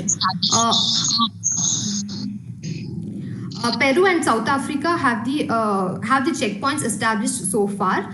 These checkpoints have the function of actually assessing to what extent the resource is being used, whether all the PIC, MAT and IRCC have been established, and how the benefits, that is the monetary or non-monetary benefits, are routed back into the system. So this gives the credibility to both the user and the provider to carry on such agreements further on. Coming to the legal framework, India, which already had established a Biological Diversity Act in 2002, incorporated the ABS regulations in 2004, and the same structure was being followed, which we already have, that is the National Biodiversity Authority, State Biodiversity Boards, of which 28 plus 3 in the Union territories, and Biodiversity Management Committees, that accounts for around 253,000 that are present in the country. This works in the local level as a local level body. So we have a unitary structure and a unitary model and a 3-tier structure to manage all sorts of access related and the provision of any sort of resources. So this could be the unique feature of India, because later on we'll get to know that how actually it has helped in performing well regarding and implementing it better in the Nagoya Protocol. Coming to Mexico, they included the ABS regulations which were already present, that is the domestic operating legislations. They incorporated the regulations into the present legislations of the nations itself. And according to which the Intersecretariat Group was established in 2014, having 22 federal government agencies to manage all the resources, and which focuses on 6 sectors of the competent national authority. Hence, they have an internal transitional procedure as an administrative mechanism to take up the access to resources. Coming to Peru, based on the regulation of access to genetic resource by the country, the Ministry of Environment established 2 other institutes to take up the access related applications, and which come under the regime for the protection of collective knowledge of indigenous people linked to biological resources, which came to force in 2002. It manages the 4 sectors of the competent national authority. But coming to South Africa, which as similar to India had the National Environmental Management Biodiversity Act 2004, which established the National Department of Environmental Affairs, included the regulations of bioprospecting and access and benefit sharing, which came into effect on 2015, into the already established legal framework of the nation. So here we can see that since the effect of the protocol since 2014, we have seen that India has outperformed all the nations with 1008 IRCCs. That is similar to the agreements which are made. But the specific reason for this could be that the countries are still coping up with establishing their institutional structures or the legal framework. Or even if they do have, they need to provide the information to the ABS clearing house. That could be in a delay. But as of we know that yes, resources are being exchanged, and even before the year of 2014, such a thing was happening, but it was not under the purview of any legal structure. And introduction of this Nagoya Protocol is just a form of like documenting of what is actually happening and monitoring the access of the resources and to transfer back the benefits which are derived from it. So to conclude my presentation, Nagoya Protocol gives a legal certainty and a transparency in the exchange of the, in the access of the resources and giving back the monetary, the non-monetary benefits. And ABS creates an incentive for conservation and sustainable bioprospecting and prevents the biopiracy. The policy recommendation which I would suggest based on what I have gone through is that integrating the new regulations for the ABS with the existing biodiversity laws of the nation could actually strengthen the system, and it wouldn't take so much of a lag to actually implement it. Even new institutional structures can be actually incorporated as required by the law. And then the biodiversity funds can be established so that the benefits derived can be channelized properly or even channelized to the community where it is to be designated. And decentralization or implementation at the local level is required because the local people are the ones who hold the traditional knowledge or even who are responsible for the conservation. The boards or the institutions can just tell them to tell that to conserve, but it is in the interest of the local people to actually do that. So to obtain such a well-defined institutional structure, it is important to study and compare it with the other nations, and this is my study. So I'm done with my presentation, and it is open for discussion. Thank you. Thank you, Sangeeta, for making the presentation. Now I invite our experts to give their inputs.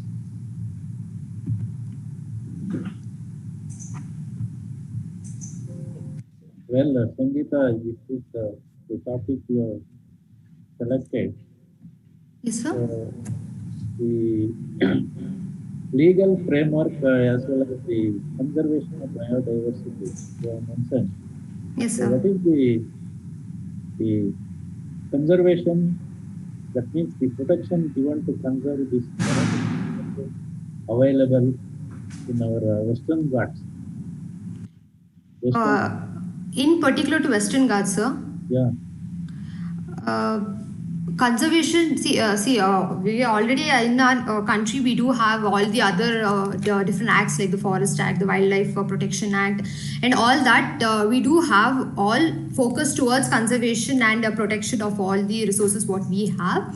This is one of the system where it acts as an incentive for the purpose of, it acts as an incentive so that any resource which is being used, the benefits, it could be the monetary or non-monetary benefits, should go back to the same system so that it aids in conservation or it aids in the sustainable use, so that the local people also get an incentive that, by conserving, I can actually, help in developing new products, or yes, we do get benefits by conservation. So it is one of the techniques that can be used for conservation, sir. And then, as you know, in Karnataka, we are having Devarkadu places, Western Ghats, Devarkadu. So there is a problem of sharing the benefits to the local people.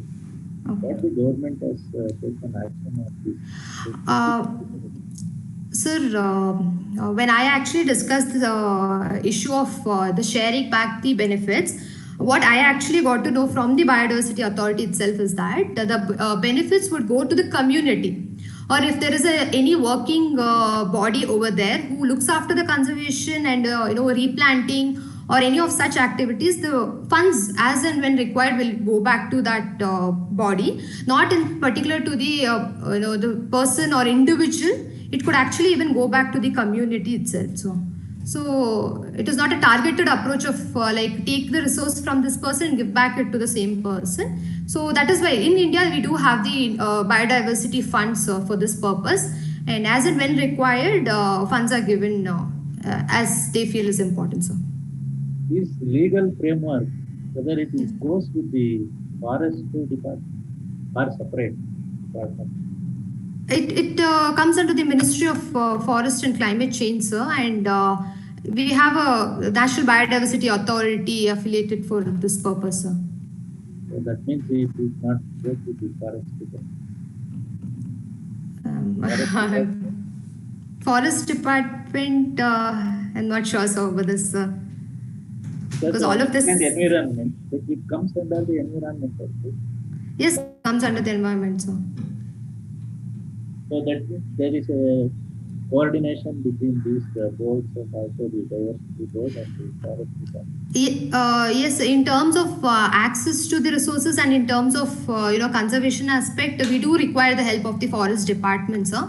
But being a mechanism in itself, it addresses the biodiversity management committees in the local level, sir. So there is another framework for this to work, and another framework for the conservation aspect to work, sir. So it actually can happen in accordance with the forest department also, sir. Okay. Thank you. Thank you, sir. Thank you. Dr. Nitishi ma'am, any queries from your side? Do you think what you said, the local bodies, yes, are they already set up, or it should be also given some powers or some guidelines? Okay. Yes, ma'am. The guidelines are set for the establishment of the Biodiversity Management Committee at the local level.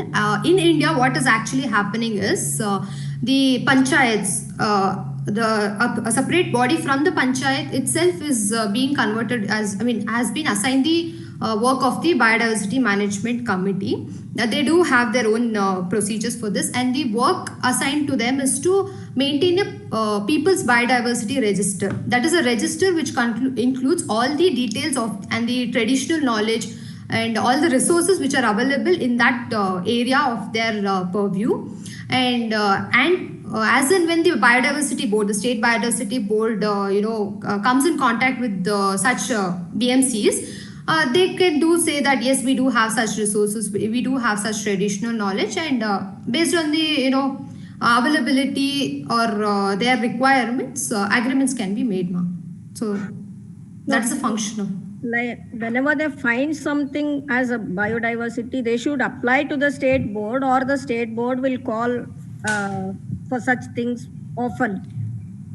For what purpose, ma'am? Like if I as a researcher or an applicant, I need to approach the biodiversity board, ma'am. I need to come from the top, where they themselves will actually identify the particular assigned biodiversity management committee, and then revert back to me that yes, these resources are available, and the permission or whatever the agreements of what we need to have is directly with the board, ma'am, not with the biodiversity management committee.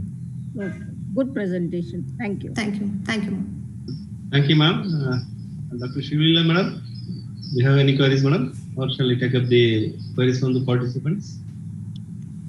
Actually, I don't have here. No, you have not dealt with economic, returns to the person and the diversity, because actually university campus itself had this organization on the campus, and the biodiversity unit is definitely very close to university. Yes, ma'am. So biodiversity conservation at the same time should be able to return back to the farmer or the group, the community. Yes, ma'am. Which is to be included in your work probably. Yes, ma'am. Being agriculture economics, I think economically you should endorse it. Yes, ma'am. I do agree to this.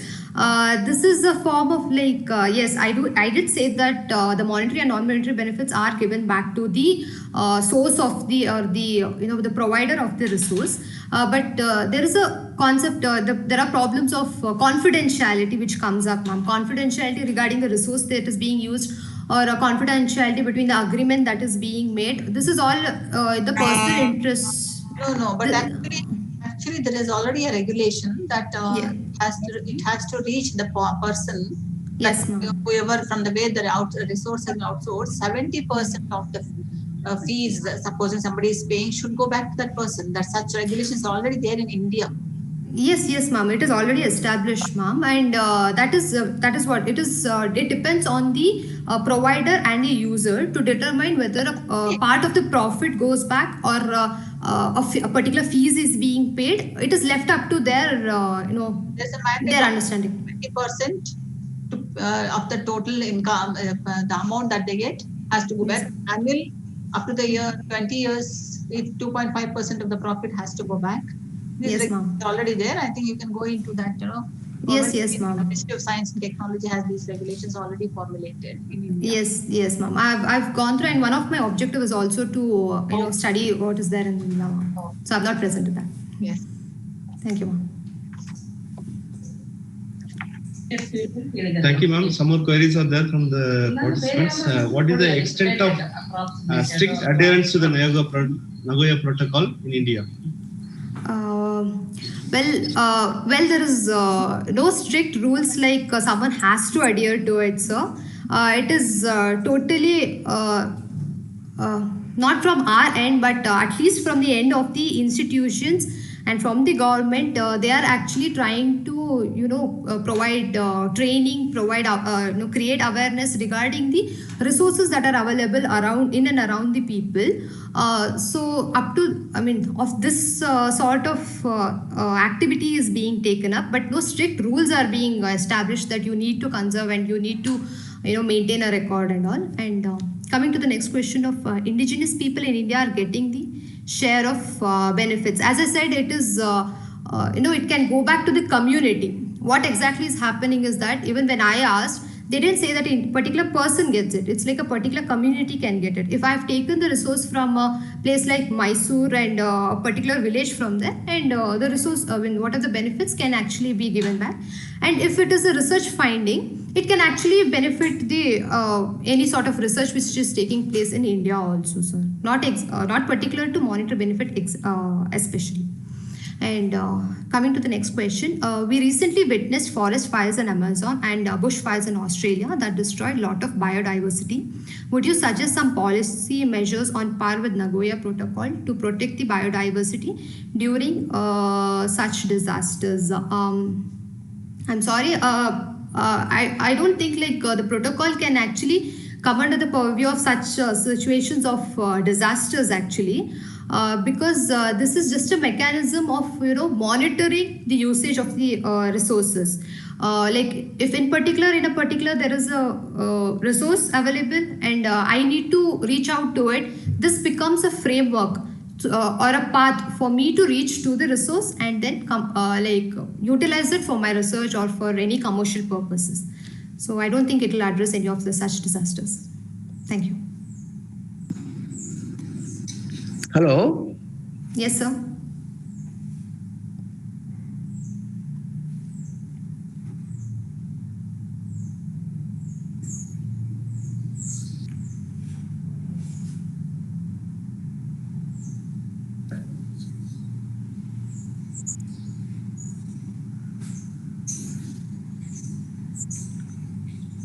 Hello. Hello. Yes, sir. Finland, they are maintaining 80% of the forest since 200 years. Okay, sir. When you are talking about rules and regulations, guidelines, you have talked on so many countries now.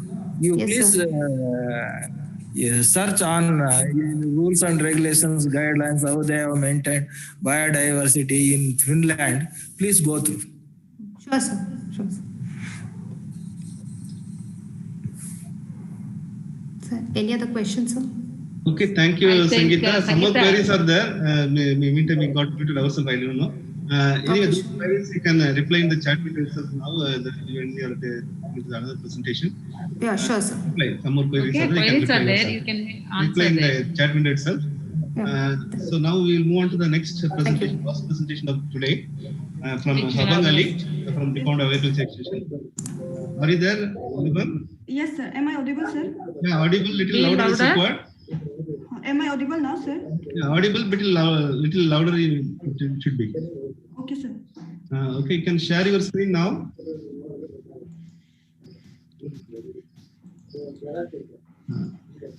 Yeah, it's Sir, coming is it up. visible? It's coming up. Wait, yeah, Yeah. you can go get into the slideshow now.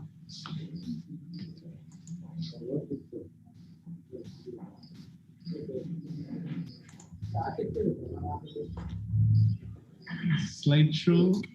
Okay. Yeah, it's okay now. Yeah, you can start. Start presenting. Okay, sir. So, good afternoon, everyone. I welcome you all to my Science Week paper presentations on the topic Development of Scale to Measure Performance of Farmers Practicing Different Farming Systems in Arunachal Pradesh. Arunachal Pradesh is an Little louder, state. please. Abang, little louder, please. Okay. Can Am I loud now? Yeah, little closer to the mic. Okay. Am I loud now, sir? Yeah. Okay. Arunachal Pradesh is an agrarian state, and here agriculture is the main source of earning. And about 53% of the total cultivated area is under June cultivation, and the rest is under settled cultivation. But farming in Arunachal Pradesh has some inherent constraints such as remoteness, inaccessibility, marginality, and fragility. Farmers in Arunachal Pradesh are also facing some socio-economic constraints such as small land holdings, poor productivity, labor shortages, poor post-production management, poor marketing and networks. And because of these constraints, farmers in Arunachal Pradesh are unable to utilize the available resources, which may lead to their well-being. Now, coming to the definition of farming system, it may define as the approach which involves the allocation of available resources of a farm to the production enterprises in the manner that helps the attainment of goals in maximization of farm income and employment. And it is based on the principles of productivity, profitability, stability, and sustainability. Now, considering the constraints faced by the farmers of Arunachal Pradesh, I have taken this objective to develop and standardize a scale to measure the performance of farmers practicing different farming systems and to measure the performance level. Now, coming to the theoretical definitions of performance given by dictionary.com, it is defined as the action or process of performing a task or functions or n activities. Operational definitions of performance is defined as the extent to which the farmer perform over production, economic, market intelligence, and management activities, as well as social conduct and entrepreneurial behavior while practicing different farming systems. My methodology goes like this.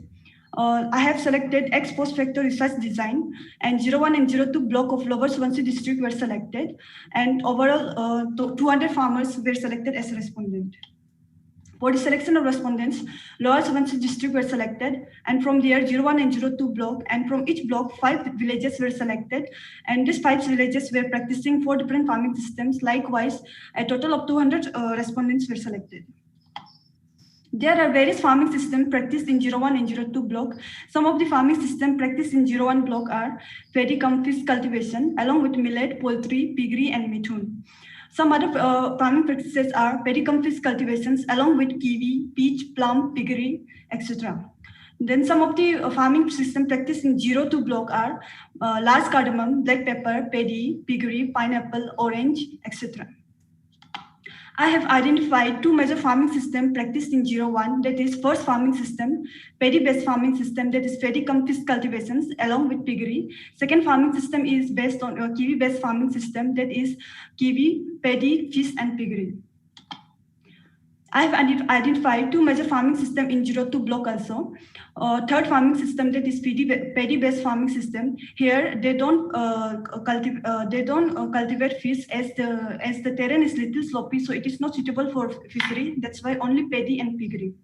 Fourth farming system that I have selected is cardamom-based farming system, that is cardamom, paddy, and piggery. Now, for the development of scale, the method suggested by Rickard and Edwards was followed, and it consists of six steps. The first step is the identification of dimensions. I have identified six dimensions for the performance, that is production performance, economic performance, marketing performance, managerial performance, social performance, and entrepreneurial performance. For the second step, based on review of literature and discussion with concerned specialists, total 84 statements were identified, which were carefully edited, revised, and structured based on the 14 criteria enunciated by Rickard and Edwards. For relevancy analysis, this total collected 84 statements were mailed to 80 judges, and out of 80 judges, 68 judges returned, and out of 68 judges, 50 judges were considered for the scale. And they were asked to give respondents in 5-point continuum as most relevant, relevant, somewhat relevant, less relevant, and not relevant. After the data gathered, the statements were calculated for their relevancy percentage and mean relevancy score. The statements which score equal to or more than 80% for relevancy percentage were considered, and the statements which scored equal to or more than 4 were considered for mean relevancy scale. Likewise, 56 statements were retained out of 84 statements, and these statements were considered for further processing. For item analysis, these 56 statements were administered to 32 farmers of Mazigia Hosali, and they were asked to give response in a 4-point continuum as always, sometimes, rarely, and never. And based upon the total score obtained by the 32 respondents, the 32 respondents were arranged in descending order. The top 25% of the respondents with their total scores were considered as a high group, and the bottom 25% were considered as a low group.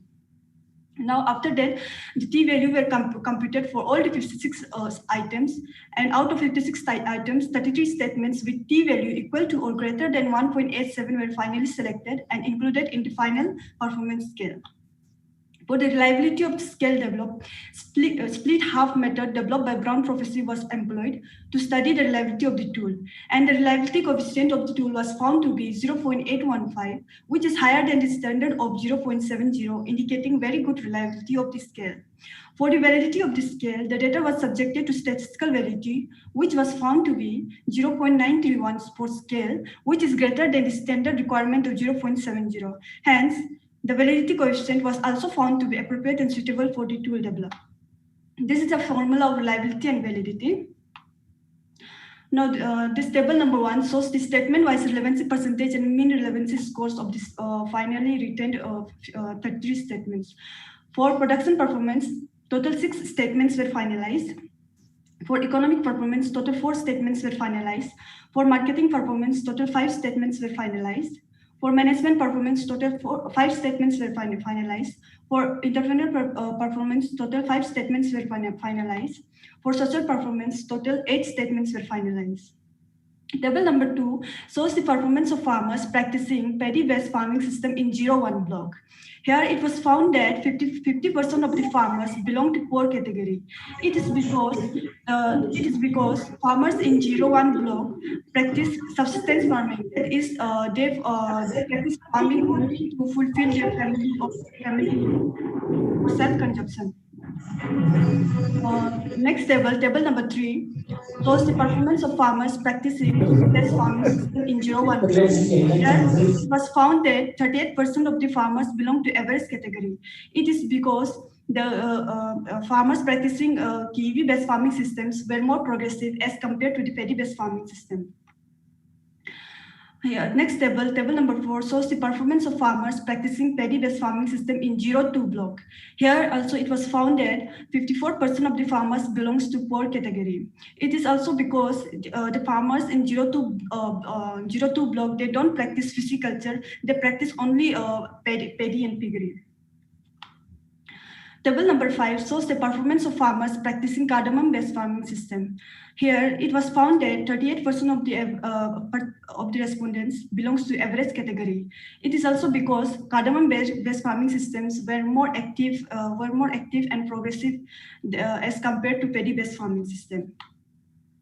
Now this table shows the mean score of performance of farmers under different farming systems. And according to the mean score, kiwi-based farming system is better performer than the rest of the other farming system. This table number 7 shows the overall performance of farmers practicing different farming systems.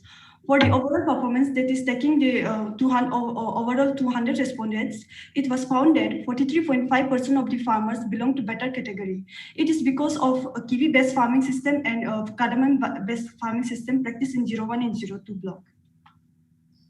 With this, I would like to conclude that the scale consists of 6 statements, and total finally 33 items were written for the final scale, which was found to be reliable and valid. And the scale developed, we can say that it is useful for measuring the performance of farmers practicing different farming systems.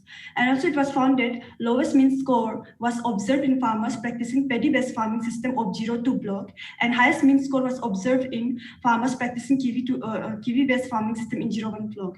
Hence, performance of farmers practicing kiwi-based farming system and cardamom-based farming systems were better performer than paddy-based farming system in terms of production, economic, social, marketing, management, and entrepreneurial aspects. Thank you.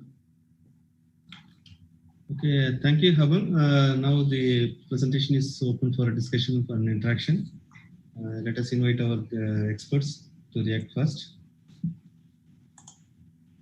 Well, this presentation by Haban is very nice. Thank you, sir. Hello. Thank you, sir. We are comparing this farming system with a different way, and then we are giving these scales for measuring this performance. And then it will be noted that the farming systems you have made with 0, 1, 2, 3 like that. So that system may be compared by putting the income, total income among the systems. For example, the paddy-based farming system or kiwi-based farming system, that you want to have a better vision, so you would have been taken this income level from these systems, farming systems. Sir, are you asking that whether I have taken the income level of different farming system? Total income from this farming system. Yes, sir, I have collected, sir. Yeah. You have taken? Yes, sir. Yeah, this. One of the objective in my research study is to calculate the economics of different farming systems. Yeah, that is the production performance and all these things. Yes, sir. So you have taken. Yes, sir. So in that economics of farming system, I have calculated their total expenditure, BC ratio and all. Okay. Okay, thank you. Very nice presentation. Thank you. Thank you, sir. Madam, Nitishi ma'am, any queries, madam? No, Madam, nothing. Good presentation. Hello. Yeah. Hello. Hello. Yes, ma'am. Of course, the presentation has confirmed that integrated farming is the best. But one more point need to be included with to what extent the farmers themselves are consuming them is also very important to be assessed. No doubt, the study has really confirmed that integrated farming system would be highly economical. We'll be returning a lot economic via point of view to the farmers. But one more component that need to be included is to what extent the farmers themselves are also consuming this integrated food so that they are healthy, not dependent. That could be also added on probably. That's all. Yeah, it's just a suggestion. Okay. Okay, thank you, ma'am.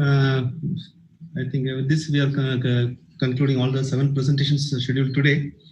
I thank all the presenters and also our experts for making comments, and also the participants, those who participated since from the morning, and a lot of queries have been put to the presenters and it has been answered. And some more queries are there that can be, the presenters can attend to that. Anyway, all the list of queries will be posted on our website that can be answered later also by the presenters. And with this, we are completing all the 7 presentations. And I request our Dr. Shirila ma'am to give a summary of today's presentations briefly, and then we can conclude for the day. Of course, it's very well done. Today's presentations were well done. Appreciate that all the topics were relevant for reorganizing policy to reach the farmers. Impact of suicide on farm family and solution need to be taken up as a model to enlighten compensation support to the policy. Okay, then groundwater sharing, probably there's need for little modification. Of course, the data presentation was good. I think it can be brought as under, as agriculture universities can take the responsibility of bringing it under farmers group module rather than involving a middleman. Hello? Yes, ma'am. Yes, ma'am. Yes, ma'am. Instead of involving a middleman to come bring his vehicle, fill the water and go on, the amount will not reach the farmer, person who is the owner or the person who is collecting it. So I think universities can take up the response. Students, of course, the student who has worked on it can take it up as a project to bring it as direct farmers group from play to, similarly from well to the farmer, farmer to the well, instead of a middleman in between. Farmers group, if it is promoted now that we have a youth getting into agriculture, if they are not able to go for their higher studies, at least they can take up the leadership here. Then coming to grains, no doubts, millets and quinoa are gaining a lot of importance. Of course, maximum it is reaching the urban populations. It is ideal if that could also be introduced at the rate of around 30% at PDAs, schools, hostels, particularly our agriculture universities. It should introduce that in the hostel meal. I think that would be an online campaign like to reach the producers. And with this, I felt today's topics I really enjoyed, because not of course some of them were concentrated mainly on economic, but it has to be economic and your health, both has to go hand in hand. Anyway, with this, I congratulate all the students who have worked on this concept. I also thank my colleagues, my friends for giving this opportunity to share my thoughts. Thank you. Thank you. Thank you. Thank you. Yeah, thank you so much, madam. So it was a great day with diverse presentations from the students. All have done well today, like yesterday. Yeah. So I take this opportunity to thank all the 3 experts for their valuable time, as well as the suggestions and the interactions after each presentation. And I also would like to thank all the 3 division heads and department heads, as well as presenters, then all the participants from different parts of the country. And also I would like to thank Dean PGS and supporting staff and people who are working behind the screen. And I would like to thank Ganesh Murthy also. Thank you one and all. Tomorrow we'll join at 11:30 at sharp. Thank you. Okay, thank you very much. We will meet tomorrow at 11:30. Okay. With this, we are closing the session. Any queries and all, the contact numbers are shared. Even the PPTs are shared in the website itself. At ravi2020.in, that is the website. You can have the link there, and contact particulars so that can be addressed. And all the presentations will also be shared there. You can view it. And tomorrow's presentation PPTs are also shared. Some of you can see the slides in advance, and also you can attend the presentation also. And all the streams, they are being streamed now. All the presentations are being streamed in the YouTube. The links are given in the website also, it is available. So I request all of you to come again tomorrow. Thank you very much for joining today. With this, we are closing the session. Thank you one and all. Thank you. Thank you.